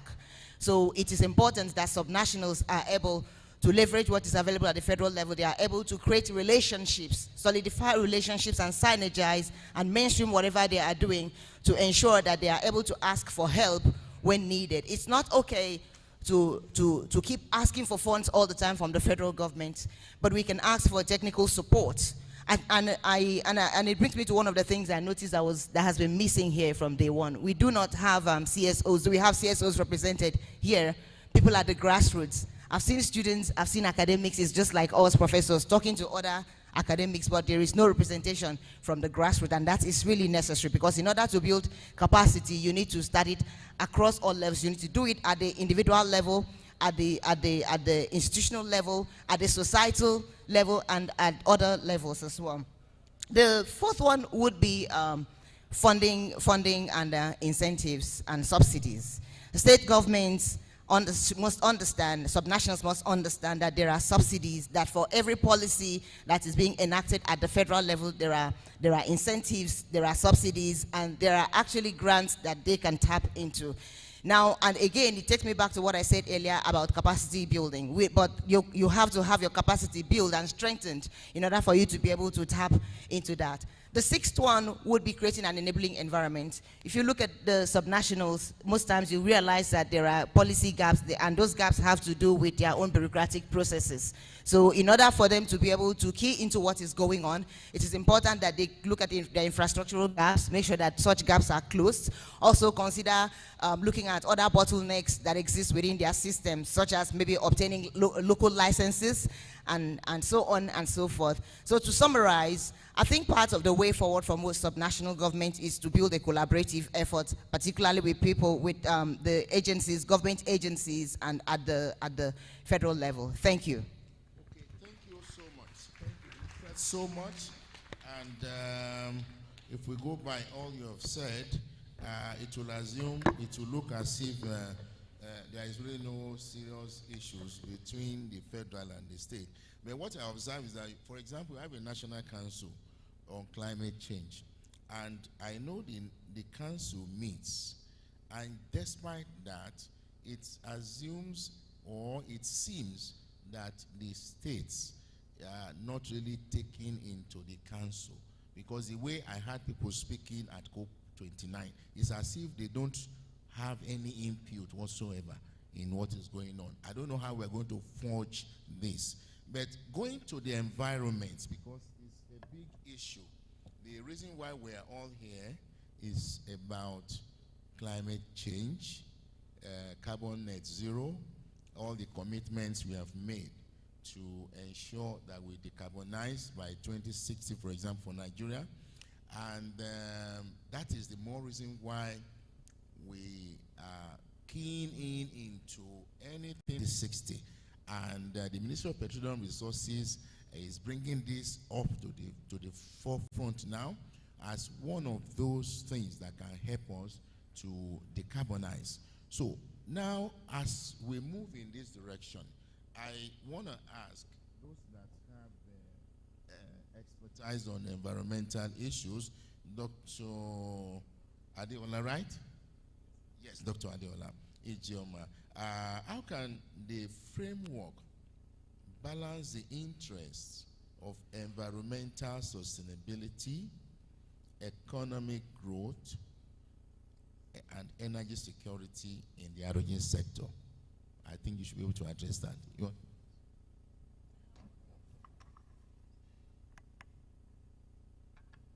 Good afternoon, everyone.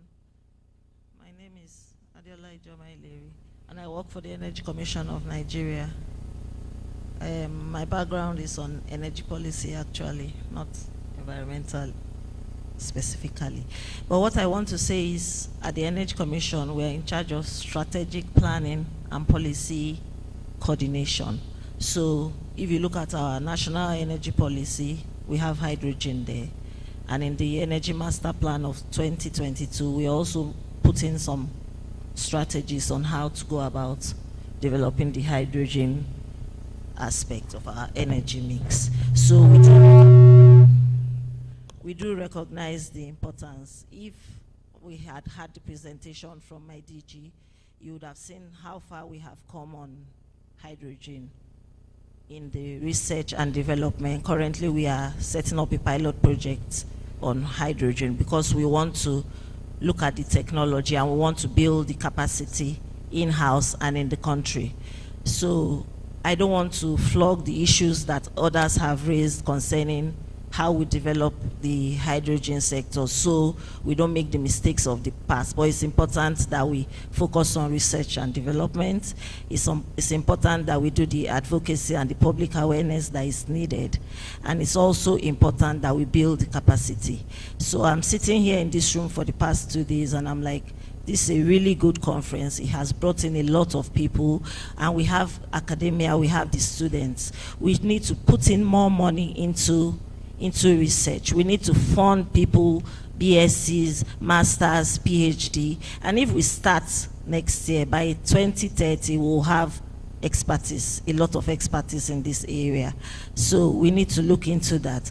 And then another thing we need to do going forward in such a way that we can actually have the interest of the environment, economic and energy securities.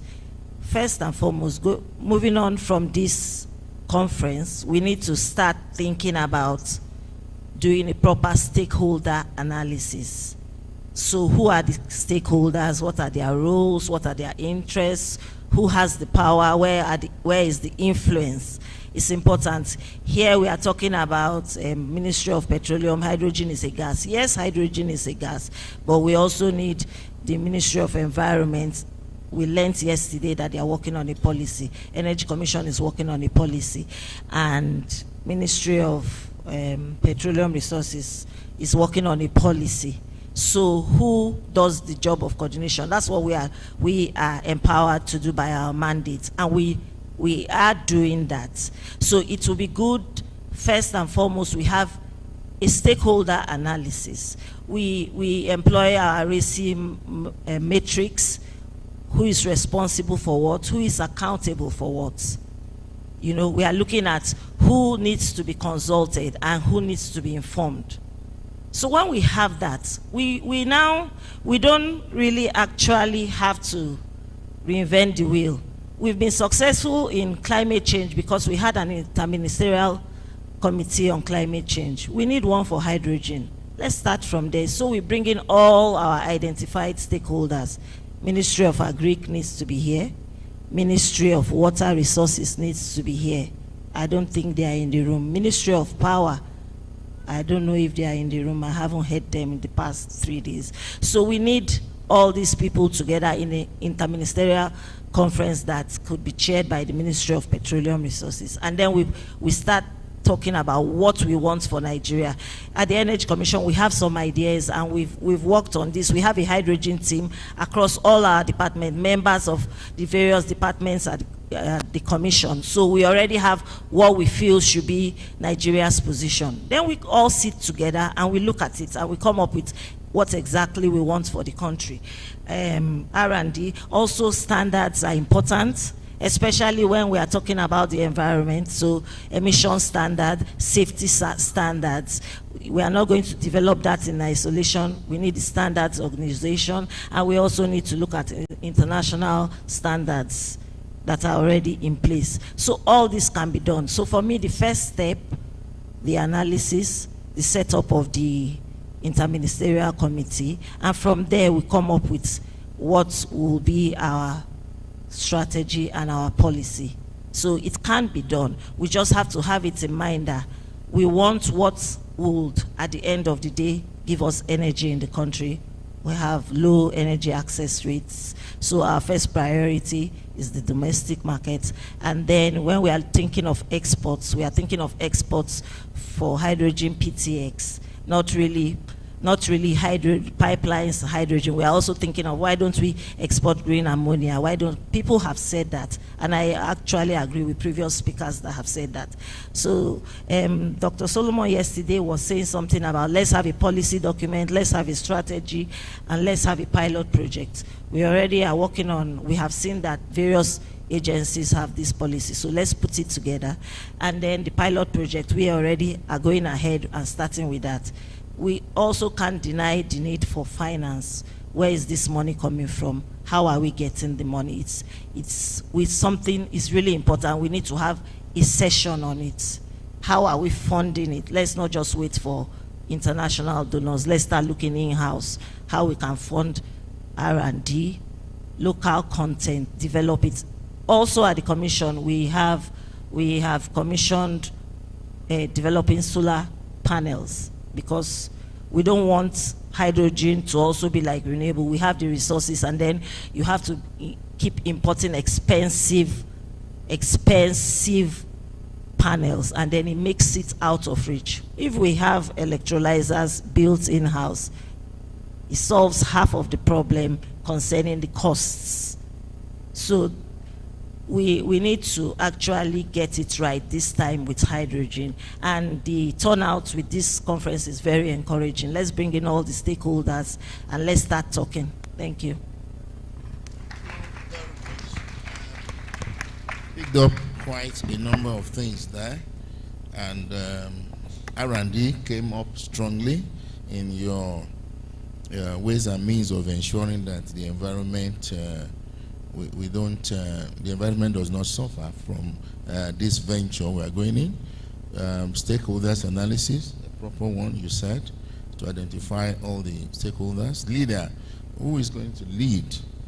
Already the Ministry of Petroleum is leading, but that we may decide when we set up what you are recommending, an interministerial committee that will ensure that we have effective collaboration. Okay, thank you so much. In all this, well, I will go back to the women. Thank God we are balanced here.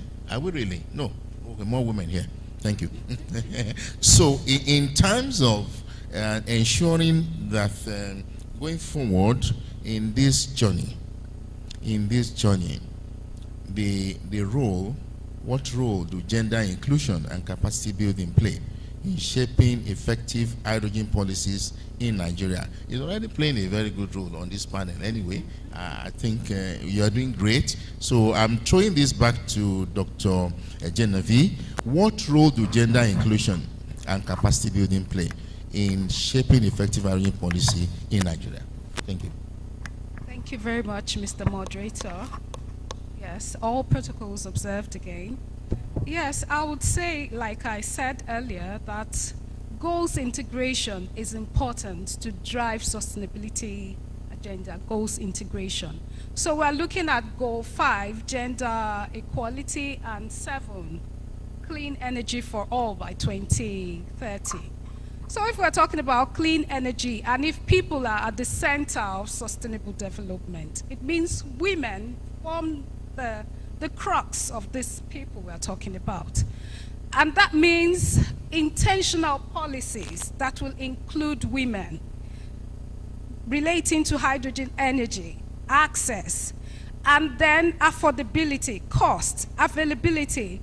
It should not, accessing hydrogen energy should not leave huge dents on household incomes. We all know that women are key energy, should I say, drivers or managers in most households. So if hydrogen energy is going to leave the outskirts of the energy mix, once women get into the game, if they're the game changers here, everybody will start going for that particular energy source. So if opportunities can be created specifically for women or girls-oriented inclusive approaches where hydrogen energy is concerned, it will go a long way.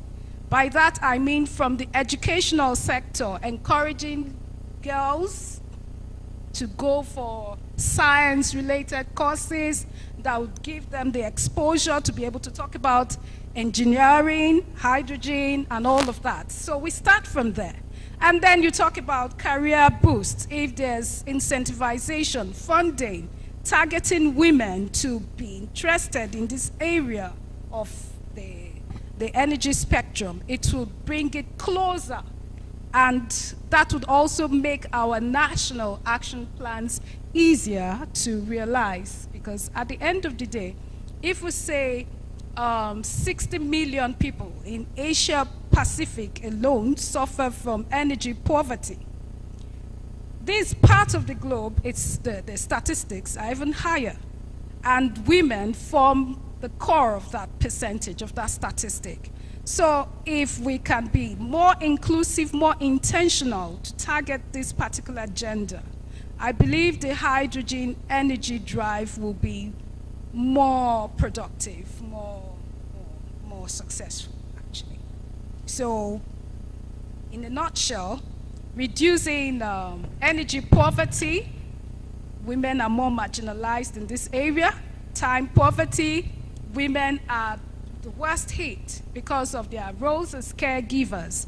So if there are, for investors, if they can target household appliances that will rely on hydrogen energy at affordable rates, believe me, women will change the game. And before we know it, net zero will become more feasible. Thank you very much. Thank you. Thank you very much. I hope we still have some more time, so I don't want to overshoot. But right now, what I want to do, from what you have said, I think I took goals integration as for clean energy for all. The women are and must be at the center of this. And we should include women in the development and encouraging girls to do science. We should target women intentionally, like the career boost thing. And then we target the household. Once the women are involved fully, and we say,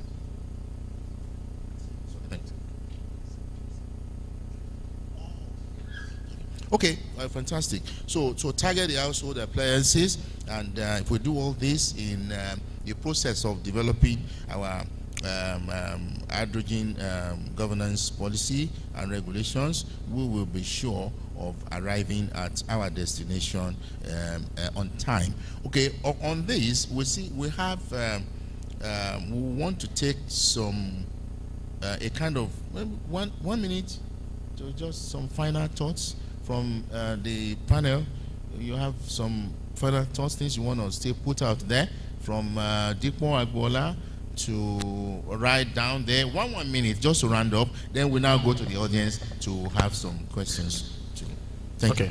Thank you, Moderator. I think the key thing that we need to do, as has been buttressed by every of the speakers today and in previous days, is to work as a team and stop working in silos. A lot of things is being done. We now need to harvest it together.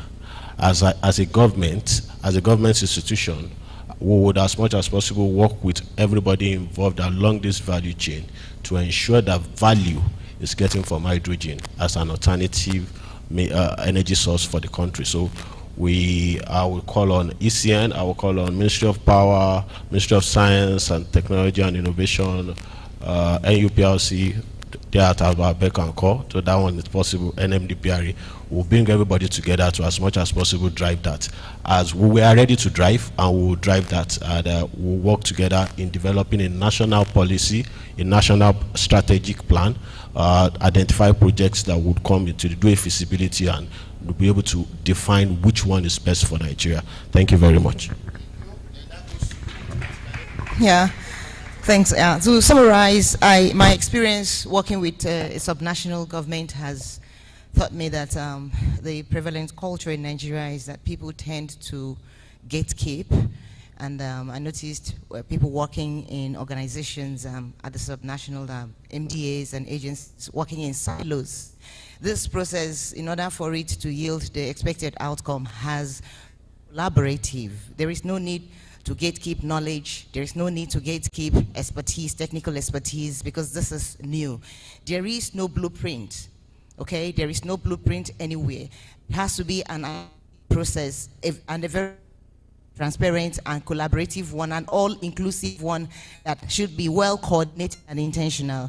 And if we get not going to get the expected outcome, so it has to be consultative at every point, it has to be collaborative, then it has to be such that we are all aligned to the same national goal and vision. Thank you.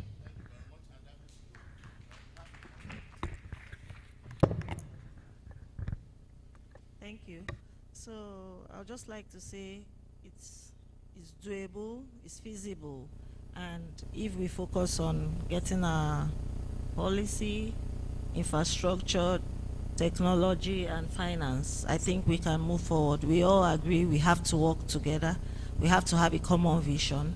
We have to bring in all the stakeholders, including communities, including subnationals. We have to invest in R&D. We like my director said earlier, it will take some time. We shouldn't be in a hurry. We should invest in R&D. Thank you. Okay, so the sustainability goals, strive to leave no one behind. The energy sector is male-dominated. As much as possible to bridge these gaps in the hydrogen energy sector, there should be more intentional policies, approaches, strategies to include women, to find viable pathways in this career area, to make, from the origins, hydrogen energy should be able to have ways and means to accommodate women to drive our goals forward. Thank you.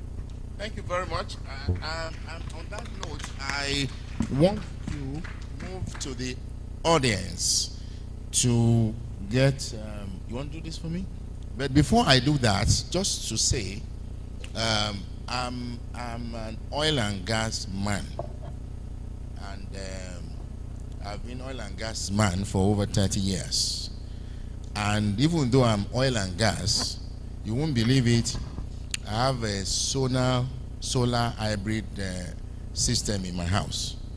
And it is to save me from the trouble of NEPA.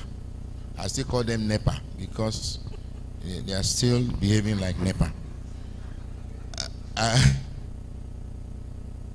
Severally, but they still behave like NEPA.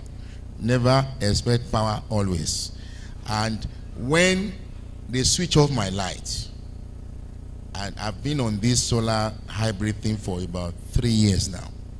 And in my community, almost everybody come to my house to charge their phones. And I'm even looking towards the time that I will cut off NEPA from my supply. I'm researching personally on that. So if I'm doing that and I'm an oil and gas man, that is to tell us that the energy transition is real. We will transit whether we like it or not.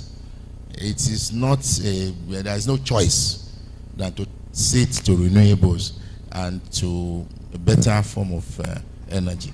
So on this note, I want to call people from the audience. We still have like 5-10 minutes, right? 5 minutes. Okay, so maybe I call like 3. I want a woman to be part of those that will ask us questions. You can see we have 3 women here. There's one there. Yes, you show me a woman. Yes, that's number one. There's two there. There's another one there. Number two there. The same No, place, I sir. don't want to call you. You are an expert. So there's one, the same place. The same place, another woman there. Those two women, 1, 2. Then I pick the man in the center here. I saw somebody pointing. Yes, yes. So 3. Just these 3, please. Yeah, thank you.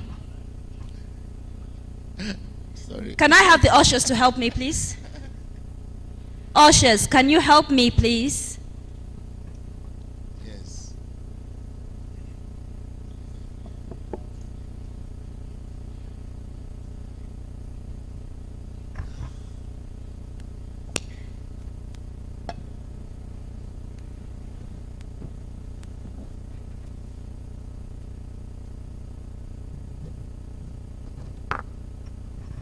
Thank you. Good afternoon, everyone. Mine is not a question, but a contribution. And my name is Engineer Mary Kumode, a representative of the Managing Director for the Rural Electrification Agency. And I couldn't be more happy. Thank you, Professor Chinwe and Dr. Onome and the other doctor. Thank you for the gender gap thing that has to do with women inclusion in the energy sector. I'm a living example, and I know what it is when we need more women in this sector. I know, gracefully, thank God, it's a consultation section going on now. So moving forward from the stakeholder engagement to the technical capacity building, I know there will be a clause set aside for women. Also, I also want to speak specifically to what has been said about gatekeeping and agencies working in silo. I'm surprised that apart from the REA from the energy sector, the FMP is not here, the DISCOs are not here. The Manufacturing Association of Nigeria, most of this had to electrify sectors are not here. But I know these are some of the takeouts we'll take from this meeting, and maybe moving forward from the stakeholder analysis, some of these people can be brought on board. So it will be a holistic engagement. Thank you. Thank you. The next there. Thank you so much. Noted.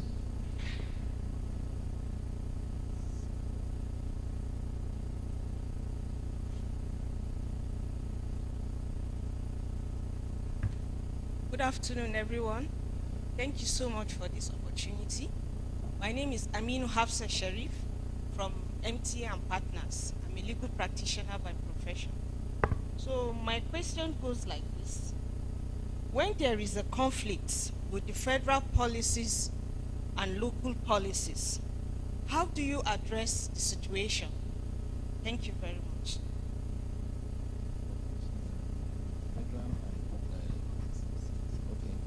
And local. Okay. Thank you. Noted.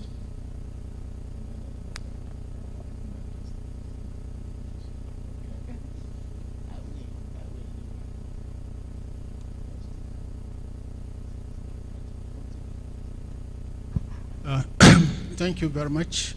My name is Suleiman Adama from the Association of Nigeria. I'm the General Secretary. On the first day of this program, you will all recall that I asked a question on the waste management aspect of the whole of this hydrogen development and production. I want to ask the panel, anybody can answer, but it's an appeal that the waste management aspect of this project must be included in the policy draft. Thank you very much.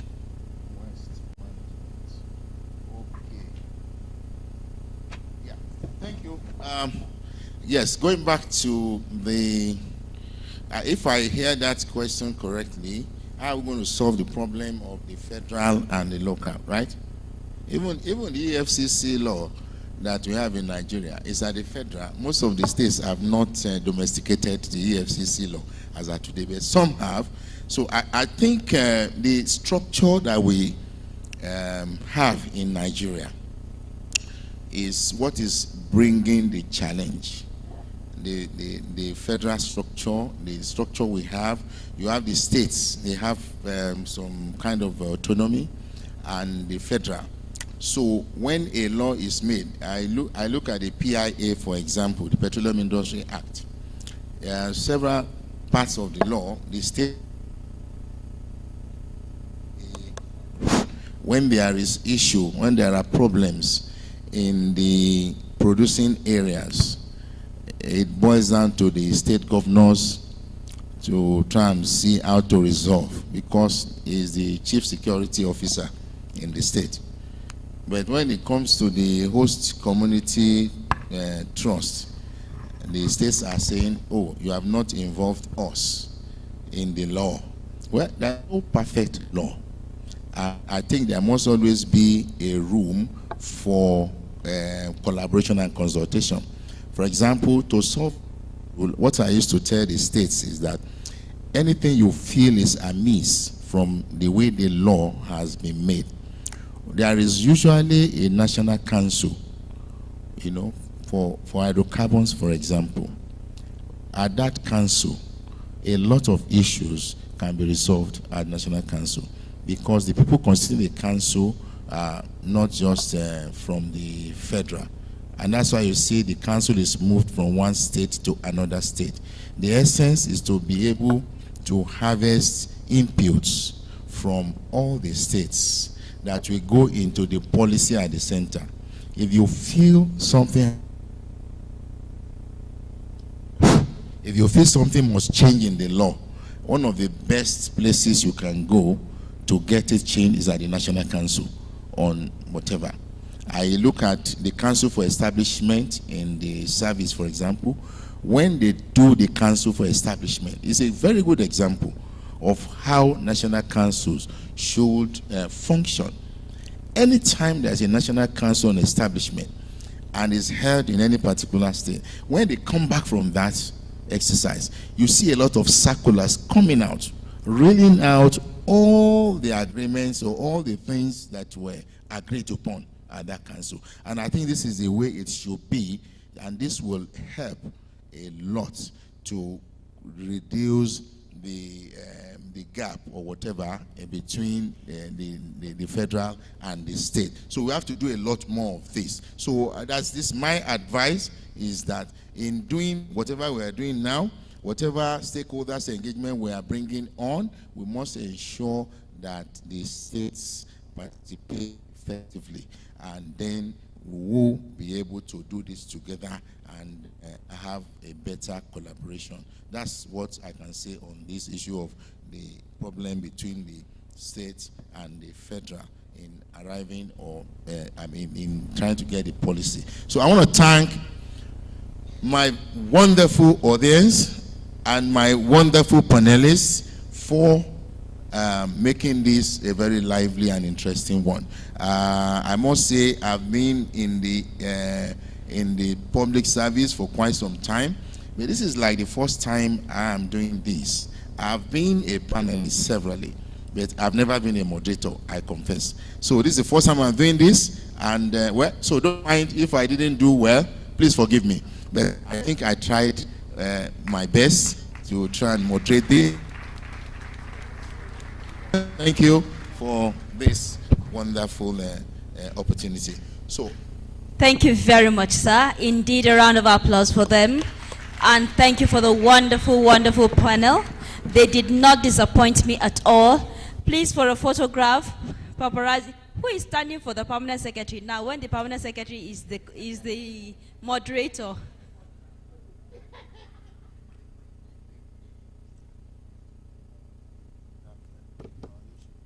While we're doing that, we will have an online presentation. My technical team, I hope we're ready with that.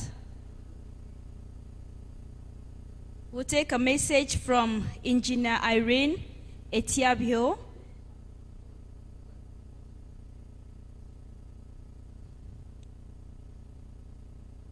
Technical, are we ready with that?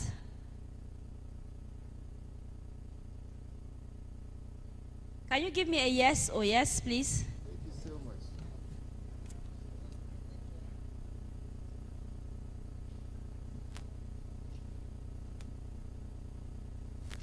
Is our online presentation ready?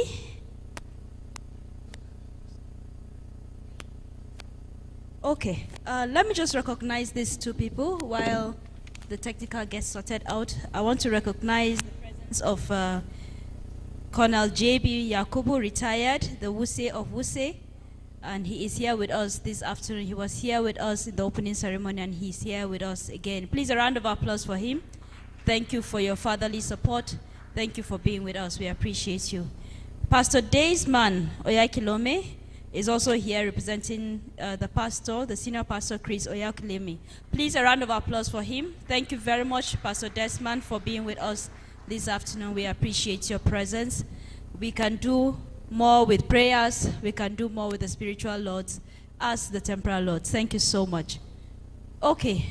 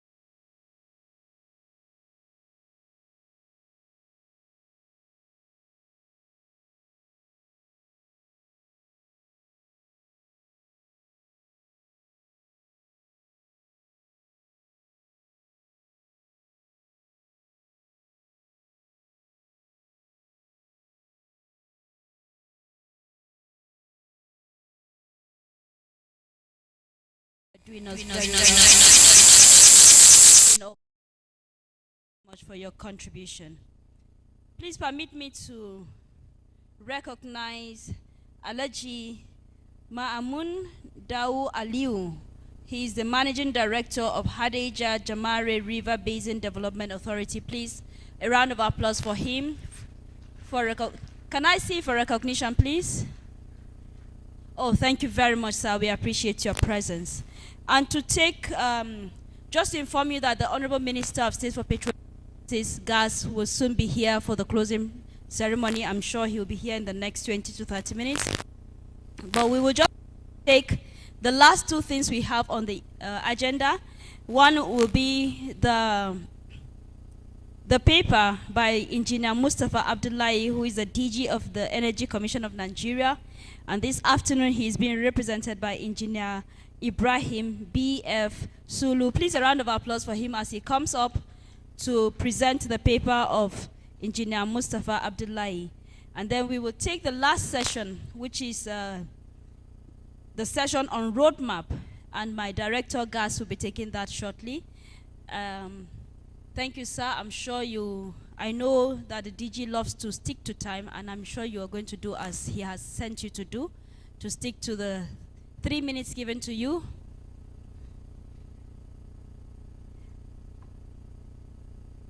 Thank you, sir.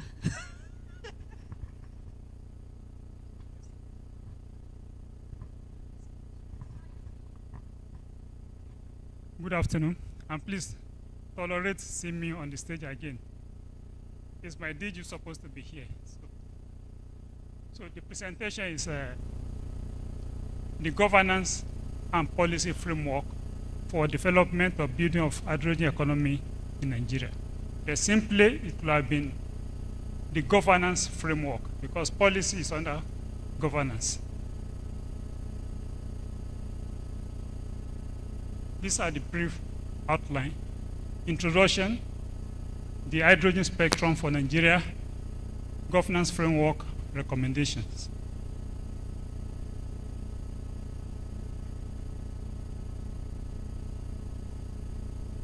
Yes, this is about the mandate of Energy Commission, so I'll jump this one. So, how can I go back? Okay.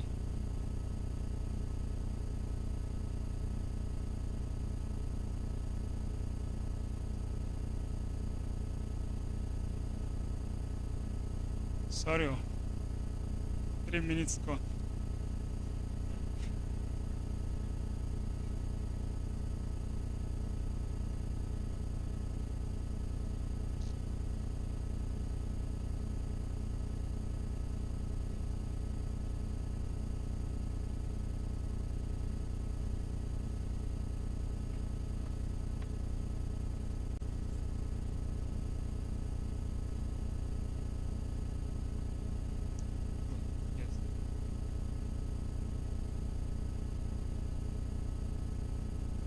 Okay.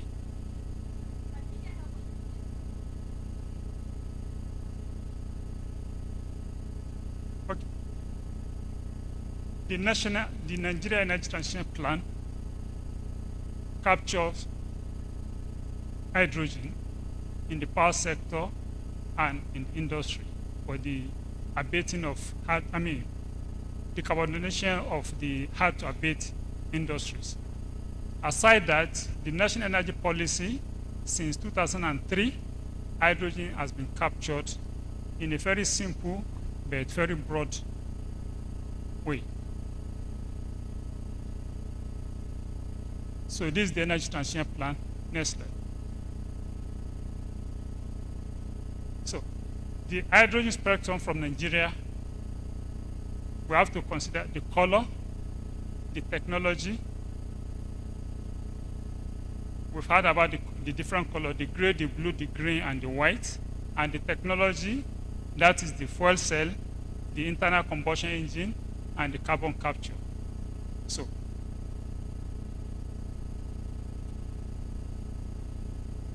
okay, thank you. Then the other part of the spectrum is the hydrogen as energy carrier. and hydrogen as industrial inputs. These are two different things. We had in the morning, hydrogen is old, it has been here with us for long, and hydrogen is new. Hydrogen is old because we have been using it as industrial input, but hydrogen is new because we are just bringing it in as into the energy mix. So the hydrogen governance, it follows the normal energy governance, energy sector governance. You have the policy and the planning, then you have the regulatory framework, and then you have the operations. The panel section that I just completed, the moderator gave us clearly the difference between the policy and the regulatory framework, the regulatory organ.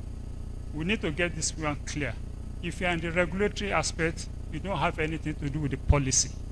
If you're in the policy, you don't have anything to do in the active regulation. Your policy framework set out what the regulation should do. And when you're in the operation, you don't have anything to do in the regulation, you don't have anything to do in the policy. They are the people that will regulate and guide your operation. So for the hydrogen, we have to get this one clear and straightforward.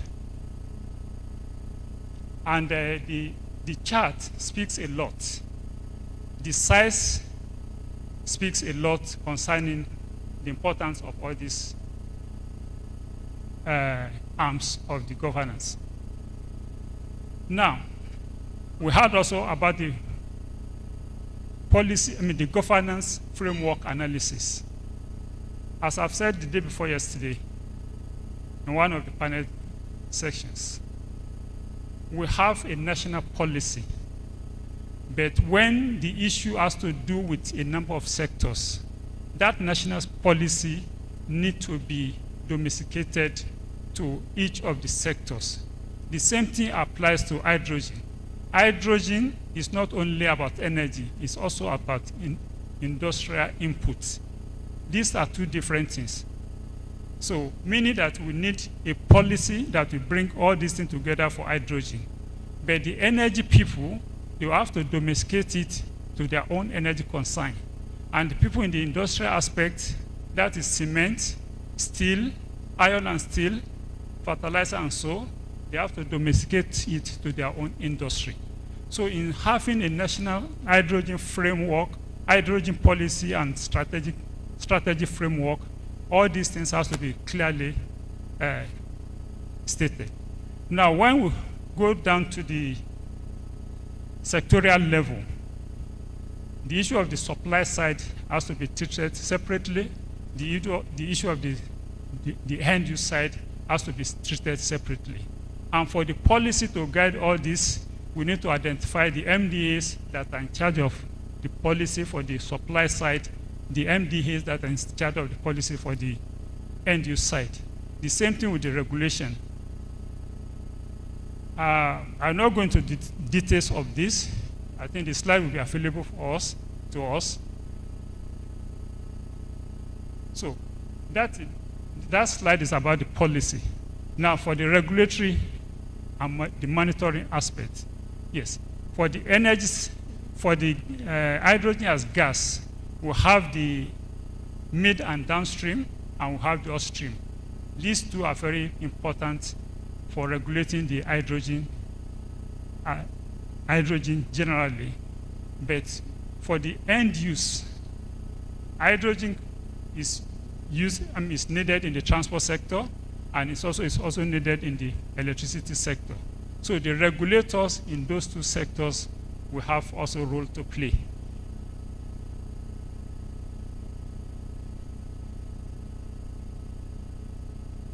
For the businesses, also the issue of supply side and the end use side is very important, and who need to work on the policy and the regulation is also very key. And aside that, for the business, as we've said, we've decided in Nigeria, the private sector should lead the business. So the type of investment the government is going to commit into the to drive the business of hydrogen has to be very strategic, not the way we have been doing in the past. Recommendations. This is the last slide. What should be the objective of Nigeria hydrogen economy? The first thing is decarbonization. Why? If there is no issue for decarbonization, we have enough oil and gas and other forms of energy to meet our energy needs. But because we need to decarbonize, so bringing in hydrogen becomes one of the first and primary objectives of hydrogen economy. That is decarbonization. The second objective, in our own opinion, is energy security, adding hydrogen to our energy mix. The third is the economic aspect of it for economic development. And another recommendation is that there is need for a cross-sectorial stakeholders to come out together to develop the national hydrogen economy policy. After that, this sectorial level, each sector, each ministry that has key role to play, they need to domesticate that policy to their own sector. And please let me express my personal opinion with this. Blue hydrogen, for example, is clearly the role of the Ministry of Petroleum Resources. But green hydrogen is not clearly the work of Ministry of Petroleum Resources. Regulation of the blue and green and any form of hydrogen is the work of the regulators in the oil and gas. But the policy for the green hydrogen is not clearly that of the ministry. So I'm saying this so that when we are putting up this policy together, we come up with a workable and acceptable policy to everybody. Aside that, usage of hydrogen in the transport sector, in the industry sector, the ministry that are in charge of industry, that are in charge of transport, are critical stakeholders here, and they must take the lead in developing that aspect of the policy that has to do with application of hydrogen in their own sector. Thank you very much.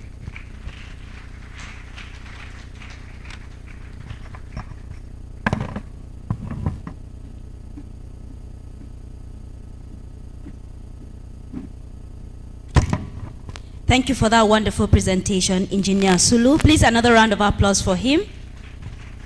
And I think one of the takeaways, or one of the things that was agreed upon here, that is the fact that this hydrogen is a multi-ministerial energy source that must be tackled within the different ministries that are involved.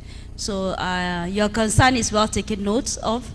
The Minister of Gas, the rapporteurs have captured it and they will forward it. But I know that we have said it over and over again that this would take interministerial collaboration to make hydrogen a safer energy for Nigeria. Thank you very much for that wonderful presentation on behalf of the DG Energy Commission of Nigeria. Please, another round of applause for him. We have come gradually to almost the end of this first Nigerian Conference on Hydrocarbons. And it has been an exciting 3 days where we've been discussing from what exactly this hydrogen is all about, to the different users, to investment, to policy and regulations. And right about now, we're going to do the last session, which has to do with roadmap.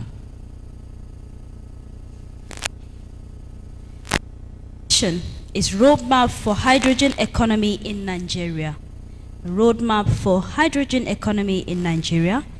And the moderator for this session is my own very director, a woman I'm so pleased to work under, a very wonderful mother indeed. I'm talking of Mrs.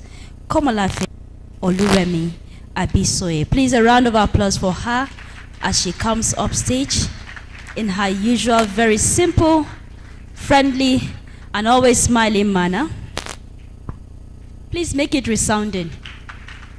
She has been busy running up and down to ensure this conference happens. She has been working together with the representative of the permanent secretary. And I feel like I can almost say that she has represented the minister very well, the Minister of Gas here very, very well. Thank you very much, ma'am, for the good work you're doing in the ministry. Members of the panel include Engineer Suleiman Ibrahim. Please, a round of applause for Engineer Suleiman Ibrahim as he comes forth to join this very interesting discussion. While he is coming, I want to also invite Professor Samuel John. Please, a round of applause for him. Yes. Okay, I can hear the shout. Something is happening there. When I call Professor, I told you, you know the way people just started clapping when I called his name, it means something. And you see, this is gray hair. It's actually not gray hair. It's just the steam of too much knowledge. Thank you very much. And last but definitely not the least is Dr. Odafe Ejinavi. Please, a round of applause for him as he joins this panel discussion.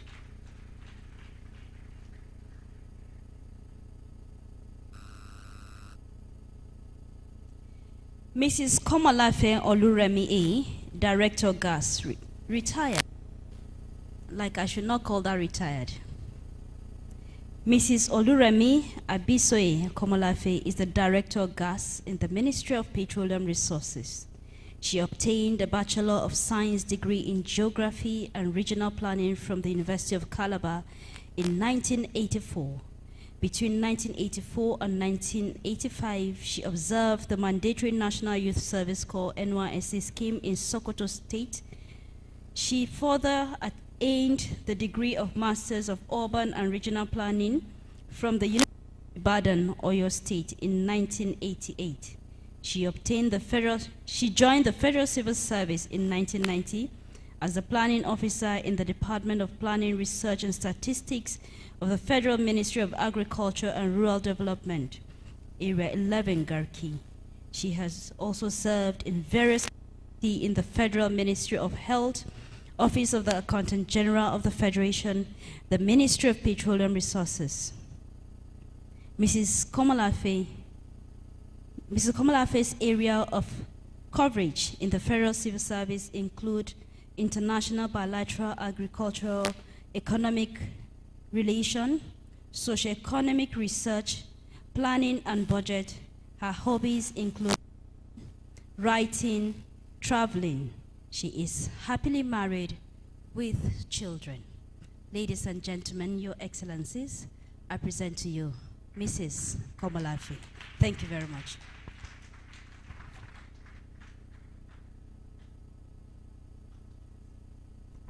Good afternoon, all.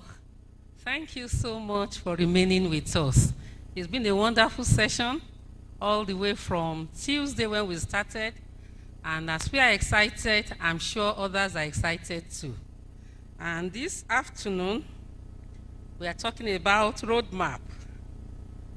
Roadmap for hydrogen economy in Nigeria.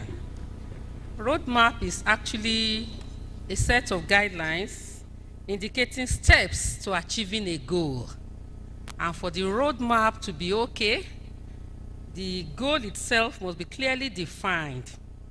It must be reflective of national, regional actions or consensus. For instance, in our own case, our interest in hydrogen is heightened now because of the global consensus in view of the climate change declarations and the declarations we are signatory to, and the likely negative consequences if we don't join the bandwagon.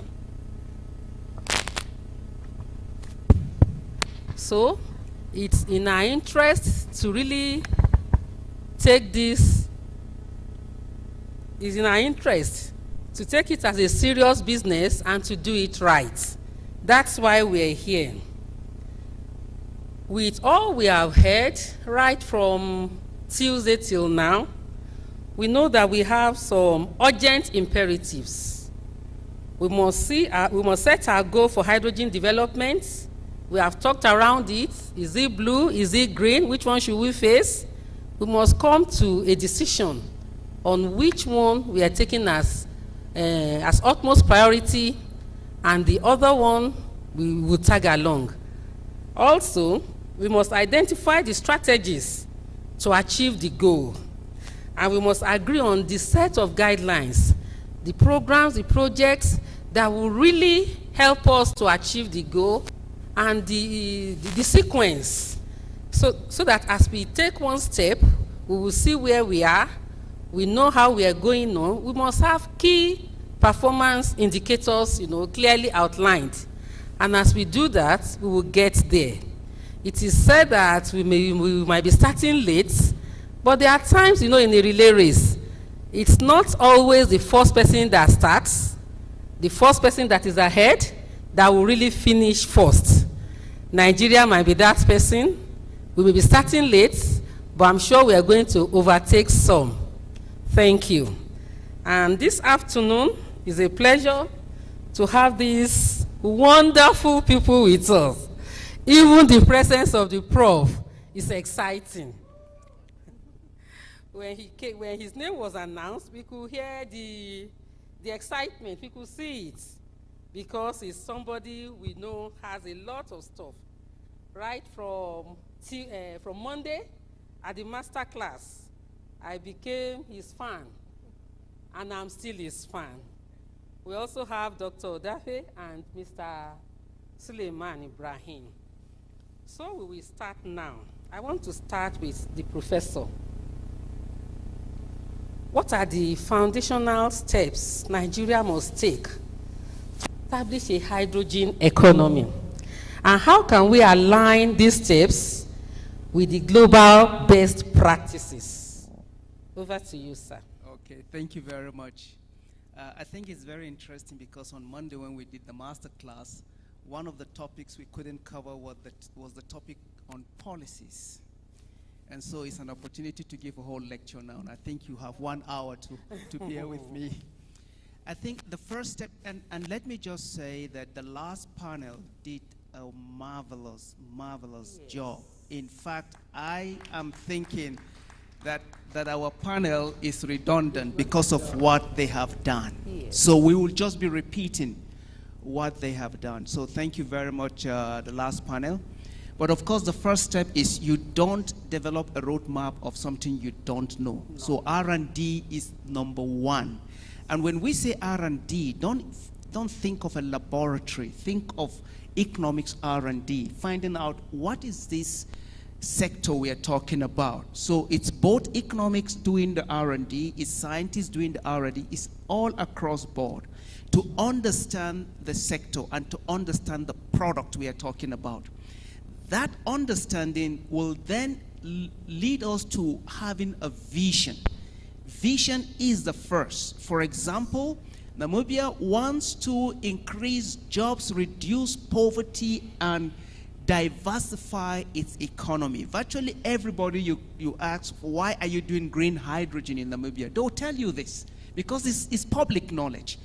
And once you have that vision, then you now have to develop a strategy and then roadmaps that shows you the things you want to accomplish step by step.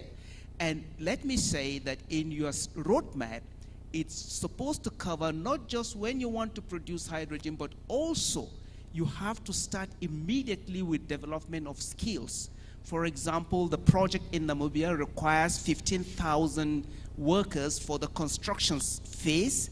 And after the construction phase, they are going to employ 3,000 people. And so we have our targets. How many engineers do we need? How many people will work in the photovoltaic sector? We discovered that we have a gap in the wind sector because we have none. So we are now working to develop that sector. So all of these needs now goes into the roadmap. And we're able to say by this time we need X, by the other time we need, so a roadmap. I'm happy to say that actually I've seen Nigerian roadmap. It's not as if there is none. But one of the problems we have, which the last panel also highlighted, and I'm just emphasizing it, is that there are some cross-cutting aspects when you're working on this. And one of it is communication. You need to have, for example, is there a green hydrogen, or even if you call it just hydrogen, a hydrogen website where I can go and I can see everything about Nigeria. If there is a strategy, it will be there. If a new project is coming, I will find it there. Anything I need to know about hydrogen development in Nigeria, history contributes to. There is one in Namibia, for example, so it's very easy. So I think that is what is missing, that communication, because everybody is working on something. Thank you very much. Thank you, Prof. Actually, from what Prof has said, we can see that vision matters. When you don't even know what you are trying to get, how do you begin to have goal for it? And I dare say that in this particular conference, it has been so educative, right from the master class till now. People have been educated, the awareness has been raised, and now their thoughts are coming up on what exactly we need to do. And from his own submission, we need the vision, we need clear education on what we want to do.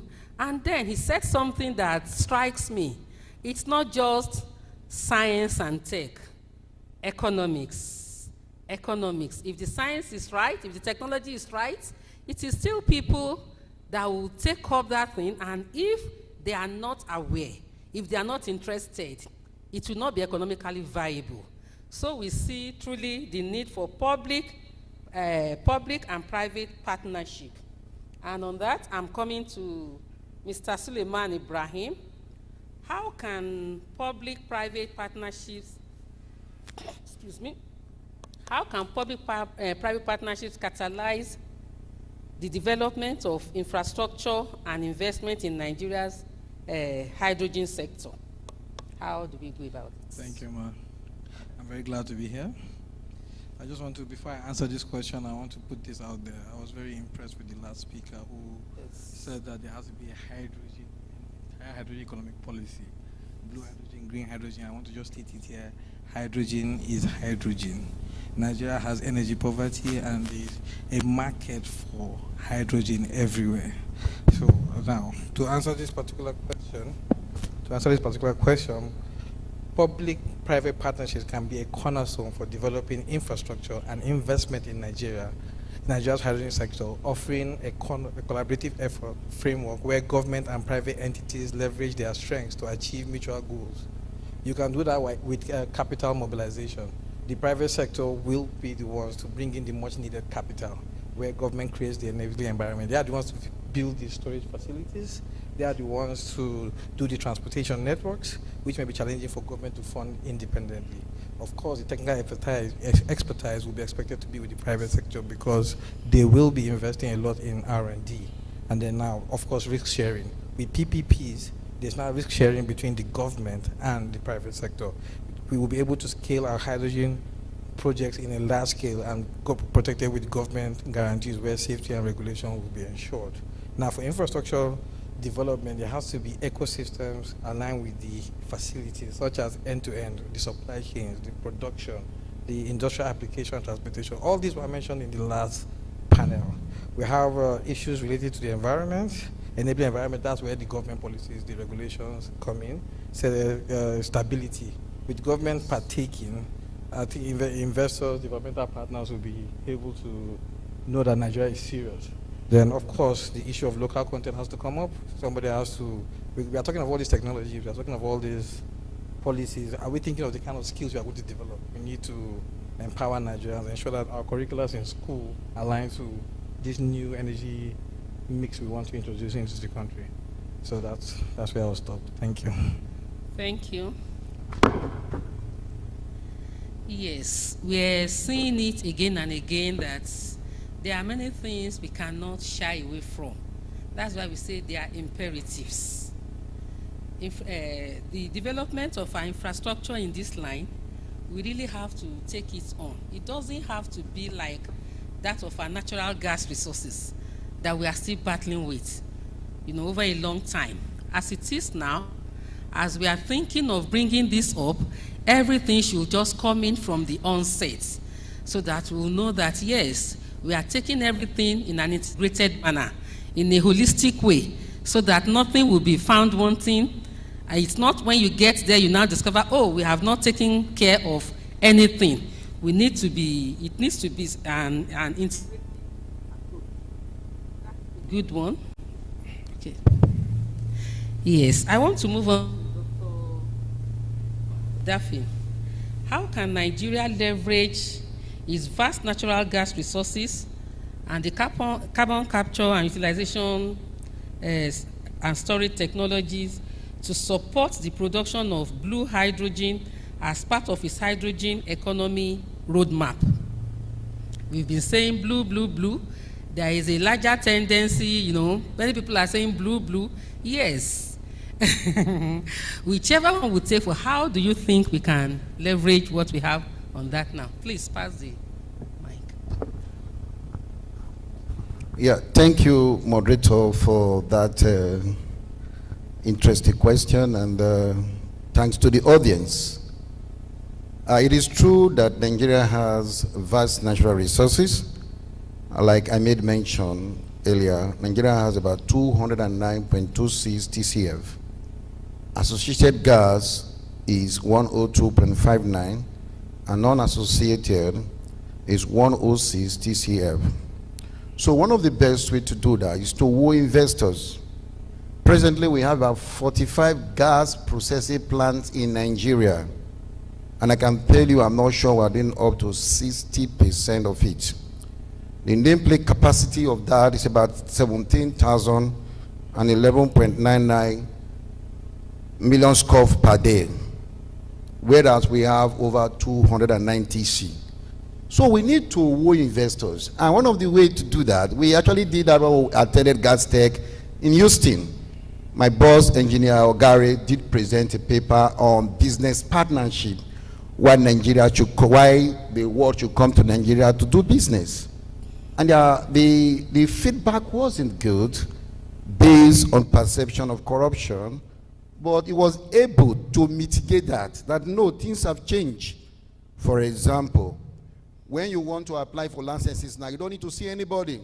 You just go to the portal. Yes. You can do everything seamlessly without seeing anybody by so doing. And they were really, really pleased. And I can tell you many investors will be coming very soon. And that brings us to the issue that has to do with R&D, which Professor John I just made mention, research and development. Everything began in the lab, from the small scale to the large scale. And once you do that, you'll be able to get it right. For example, we make an attempt to visit one of the biggest blue hydrogen facility being currently built now by ExxonMobil. It's on the internet, you can check it. They'll be produced by 1 billion cubic feet delivering per day in the US. We can take an advantage of that, leverage on that, look at the regulations, because they are doing big time business, you know, and then we can learn from that as far as R&D is concerned. Then we also made mention of CCUS. Although we know that right now in the world generally, CCUS is not really in its advanced stage.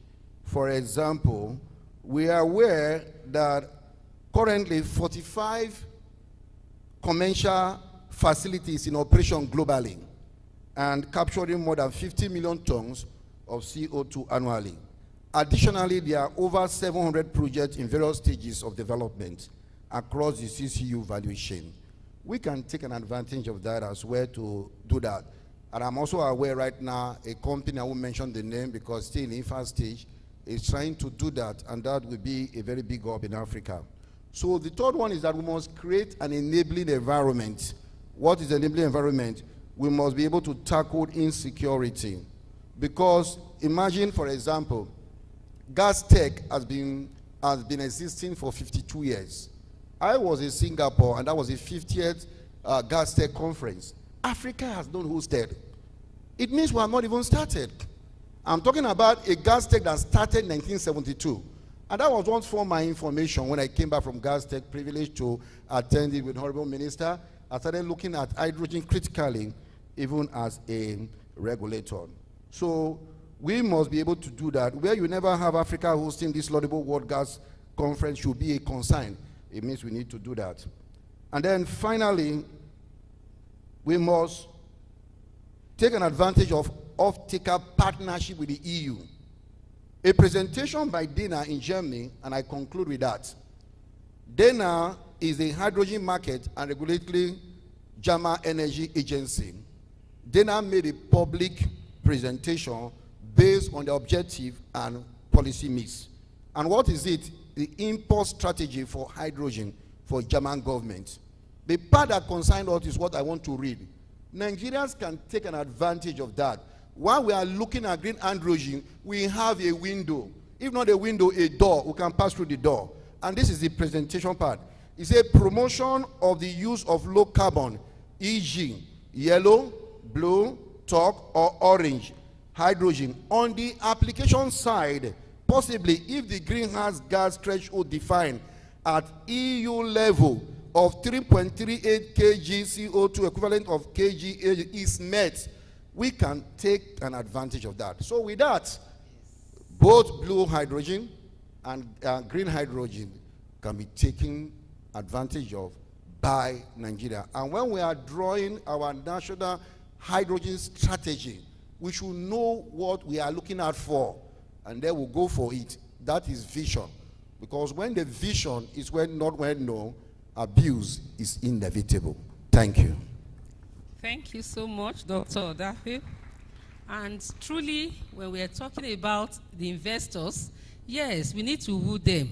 But I'm happy to tell you that we have some investors right here. They are even more passionate about this hydrogen development than we seem to be. And they are here, they are interested. I'm also happy to tell you that the ease of doing business in Nigeria is not as it was. Whatever you heard, things are much, much better now. Like he said, you don't need to go, it's now a seamless thing. Just go to the portal, do what you have to do. Even the president, when he gave those recent executive orders, it's all towards making things easier so that investors will come and they won't have any stress. I can tell you the ease of doing business is much better than it was. And so we welcome all of them to come in, and it will be a win-win situation for all. I also want to ask the professor again. Yes, he said his country of residence is Namibia, but he needs to defend his being an indigene of this country by doing more. And so I want to ask, sir, what other strategies do you think we need to put in place? Thank you, sir. Thank you very much. I think in the first panel discussion, I mentioned the fact that we have to know that we are talking about a whole sector, which is the PTX, which is power to X. And when you look at power to X, it means that we have what you may refer to as upstream. For the blue hydrogen, it will then be producing the hydrogen. But then you will have also midstream, which is now the product you're going to be producing, like ammonia and the rest of them, fertilizers, and then, of course, the consumers. So we have to also have strategies for those different sectors. I mentioned the fact that Kenya is interested in reducing their spending in importing fertilizers. And so they're going into green hydrogen to be able to produce fertilizer locally. So they produce their green ammonia and then they produce fertilizer locally. Remember that Kenya has got a lot of renewable energy in their grids, which means that they have sufficient renewable energy to go into green hydrogen. So we need to also think about the derivatives that we might go into.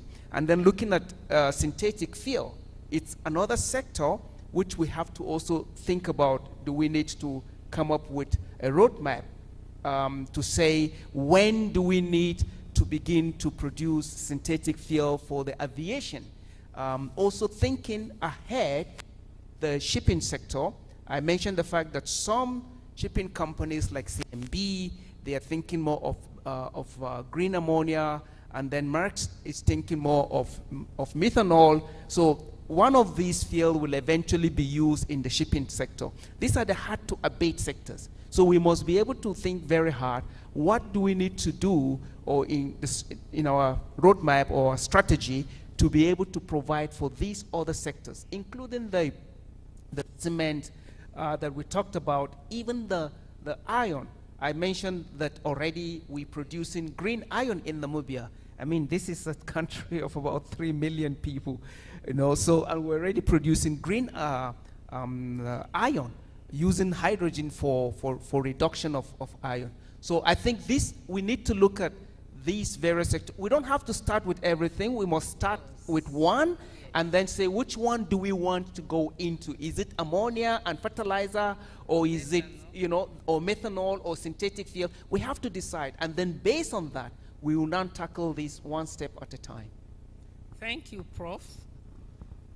Yes, I know our time is running out, but I want to say that in the course of all this, we've seen that Nigeria is really all the sectors, can make.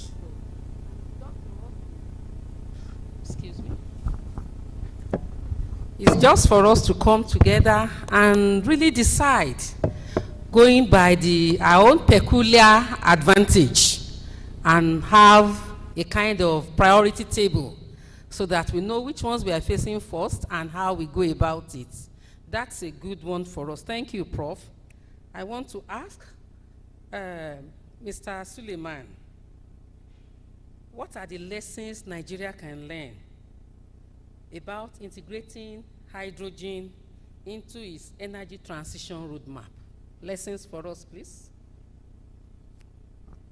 Well, for lessons, mostly we have to first even know our hydrogen potential.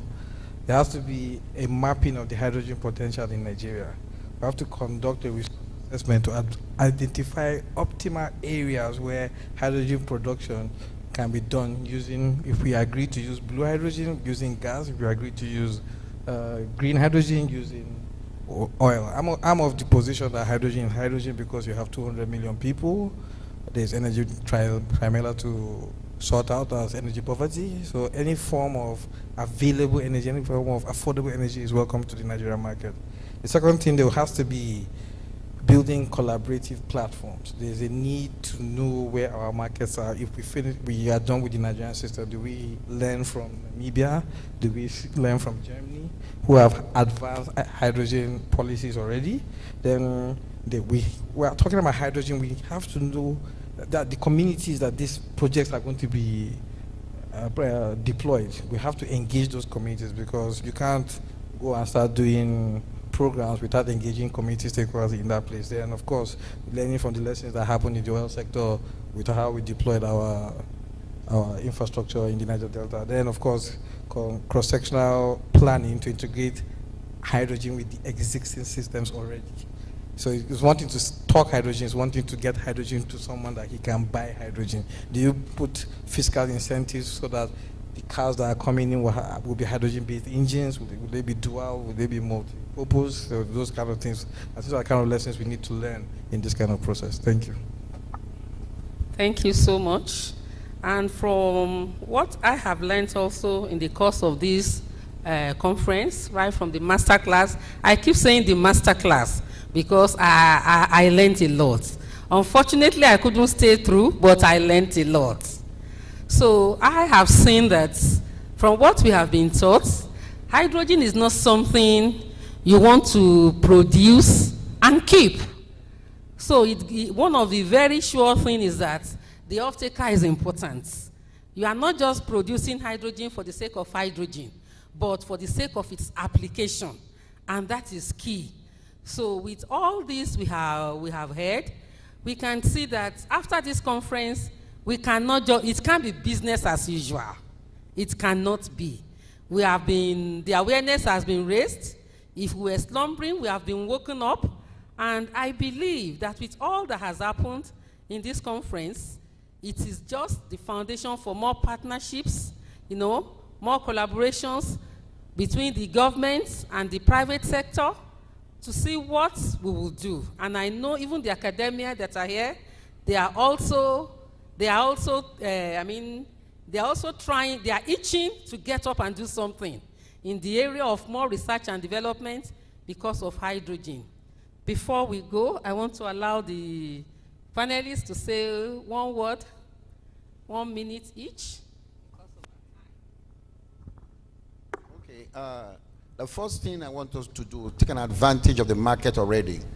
German has gone very far. I think they are leading in Europe. We were privileged to be in Germany last month. Kudos to GIS. We have a window for off-takers. Where we are writing our policy on green hydrogen, I'm talking about now, we can take an advantage of that. Or blue hydrogen, for example, we can learn definitely. ExxonMobil is building something in Houston, Texas. We can go there, arrow and in, and learn something from there. But the good news is that it should not just be as talk as usual. We must start like yesterday. We must run. We must be able to, as soon as this conference is ending, we are starting the job properly. We must get a steering committee, looking at our regulations, looking at our laws, and put everything together like my boss mentioned when he was leaving. By next year, we want to see capacity building, not too much talk. Because when you talk too much, people will get weary. They want to see action. Once we do that, we can catch up with the rest of the world. Thank you. Thank you so much. Yeah. Well, thank you. It's been really a privilege. I really appreciate the invitation to be at this conference from the beginning, from the master class to today. And what I would really want to see is if we can come up with one website that we can always go there to find out what is happening. I know that several people are talking. In Namibia, it was like that. It was, which ministry will this be? Is it environment? Is it water resources? So what happened is that we then have a commission, a hydrogen commission, and the board of this hydrogen commission is made up of the ministers from all the relevant ministries. And there is a hydrogen commissioner who drives this. He's got an office in the presidency, but he's got an office in the Ministry of Mines and Energy. We got Ministry of Mines and Energy. Because we're not just looking at the hydrogen, we're also looking at the critical raw materials. What Newman and Hessens need for producing hydrogen, the catalyst, we have those materials. So we shouldn't forget the critical raw materials for this sector. So website, and then we have to have a holistic approach to it. Thank you very much. For me, I want to say the energy transition is real. People might not believe it's going to happen, but it is coming, it has come. I always used to say, I'm using the analogy of Game of Thrones, if you have watched Game of Thrones. We in Nigeria are the 7 kingdoms, energy transition is the Night King, winter is coming. So I think it's time we need to optimize all our resources if we ensure that we get foreign direct investments, we get revenue to sustain our economy. So in order to maximize the potential of hydrogen, the government must continue to provide an enabling environment. And the private sector must remain committed to transparency, innovation, and alignment to Nigeria's sustainable development goals. Together, with the private sector, with the government, we can position hydrogen as a key pillar to Nigeria's energy future. Thank you. Thank you so much. Truly, we have seen a lot, we have heard a lot, and I know after this it is action. As it's been said by everybody, you can't, when you fail, when there is an alarm, and you fail to act according to the alarm being raised, you will be left in the lurch. And I know Nigeria will not be left in the lurch. And so we are ready to, it's already set, go, and we are ready to go. Fortunately, there are global funds available for development of renewable energy. And we can also key into that. We can leverage on that. And I know it's just for us to get ourselves together. As for the website, sir, Prof, consider it done. We will do it, and you'll be happy with us. On this note, I want to thank my panelists. You can agree with me that they've been wonderful. Even within the time we have, they've been able to touch key areas, and the audience too, you have really tried. Thank you for being there. Okay, sorry, there are still questions. Opportunity for questions. Thank you.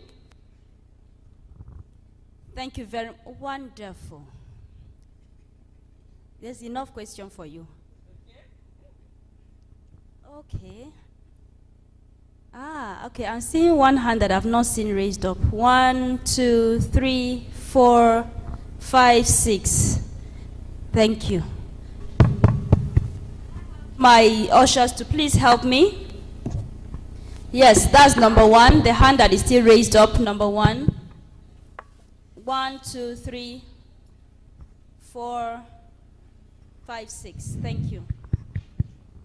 Thank you very much, the moderator and other panelists that are seated here. I am Mrs. Oluwakemi Ogumakinwa, Deputy Director of Press, retired from the Ministry of Petroleum Resources. Let me appreciate Prof. I was excited when he mentioned the website. When we were talking about hydrogen development, if we are looking at the strategies to adopt, as a country, we should also consider hydrogen-focused media plan. We need awareness. We need to create much needed awareness for the public to know. We leverage on the social media. We carry along the related media personnel. Then at times, we also consider having press conferences. As you are running the programs, you carry the media along on the race so that people will get to know. And the other stakeholders, you can arrange stakeholders engagement where we have publicity component as part of it, so that the much needed publicity to create the much needed awareness on hydrogen development can be achieved. Thank you very much.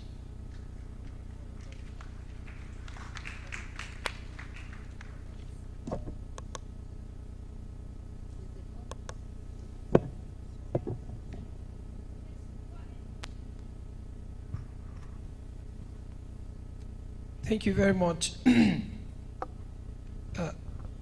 I am Dawood Husseini, technical personnel and a postgraduate student from Department of Electronics and Telecommunications Engineering, Ahmadu Bello University area. I want to thank the organizers for this maiden event, and I'm glad to be here. Thank you, the panelists and the moderator. I have few comments, not actually a question. The first comment is, Prof, I heard Prof talking about one of my items. The issue of, even the last speaker now, the last speaker has mentioned something like that. The issue of adequate public awareness. There should be a very, very good public awareness for our people to know what is going on about the hydrogen. And that brings me to the second item, which is the issue of traditional holders, traditional title holders. I thought I'm going to see the traditional title holders here all the way for all the days, because I'm sure they have a role to play in terms of public awareness. And the third issue I want to talk is, I was speaking to one of my colleagues while I'm here, and I told him I'm here for a conference on hydrogen. So he asked me a question, and partially Prof was trying to answer a question, that question. That let me just say it the way he's. Let me quote him. He said, "What is primarily the raw material for the for this particular hydrogen energy?" Thank you very much, and best wishes. Thank you very much. Please, when you want to ask a question or make a comment, make it as brief as possible so we don't miss your question in the midst of the explanations. Yes, number 3 is here.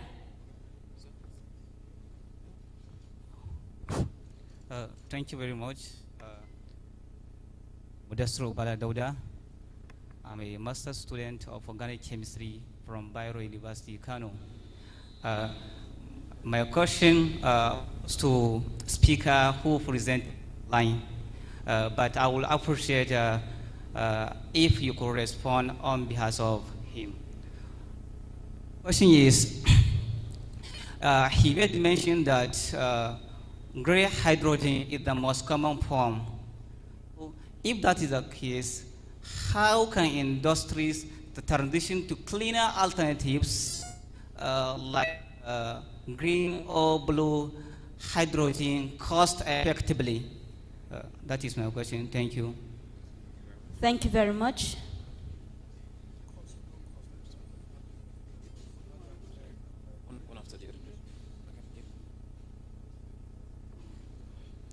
Hello, good afternoon, everyone. My name is Ibrahim Sraja. I'm an anatomist, health advocate, climate change advocate. Actually, I'm glad to be here, even though I wasn't here yesterday and day before yesterday for some reasons. Thank you, organizers, for organizing this wonderful event. It's actually interesting and educative. My question goes like that. What role do you see for renewable energy sources like solar and wind in supporting hydrogen production in Nigeria? Thank you.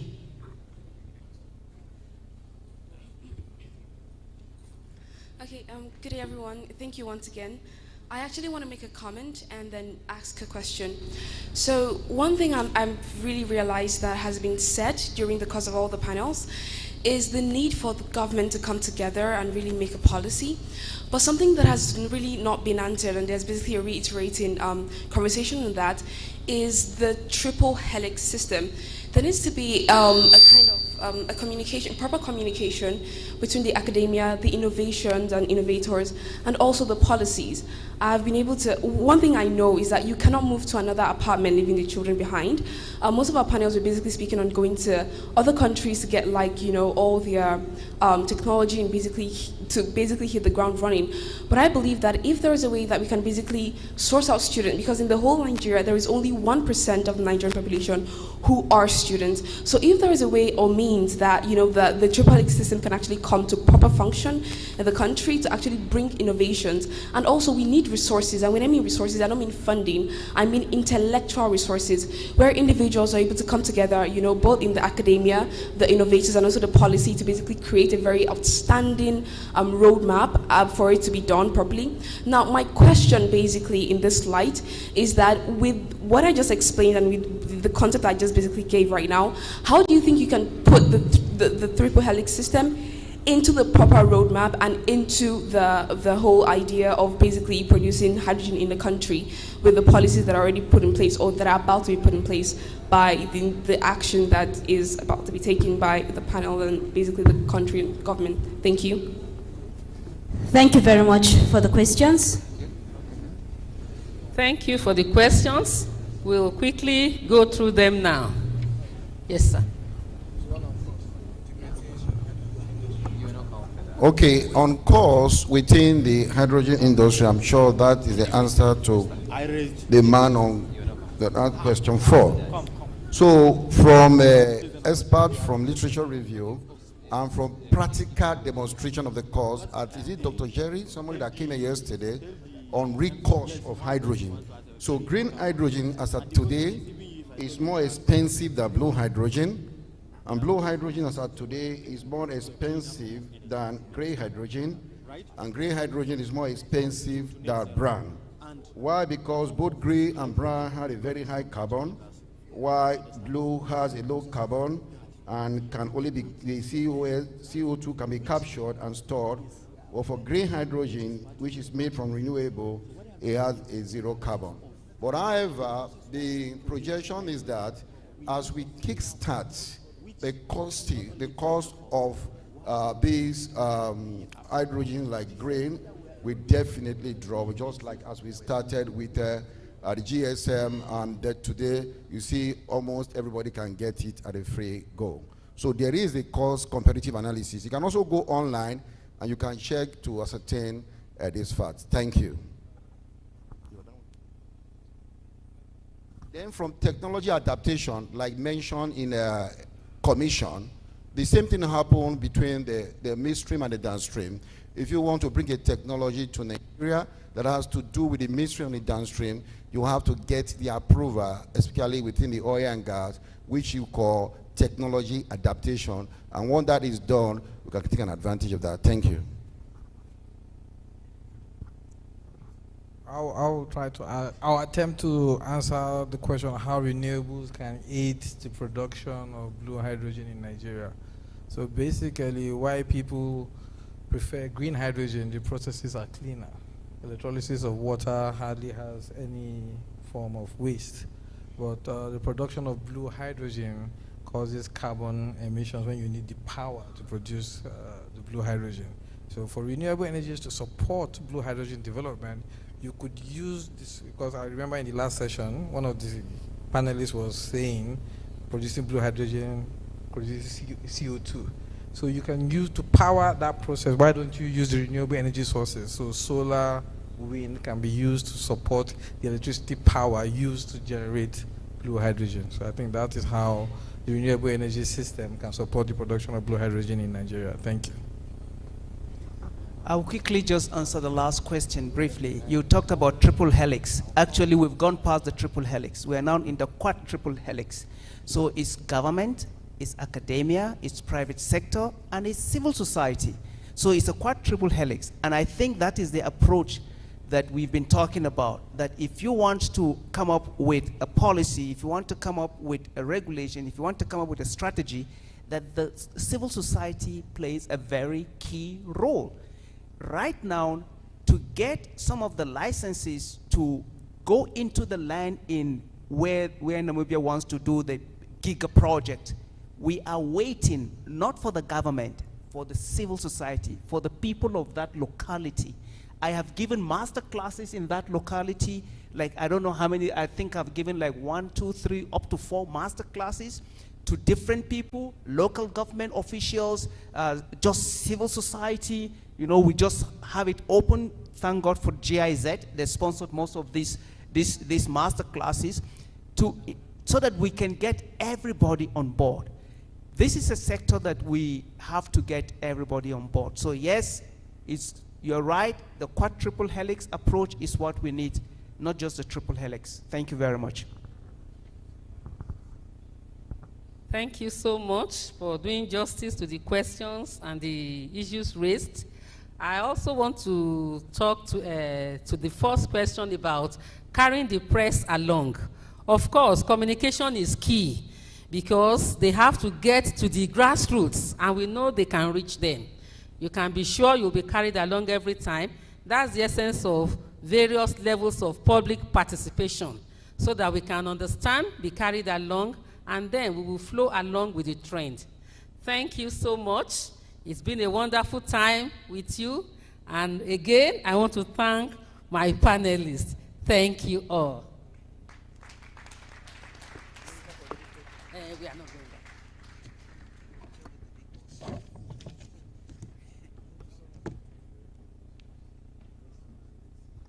Thank you very much for a wonderful discussion and a wonderful question and answer session. As it is the custom and tradition, I think I'll still invite the representative of the Permanent Secretary for this photograph. Okay.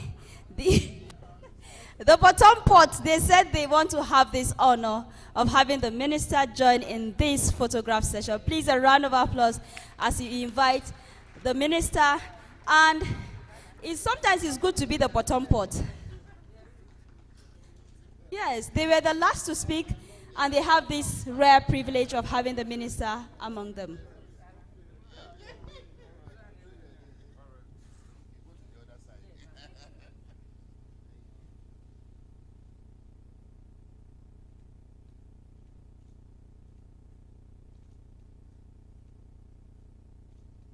Thank you very much, sir.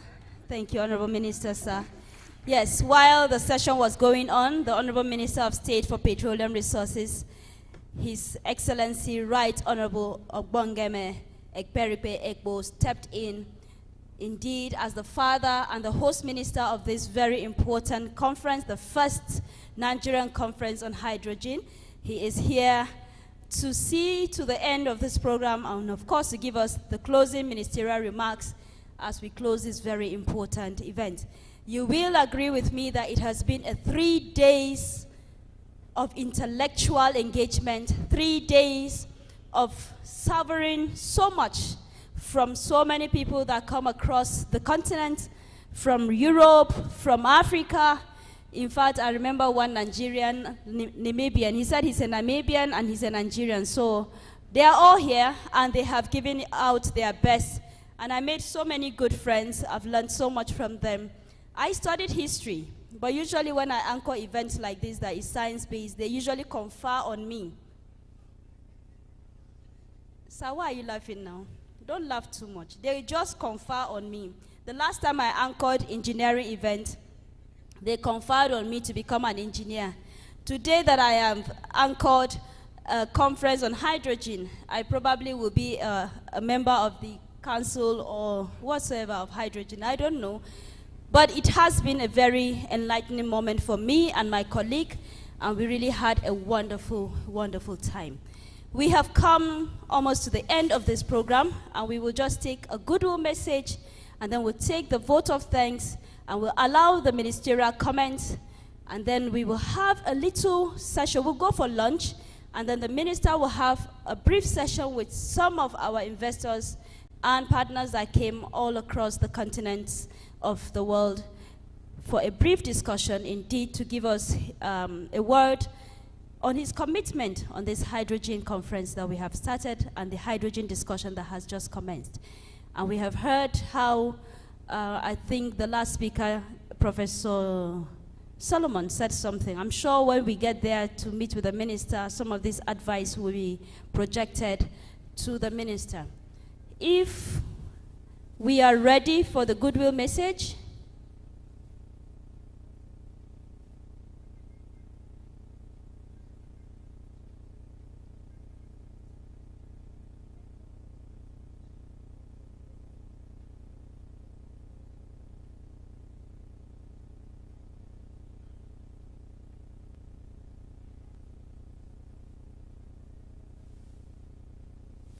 please, just a brief moment.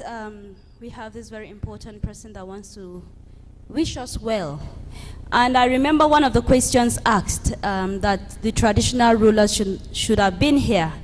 I'm sure you did not observe. We have, the house is fully represented by our traditional fathers. They are here. Please, a round of applause for these wonderful fathers that have been with us from the beginning of this conference to the end of it, to show that they are fully supporting whatever we are doing, whatever the government is doing. They have been patiently sitting. You know, traditional rulers don't talk too much. They only pass knowledge and wisdom. And they have been here listening to us and guiding us aright. Thank you very much, sirs. We appreciate you for your presence, for your prayers, and your support.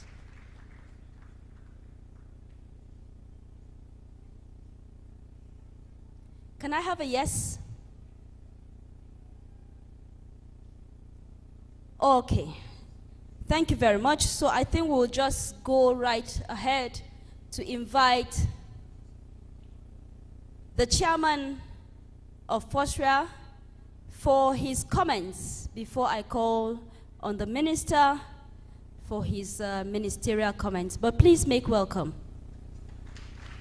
Engineer Amiji Nyawa, who is the chairman of the organizers of this very important conference. Please make it resounding. The man did not sit down. He has been going up and down to ensure everything is done and is done well. Congratulations, sir. Thank you very much. Your Excellencies, the Honorable Minister of State, Petroleum, Minister of State for Petroleum Gas, distinguished ladies and gentlemen. It's been 3 days of rich discussions, intellectual contributions from different perspectives, from different individuals, from different institutions, from different people who have come far and wide, from Asia, from Europe, from the Middle East, from the United States, from Africa, from Nigerians in diaspora who have been excelling on hydrogen. Everyone has taken time off his busy schedules to be here. And finally, we have come to the end of these historic discussions. These discussions have been revealing, they have been educative, they have been deep. And I think we have had a wonderful conference. It is time to thank the Almighty Allah, the Almighty God who provided the opportunity for all of us to be here.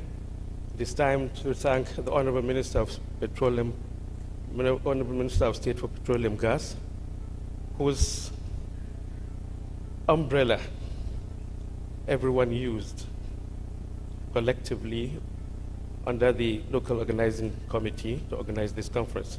Thank you so much, Honorable Minister. We really appreciate your cooperation. You have shown that Nigeria is serious about hydrogen. We are proud of you.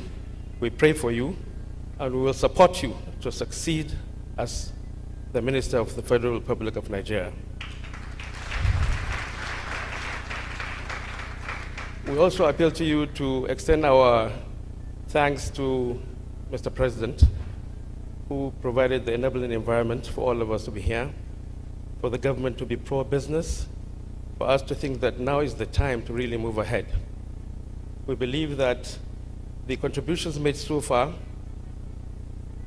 provide solid foundation for hydrogen to succeed in Nigeria. We are already set for next year's event, by the grace of God, in a year. And unlike this event, we'll have enough time to plan. We'll have a calendar, a rich calendar that will sensitize stakeholders, both locally and internationally, so that by next year, the targets will be different. The targets will be practical. The targets will be to deliver on projects, to deliver on investments, to fulfill our collective ambitions of building a hydrogen economy for Nigeria. We thank our international partners who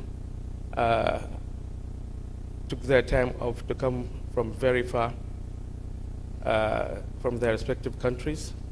We're also thankful again to the Honorable Minister for agreeing to have a session with them so that he hears his views, so that they also get assured that the federal government of Nigeria is really in a different ball game now. It's really receptive to ideas, is really willing to push forward such investments. I thank you on this historic occasion, and I look forward to seeing you next year by the special grace of God. Thank you.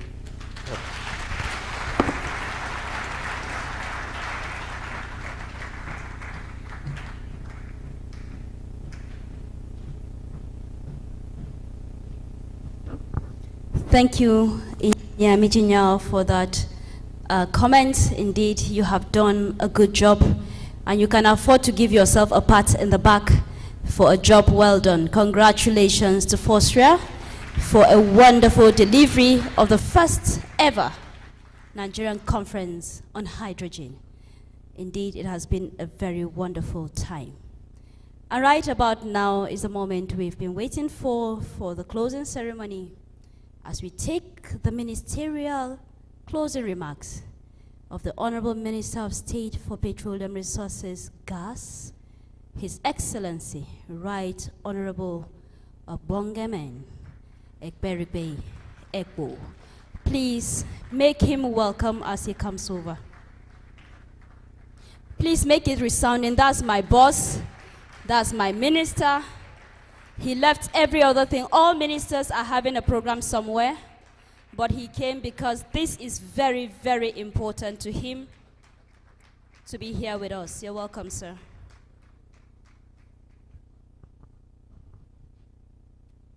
Please sit down. Please sit down, please.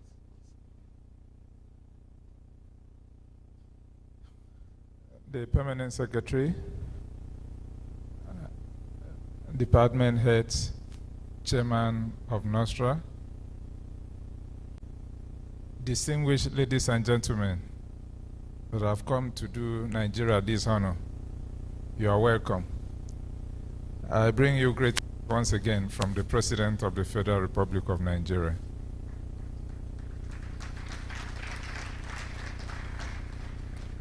My opening address was very short. My closing remarks will be very long because of the insightful discussion that has taken place.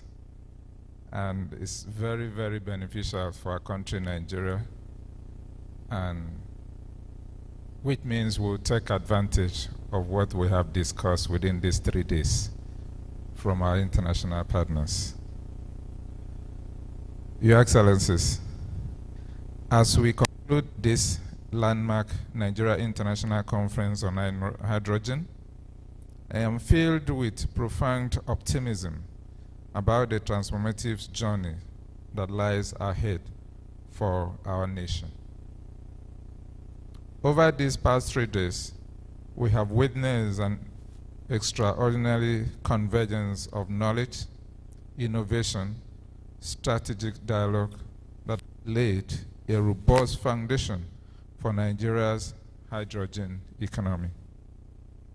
The depth and breadth of discussions have reinforced our conviction that hydrogen represents not just alternative energy carrier, but a cornerstone of Nigeria's energy transition and economic diversification strategy.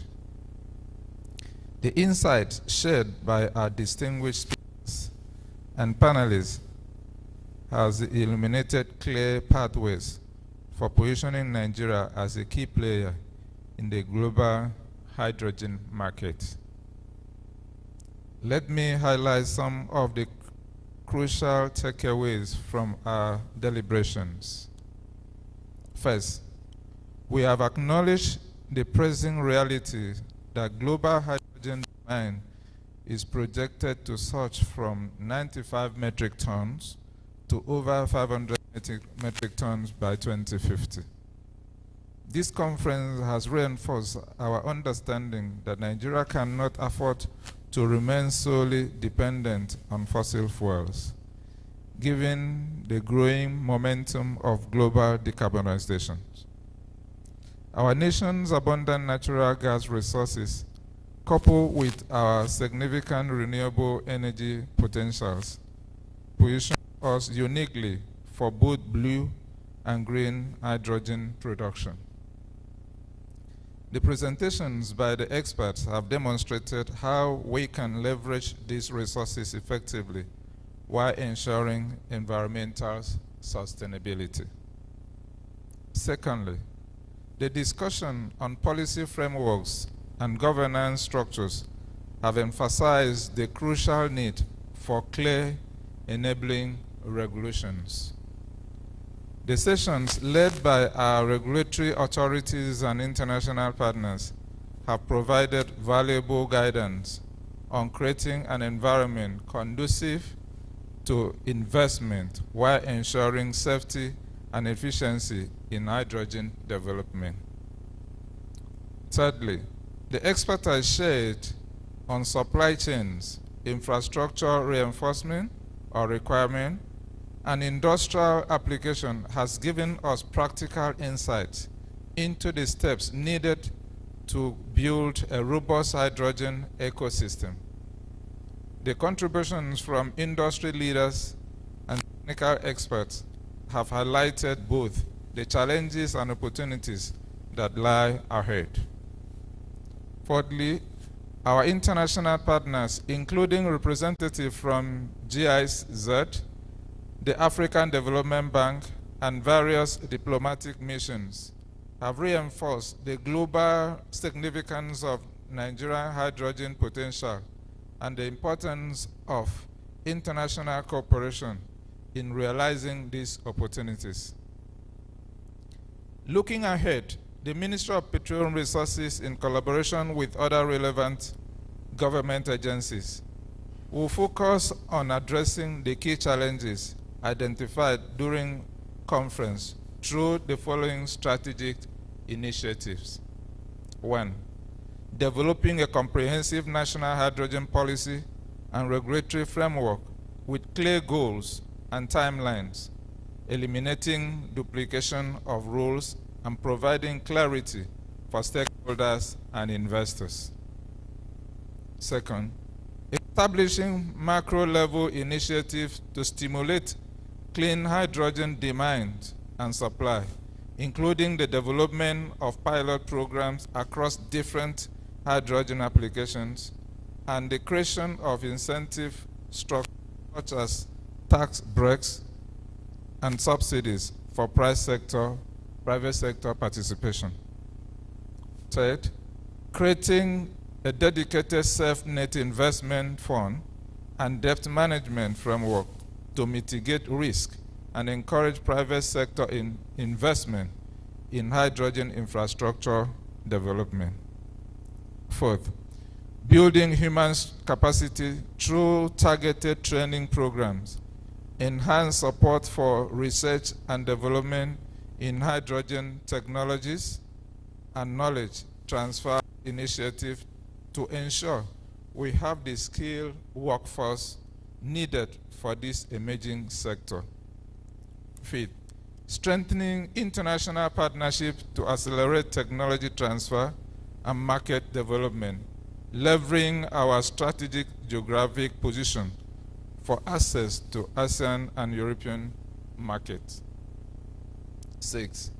Establishing a reliable platform for continuous engagement with key stakeholders, including local communities, to ensure awareness and buy-in for hydrogen initiatives. 7.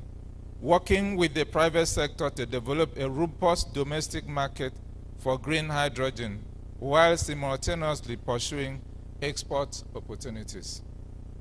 8. I want to strongly reiterate my commitment to the development of Nigerian hydrogen economy. I must commend the massive participation, quality of paper presentations, and robust discussions that have taken place over these 3 days. The level of engagement has clearly demonstrated the commitment of all stakeholders towards building a sustainable hydrogen economy for Nigeria.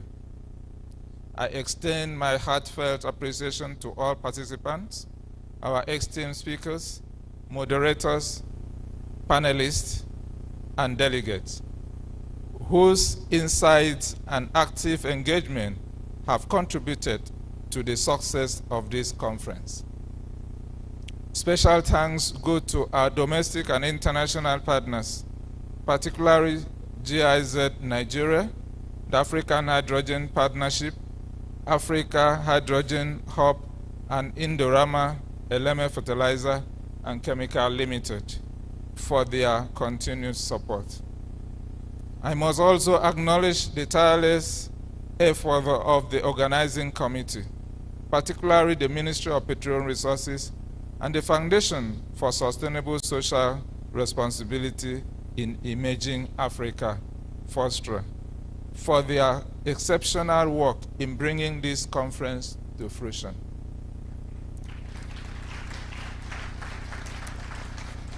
As we depart, let us carry forward the momentum generated here. The path to hydrogen economy requires sustained commitment, collaboration, and innovation. I am confident that the participants forged and the knowledge shared during this conference will accelerate Nigeria's journey towards becoming a leading hydrogen economy in Africa. Thank you all. Thank you, ladies and gentlemen. God bless us and the Federal Republic of Nigeria. Thank you.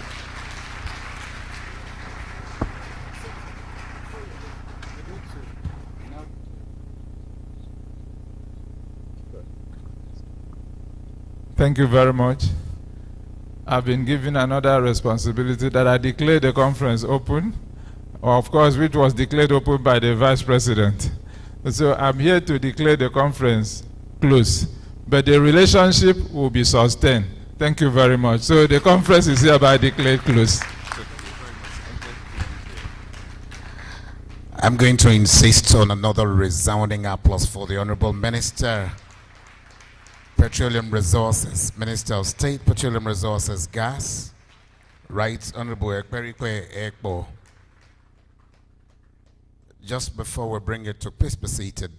Before we bring it to formal close, it will be pertinent to also get the buy-in of the representative of the Permanent Secretary, Ambassador Nicholas Agboela, who is unavoidably absent because he is attending to some official engagements outside of this country, but has sent an able representative who has been with us here for 3 days and counting. Let's please welcome Engineer Kamaru Busari for the vote of thanks to bring this event to a formal close. Engineer Busari, please. Please, food is not served yet until we are done from here. Thank you. Thank you very much. I know it's only the MCs that can speak after the minister has spoken. And now you have asked me to come and speak. I have nothing to add to what His Excellency has said. The conference remains closed.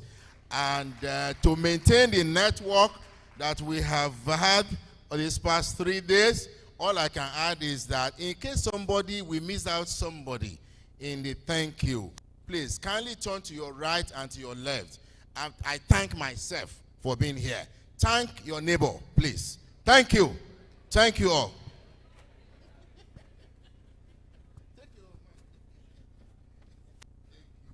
Thank you very much. And I'm sure the Permanent Secretary forgot to say that this conference continues next year, and all preparations are already on deck for that.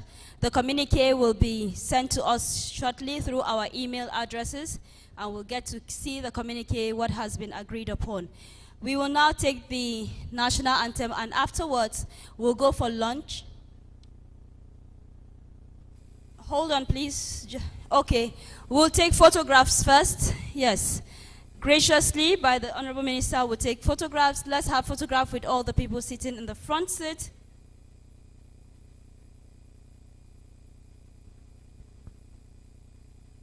Paparazzi, can you guide us, please? Do they come up or they should remain where they are?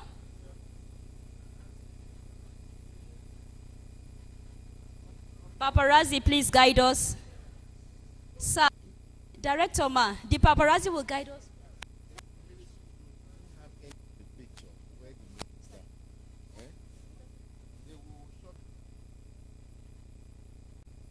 Represented by the MD, Mr. Jamare. Thank you very much. He's been with us all the while.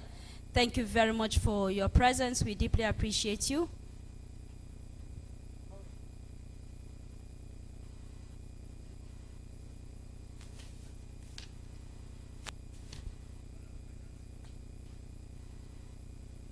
Please hold on. We will take this photograph in badges, please and please.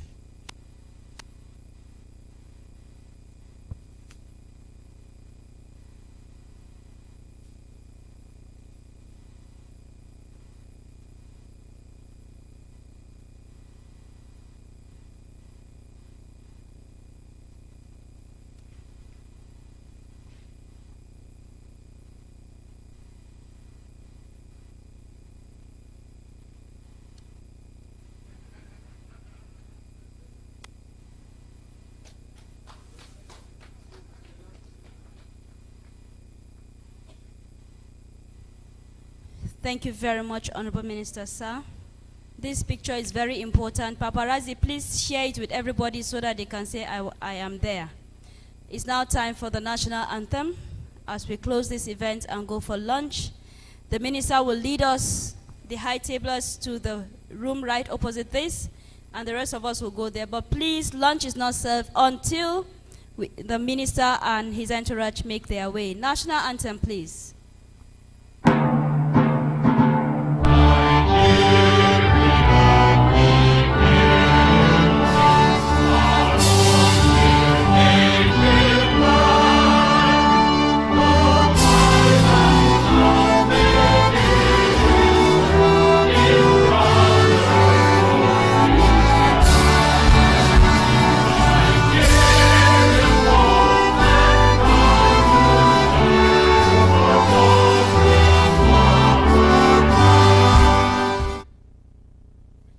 Thank you very much.